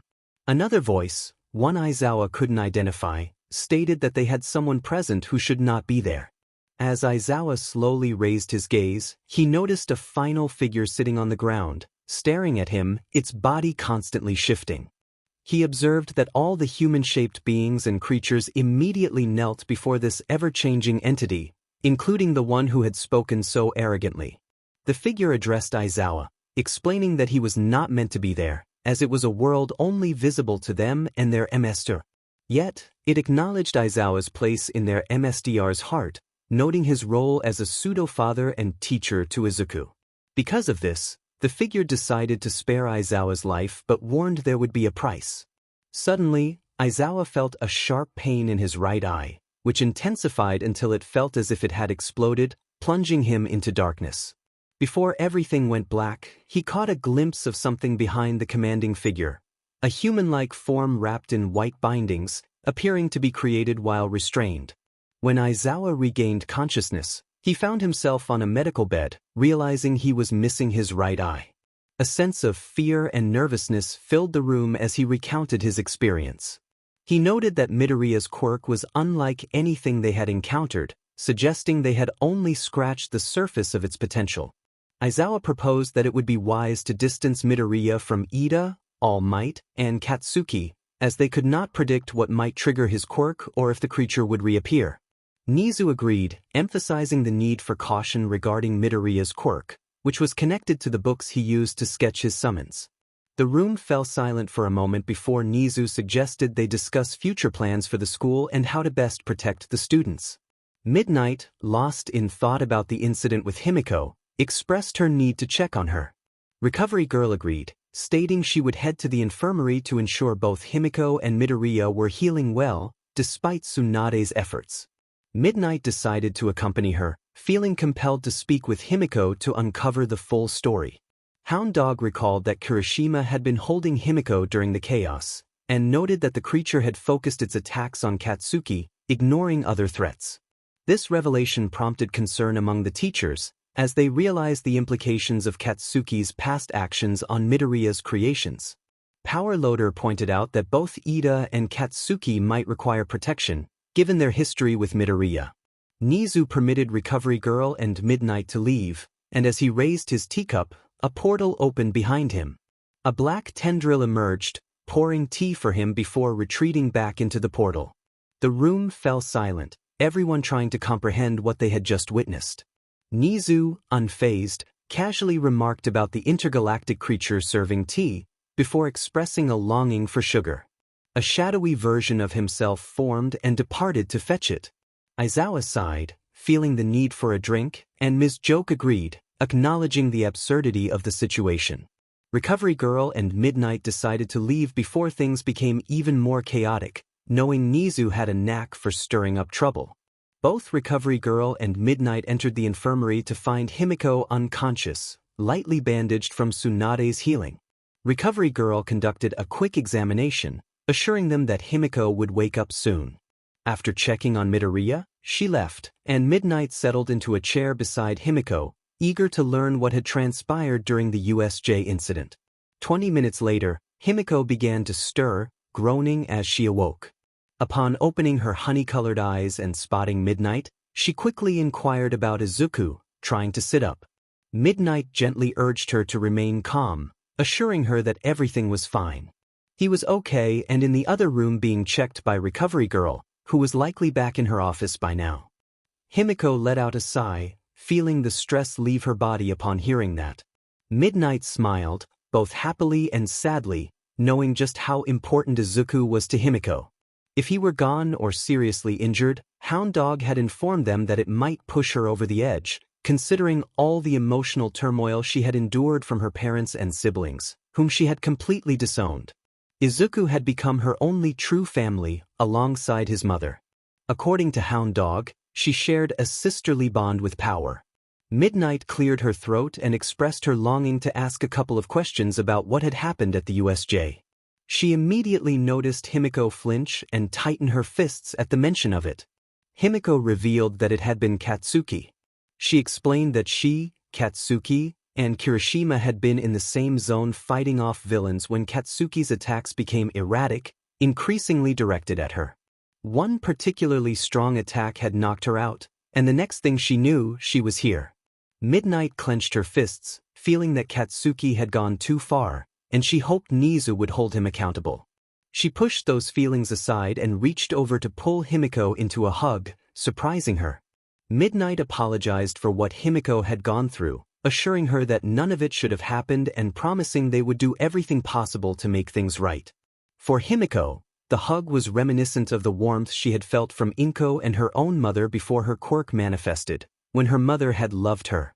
Midnight then offered her support, mentioning that while 𝗵𝗃𝗲 had her mandatory monthly therapy sessions with Hound Dog, she was available if 𝗵𝗃𝗲 ever wanted to talk. As a therapist in training, Midnight suggested it might be nice to discuss girl problems with a female therapist rather than a male one or other girls her age. 𝗵𝗃𝗲 blushed at the last comment, making Midnight smile even more, as it was clear that 𝗵𝗃𝗲 was in love. Feeling embarrassed, 𝗵𝗃𝗲 hesitantly mentioned that she wanted to talk about something private, something she hadn't even discussed with Izuku. Midnight's curiosity was piqued, and she encouraged her to share. 𝗵𝗃𝗲 confessed that she had been thinking about having children with Izuku, her cheeks growing redder. She knew it was too soon and that they weren't together, but she had always wanted to be a mother, especially after witnessing the stark contrast between her own parents and how Inko treated her. Midnight's eyes widened in surprise at the unexpected question, but she smiled gently in response. Meanwhile, Izuku slowly began to open his eyes, realizing he was in the summoning world, where the sky was made of doors. He sat up and looked around, noticing many floating orbs surrounding him. Voices filled his mind, expressing their joy at his awakening. Izuku smiled and apologized for not having given them forms, explaining that his busy schedule at UA had made it difficult to find. Time to draw. As he stood, he noticed the dead area in the distance along with a massive gate. He expressed his need to check on the gate and ensure it was healed. As he walked, he observed large claw marks on the ground, likely left by the Juggernaut during its rampage, which had resulted in many casualties, including a classmate. Approaching the gate, he saw the Nazgul gathered around it, slowly healing from their wounds. Next to them, restrained by multiple black chains, lay the Juggernaut, unable to move. One of the Nazgul, heavily damaged, addressed him, and Izuku felt a wave of guilt wash over him. He bowed his head, apologizing for their injuries and wishing he had been stronger. The Nazgul were taken aback, as their MST should never bow to them. They urged him to raise his head, reminding him that they were meant to serve him and that it was their failure that had allowed the Juggernaut to escape. A feminine voice chimed in, agreeing with them and approaching him. Izuku turned to see a appealing woman with long light red hair, dressed in a white long-sleeved shirt and black briefs. She introduced herself and apologized for taking control of his body. As she spoke, Izuku sensed a shift in the atmosphere, feeling the weight of negative emotions emanating from behind the gate, directed at her. Despite the tension, he reassured her that he understood why she had to act as she did. Izuku felt overwhelmed in the situation, unsure of what to do as fear clouded his judgment. He expressed his regret, hoping never to experience such a feeling again. The woman before him stood tall, meeting his gaze directly. He had questions swirling in his mind, but first he needed to know who she was, as he had no memory of drawing her or the Juggernaut. She explained that she had no name until he provided one, revealing that she was created as a safeguard against the other summons if they ever became uncontrollable or betrayed him. One of the Nazgul, angered by her words, stood up, asserting their loyalty to Izuku. The others echoed his sentiments, ready to defend their honor. The woman quickly clarified her statement, acknowledging their loyalty but emphasizing the unpredictable nature of their world. Izuku contemplated her words and, after a moment, decided on a name for her, 𝗵𝗃𝗲. The Nazgul turned to him, curious about his sudden declaration. 𝗵𝗃𝗲 responded with gratitude, her smile growing as she accepted the name. Izuku felt a warmth in his heart at her happiness and then asked how she managed to control the juggernaut and even restrain All Might. 𝗵𝘃𝗲 explained that she belonged to a category called ghost summons, possessing powers distinct from the other summons. She was specifically designed to manage those that went out of control, especially since the beings behind the gate were different from the rest. Izuku marveled at her abilities, realizing the potential they held for combat and tracking down villains. She continued, explaining that ghost-like summons could only be seen by him unless instructed otherwise. This revelation excited Izuku, as it opened up new strategies for their battles. 𝗵𝘃𝗲 added that he could utilize their powers without needing to summon them into his world, although their strength would diminish if they remained in the summon world. Grateful for her insights and assistance during the recent chaos, Izuku expressed his appreciation. 𝗵𝘃𝗲 assured him that it was her purpose to serve and support him on his journey. One of the 𝗬𝗲𝗄 then interjected, suggesting that Izuku should increase his training to prepare for the restless beings behind the gate. They warned him that his body might struggle to handle the strain of summoning them, which could drain his stamina quickly. Another 𝗬𝗲𝗄 echoed this sentiment, explaining that the juggernaut manifested due to Izuku's fear, seeking to confront those who intimidated him. Izuku's eyes widened as he turned to the juggernaut, feeling a surge of emotions and memories he had long suppressed. The lead 𝗬𝗲𝗄 offered him advice, urging him to embrace his emotions rather than lock them away, or he might face similar challenges in the future. He extended his hand, revealing 4 rings that would grant Izuku their power while they healed and grew stronger. Izuku hesitated, contemplating the idea of embracing the emotions he had buried for years. He felt the weight of fear and dread return, along with other emotions he had kept hidden. Resolute, he decided to try, accepting the rings as they adjusted to fit his fingers. When he awoke, Izuku found himself in the infirmary at UA. Tsunade greeted him with a warm smile, relieved to see him awake. He inquired about what had transpired during his unconsciousness, and she reassured him that everyone was safe thanks to his efforts. Despite her words, Izuku felt a heavy sense of responsibility and knew he needed to grow stronger to protect those he cared about. As Tsunade began to speak, the door swung open, and 𝗵𝗃𝗲 rushed in, embracing Izuku tightly. Overjoyed, she expressed her relief at his safety, showering him with affectionate gestures. Tsunade observed the scene with a narrowed gaze, yet a small smile crept onto her face, knowing 𝗵𝗃𝗲 would always ensure Izuku's happiness. Recovery Girl entered, suggesting that if Izuku felt burdened, he might benefit from talking to Hound Dog, and then she left the room. Izuku found himself overwhelmed by the affection from 𝗵𝗃𝗲, unsure how to respond to such warmth, as he had rarely experienced it outside of his mother's love. Meanwhile, All Might walked down the street in his slim form, hands in his pockets, simmering with frustration over his recent suspension. He couldn't believe that Nizu had chosen to keep Midoriya's quirk, considering its dangerous potential and the incident at the USJ. Plus, he seemed to control that skeletal monster, then suddenly shot chains from his body, trapping it along with himself. Even at full power, the chains would not budge, forcing him to bow his head toward Izuku, as if he were some sort of ruler.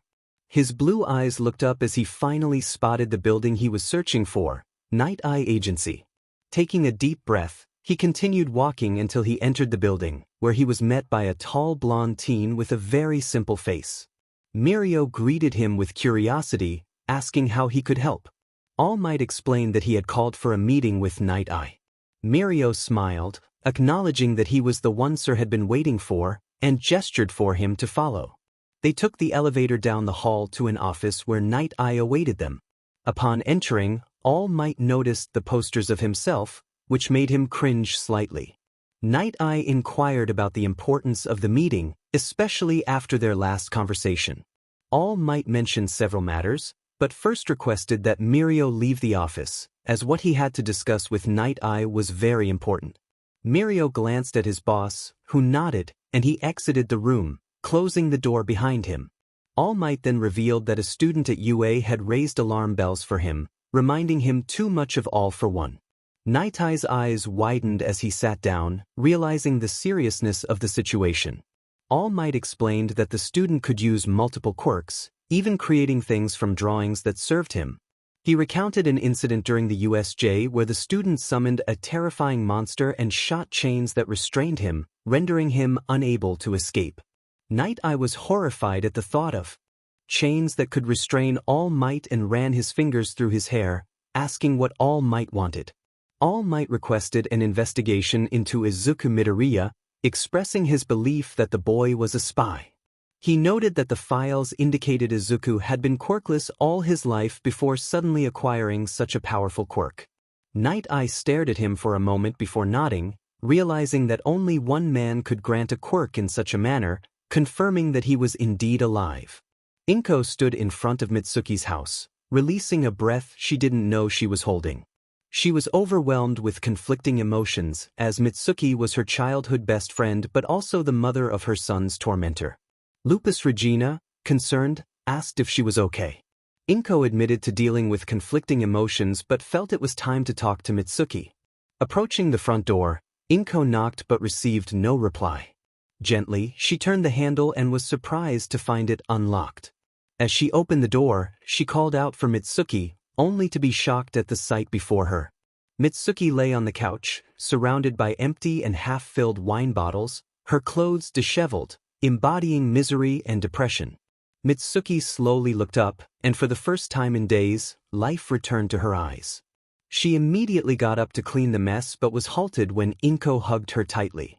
Inko expressed her sorrow for pushing Mitsuki away due to her son's actions, acknowledging that she knew Mitsuki could never have taught him to behave that way. Mitsuki, overwhelmed with guilt, lamented that if she had been a better mother, none of this would have happened. Inko reassured her that it wasn't entirely her fault, emphasizing the school's failure to alert them to the issues, and apologized for not being there when Mitsuki needed her, just as Mitsuki had been there for her after her husband left. Mitsuki remained silent, tears streaming down her face. Inko suggested they clean the place up before Masaru or Katsuki returned. Mitsuki revealed that she and Masaru had divorced and disowned Katsuki due to his actions, stating it had become too much for both of them. Inko felt her heart break further and gently helped Mitsuki up, proposing they clean the house and that she could stay with Inko, believing it might help her. After an hour of cleaning, Inko led Mitsuki to one of the spare bedrooms next to hers, encouraging her to take a nap and promising to talk more in the morning. Inko then headed downstairs to the kitchen for a small snack when the doorbell rang. She approached the door, with Yuri and 𝗵𝗲𝗄 following closely behind her. Upon opening the door, Inko was met by Sir Night-Eye, who introduced himself as a hero and requested that she come with him for questioning. Inko and Night-Eye exchanged glances as she processed his demand. Meanwhile, Yuri and 𝗵𝗲𝗄 positioned themselves protectively behind her, ready to intervene if necessary. Inko questioned why he wanted her to come with him, asserting that neither she nor her son had done anything wrong. Night-Eye narrowed his eyes and explained that she was needed for questioning regarding her son, given the USJ incident. Yuri stepped forward, asserting that Inko was not obligated to accompany him, as she had broken no laws and he did not have a warrant. In other words, Night-Eye was illegally trespassing on the MSDR's home. He was conducting an investigation and insisted he had the right to question potential suspects. 𝗬𝗵𝗲 stepped forward, a hint of annoyance in his voice, and asked what was happening. 𝗵𝗃𝗄 explained that Night-Eye wanted to take Inko for questioning due to their MSDR's actions. 𝗬𝗵𝗲 narrowed his eyes at Night-Eye and positioned Inko protectively in front of him. He firmly stated that Inko would not go anywhere with a human and that if Night-Eye attempted this again, they would unleash a wrath he could not comprehend. Night-Eye glared at 𝗬𝗵𝗲 for a long moment before conceding, realizing he was outnumbered and that the butler and maids were formidable. He warned that they could not avoid the questions forever and then turned to leave. As he departed, 𝗬𝗵𝗲 suggested to Yuri that they increase security at the manor and request more guards from their emissary, anticipating that Night-Eye would try again. Yuri bowed in agreement, promising to inform their MSTR as soon as possible. 𝗬𝗵𝗲 then declared that he would secure the grounds and instructed 2 maids to guide Inko around the manor at all times. As Night-Eye walked to his car, he noted several things. The maids and the butler referred to Izuku as their emissary, and they were willing to protect Inko at all costs, something most butlers and maids would never do. His hero instincts warned him of their danger, particularly 𝗬𝗵𝗲, who exuded an aura comparable to an upper B rank or low A rank hero. Night Eye began calling his subordinates and allies to set up surveillance on the Midoriya family, feeling that something about the situation was deeply confusing. Days passed, and the students took time off to recover mentally after the USJ incident. Some chose to relax, train lightly, or spend time with family and friends. However, Izuku, much to Himiko's annoyance, trained relentlessly, pushing himself to the limit. Tsunade had to come and heal his muscles repeatedly due to the strain he was putting on himself. During this intense training, Izuku realized he was lacking something crucial for his combat summons: range. To address this, he created a new summon, a slender, tall elf-like woman with green hair styled in braids. She wore a green sleeveless archer corset, shorts, and knee-high boots, along with a hood and an arm guard for her bow arm. Although she was easy to get along with, Himiko felt jealous of her beauty, especially when Izuku expressed admiration for her pointed ears. Meanwhile, Izuku was sketching another summon that would enable him to fight from a distance. This new creation had a cylindrical body adorned with white flowers and several arms instead of legs. Its head appeared old and desiccated, with long, dark hair and sunken cheeks, and its eyes and mouth were sewn shut. Just as he was about to finish the drawing, he noticed the ring given to him by the Nazguls, which was meant to enhance his access to their powers. As he flipped through the pages, he was startled to see that the Nazguls' forms were changing, their cloaks transforming into armor that covered their bodies. Izuku wondered what this meant. Perhaps the summons could adapt their appearances. Before he could ponder further or return to his drawing, the classroom door opened, and a bandaged Aizawa entered. He was not in a full body cast, thanks to Tsunade and Recovery Girl, but still required bandages to ensure his wounds healed properly. Aizawa's health, he stated, was irrelevant. The students should focus on their families, school, and friends. He informed them that Mineta was no longer with them, having died during the USJ incident. This news elicited mixed emotions from the class, particularly from Tsu, who scoffed at the memory of Mineta's selfish actions. Aizawa continued, explaining that Koda had also left for a different school, unable to handle the pressures of being a hero. He then indicated that he needed to speak with Azui after class. The mention of Koda's departure saddened some, as he was a kind but quiet presence. Aizawa explained that with the upcoming sports festival, they would need to conduct quick tests on other students to find replacements. Kirishima's eyes widened as he realized who would be joining them. Aizawa called for the new students to enter, and the door opened to reveal a relatively tall young man with messy, indigo-colored hair that flared out around his head. His eyes were purple with white pupils, thin and somewhat triangular, pointing downward, with no visible eyelashes above half-lidded eyes that had large dark bags underneath them. Next to enter was an appealing woman with curves in all the right places, a large chest, and red hair that fell to her shoulders before becoming slightly spiked at the ends. She had a pair of large red eyes, and her smile revealed sharp teeth. She wore a longer skirt that ended just above her knees. Aizawa instructed everyone to introduce themselves. The one with lilac hair introduced himself as Hitoshi Shinso.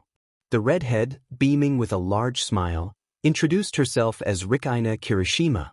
Ejiro's face lit up at the sight of his sister, and he expressed his surprise at her making it into the hero course.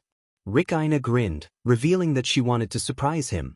Ochako noted that she didn't know Kirishima had a sister, and Mina explained that he hadn't mentioned her because he was upset she hadn't made it into the hero course and didn't want anyone to mock her for it.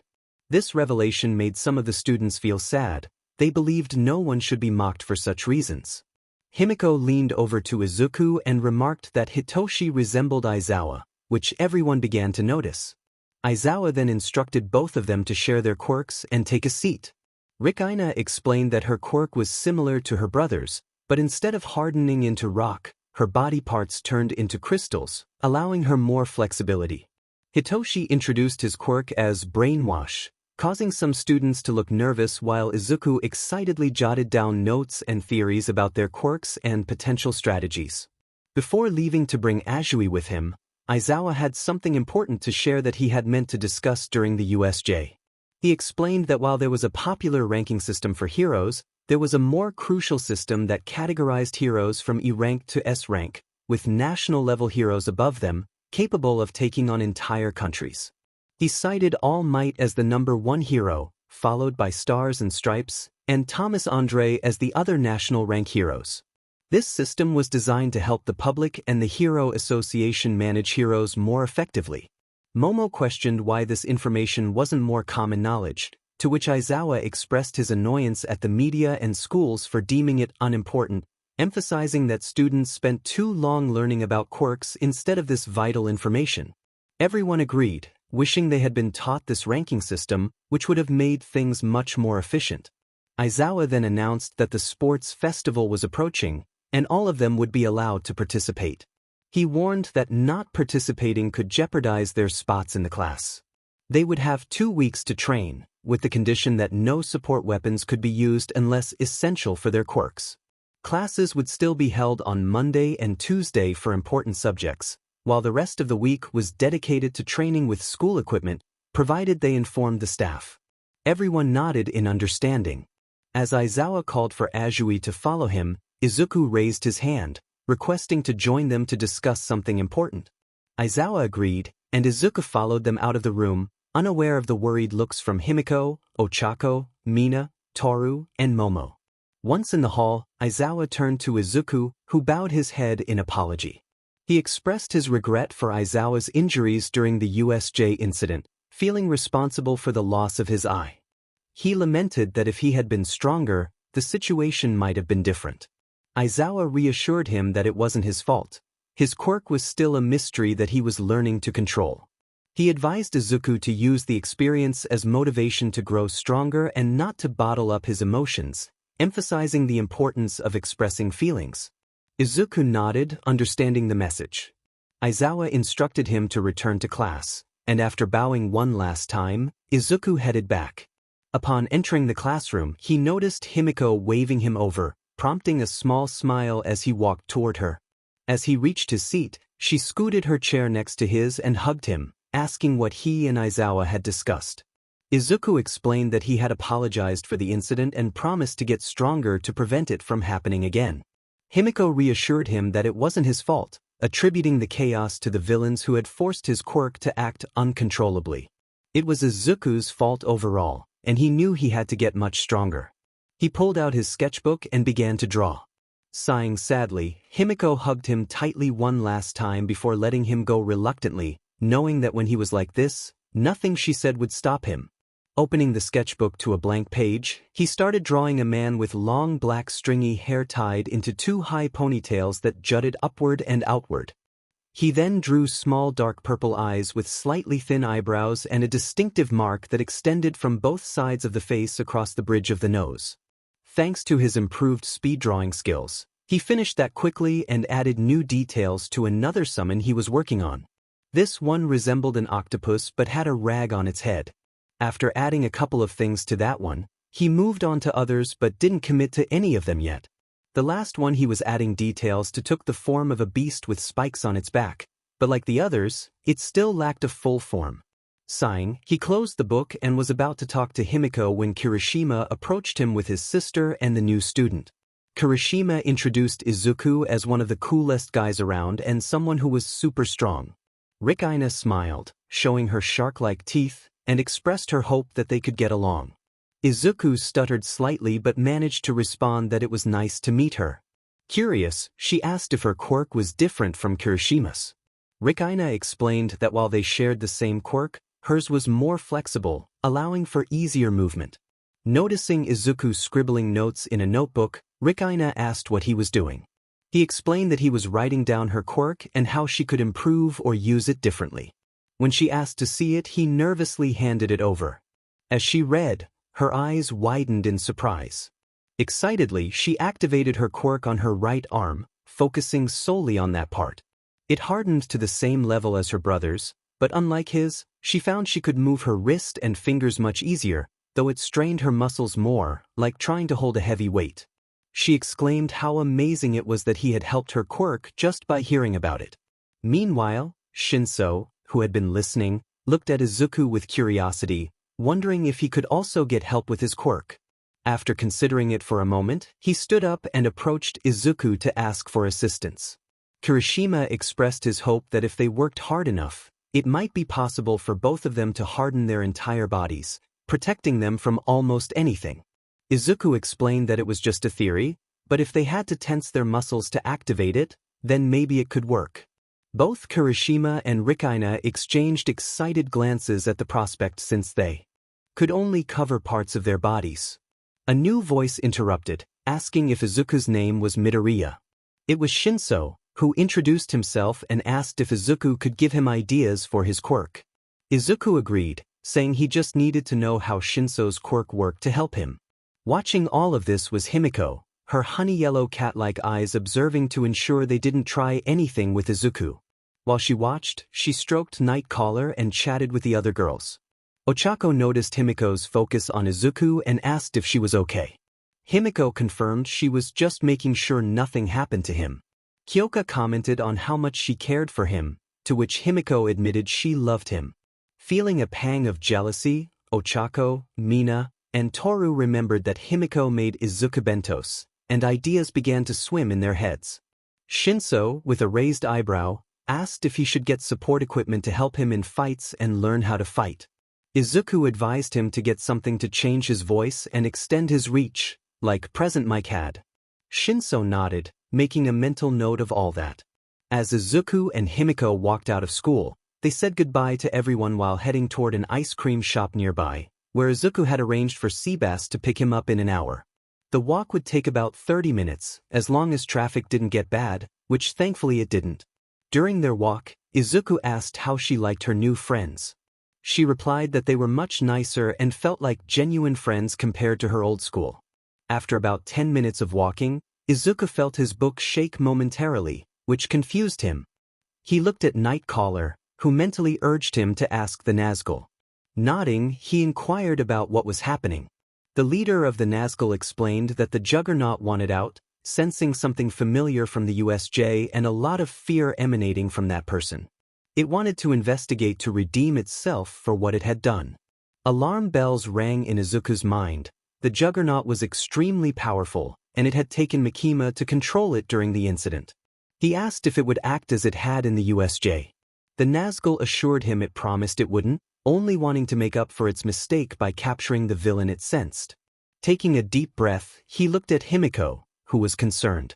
He explained that the Juggernaut smelled something and wanted to come out to make amends for its past actions. Izuku always believed in second chances and decided to bring out others to restrain the situation just in case. Trusting him, she nodded but prepared to pull him back and protect him if necessary. 𝗫𝗏𝗃𝗏 immediately transformed into his coat form, draping over Izuku's body, ready to assist as well. In his mind, Izuku called out to 𝗵𝗃𝗲, who responded gently, eager to help. He requested her presence along with 3 Nazgul for additional support. With a hint of excitement, she agreed to come out immediately, looking forward to experiencing the outside world firsthand rather than through Izuku's memories. As he entered the alley, he held out the book, which glowed for a moment before she appeared before him, accompanied by 3 Nazgul, each adorned with sections of armor. 2 of them wore metal masks, mimicking their leader. Reluctantly, Izuku opened the page depicting the Juggernaut, which glowed a deep red before a figure shot out of the book. Everyone stared at the Juggernaut perched on the wall, shocked to find it was small, no larger than a dog. Despite its size, an overwhelming sense of fear radiated from it, challenging Izuku's self-control, reminiscent of his experience at the US. 𝗵𝗃𝗲 froze at the summon's presence, instinctively moving behind Izuku, hoping he would protect her. The Juggernaut locked its beady red eyes on Izuku and climbed down the wall, approaching him while the other summons observed closely, ready to intervene if necessary. Instead of attacking, it stopped before him and bowed its head, expressing remorse for its past actions. After a moment of contemplation, Izuku bent down and placed his hand on its head, encouraging it to show him what it wanted to reveal. The Juggernaut stood up and dashed down the alley, with the others following cautiously. The Nazgul positioned themselves in front of Izuku and 𝗵𝗃𝗲, while 𝗵𝗃𝗲 stayed close to him, prepared to restrain the summon if needed. As they continued down the alley, they passed a side passage when, without warning, they heard the sound of feet hitting the ground. A small body bumped into Izuku's leg. Looking down, he saw a little girl, no older than 6, with dirty white hair, dressed in ragged clothes, and her body covered in bandages. A tattered hat concealed her head down to her ears, and he noticed a small bump under her hat that resembled a horn. Concerned, he knelt to her level and gently asked if she was okay. Instead of answering, she clung to him tightly, trembling in fear. He inquired about her name, hoping for a response, and she whispered, "Eri," so quietly he barely heard it. Izuku complimented her name and calmly asked why she was there and where her family was. Instead of responding, she tightened her grip on him, tears welling in her eyes as she recalled the cruel words of 𝗤𝗏𝗏 echoing in her mind. "You killed your father, and your mother abandoned you. Now be a good test subject," the voices taunted. Eri trembled, tears streaming down her cheeks, but then felt something she had never experienced before: comfort. Izuku hugged her tightly, reassuring her that she was safe. As she sobbed into his shirt, she felt warmth and security in his embrace, a stark contrast to the punishment she had always faced for expressing her emotions. Determined to help her, Izuku suggested they go to UA, where Recovery Girl or Tsunade could attend to her, noting that she was nothing but skin and bone. He gently picked Eri up, who continued to cry into his shirt, while Nightcaller, still in coat form, wrapped around Izuku to help support her. Himiko led the way, with the Juggernaut and Nazgul following behind, while Makima remained alert, ready to assist Izuku if needed. As they departed, they were unaware of a shadowy figure emerging from the alley, wearing a bird mask. "Let's hope you find a good home now, Eri. You didn't deserve what 𝗤𝗏𝗏 did to you," Rappa whispered to himself, a small smile forming on his face before he turned and headed back to the base. He had been following Eri for over an hour, relieved that no one from the Yakuza had come to help him, as they believed he would capture her. Probably going to get in trouble for this, but it will be worth it if it means she can have a happy life, he thought, accepting whatever fate awaited him.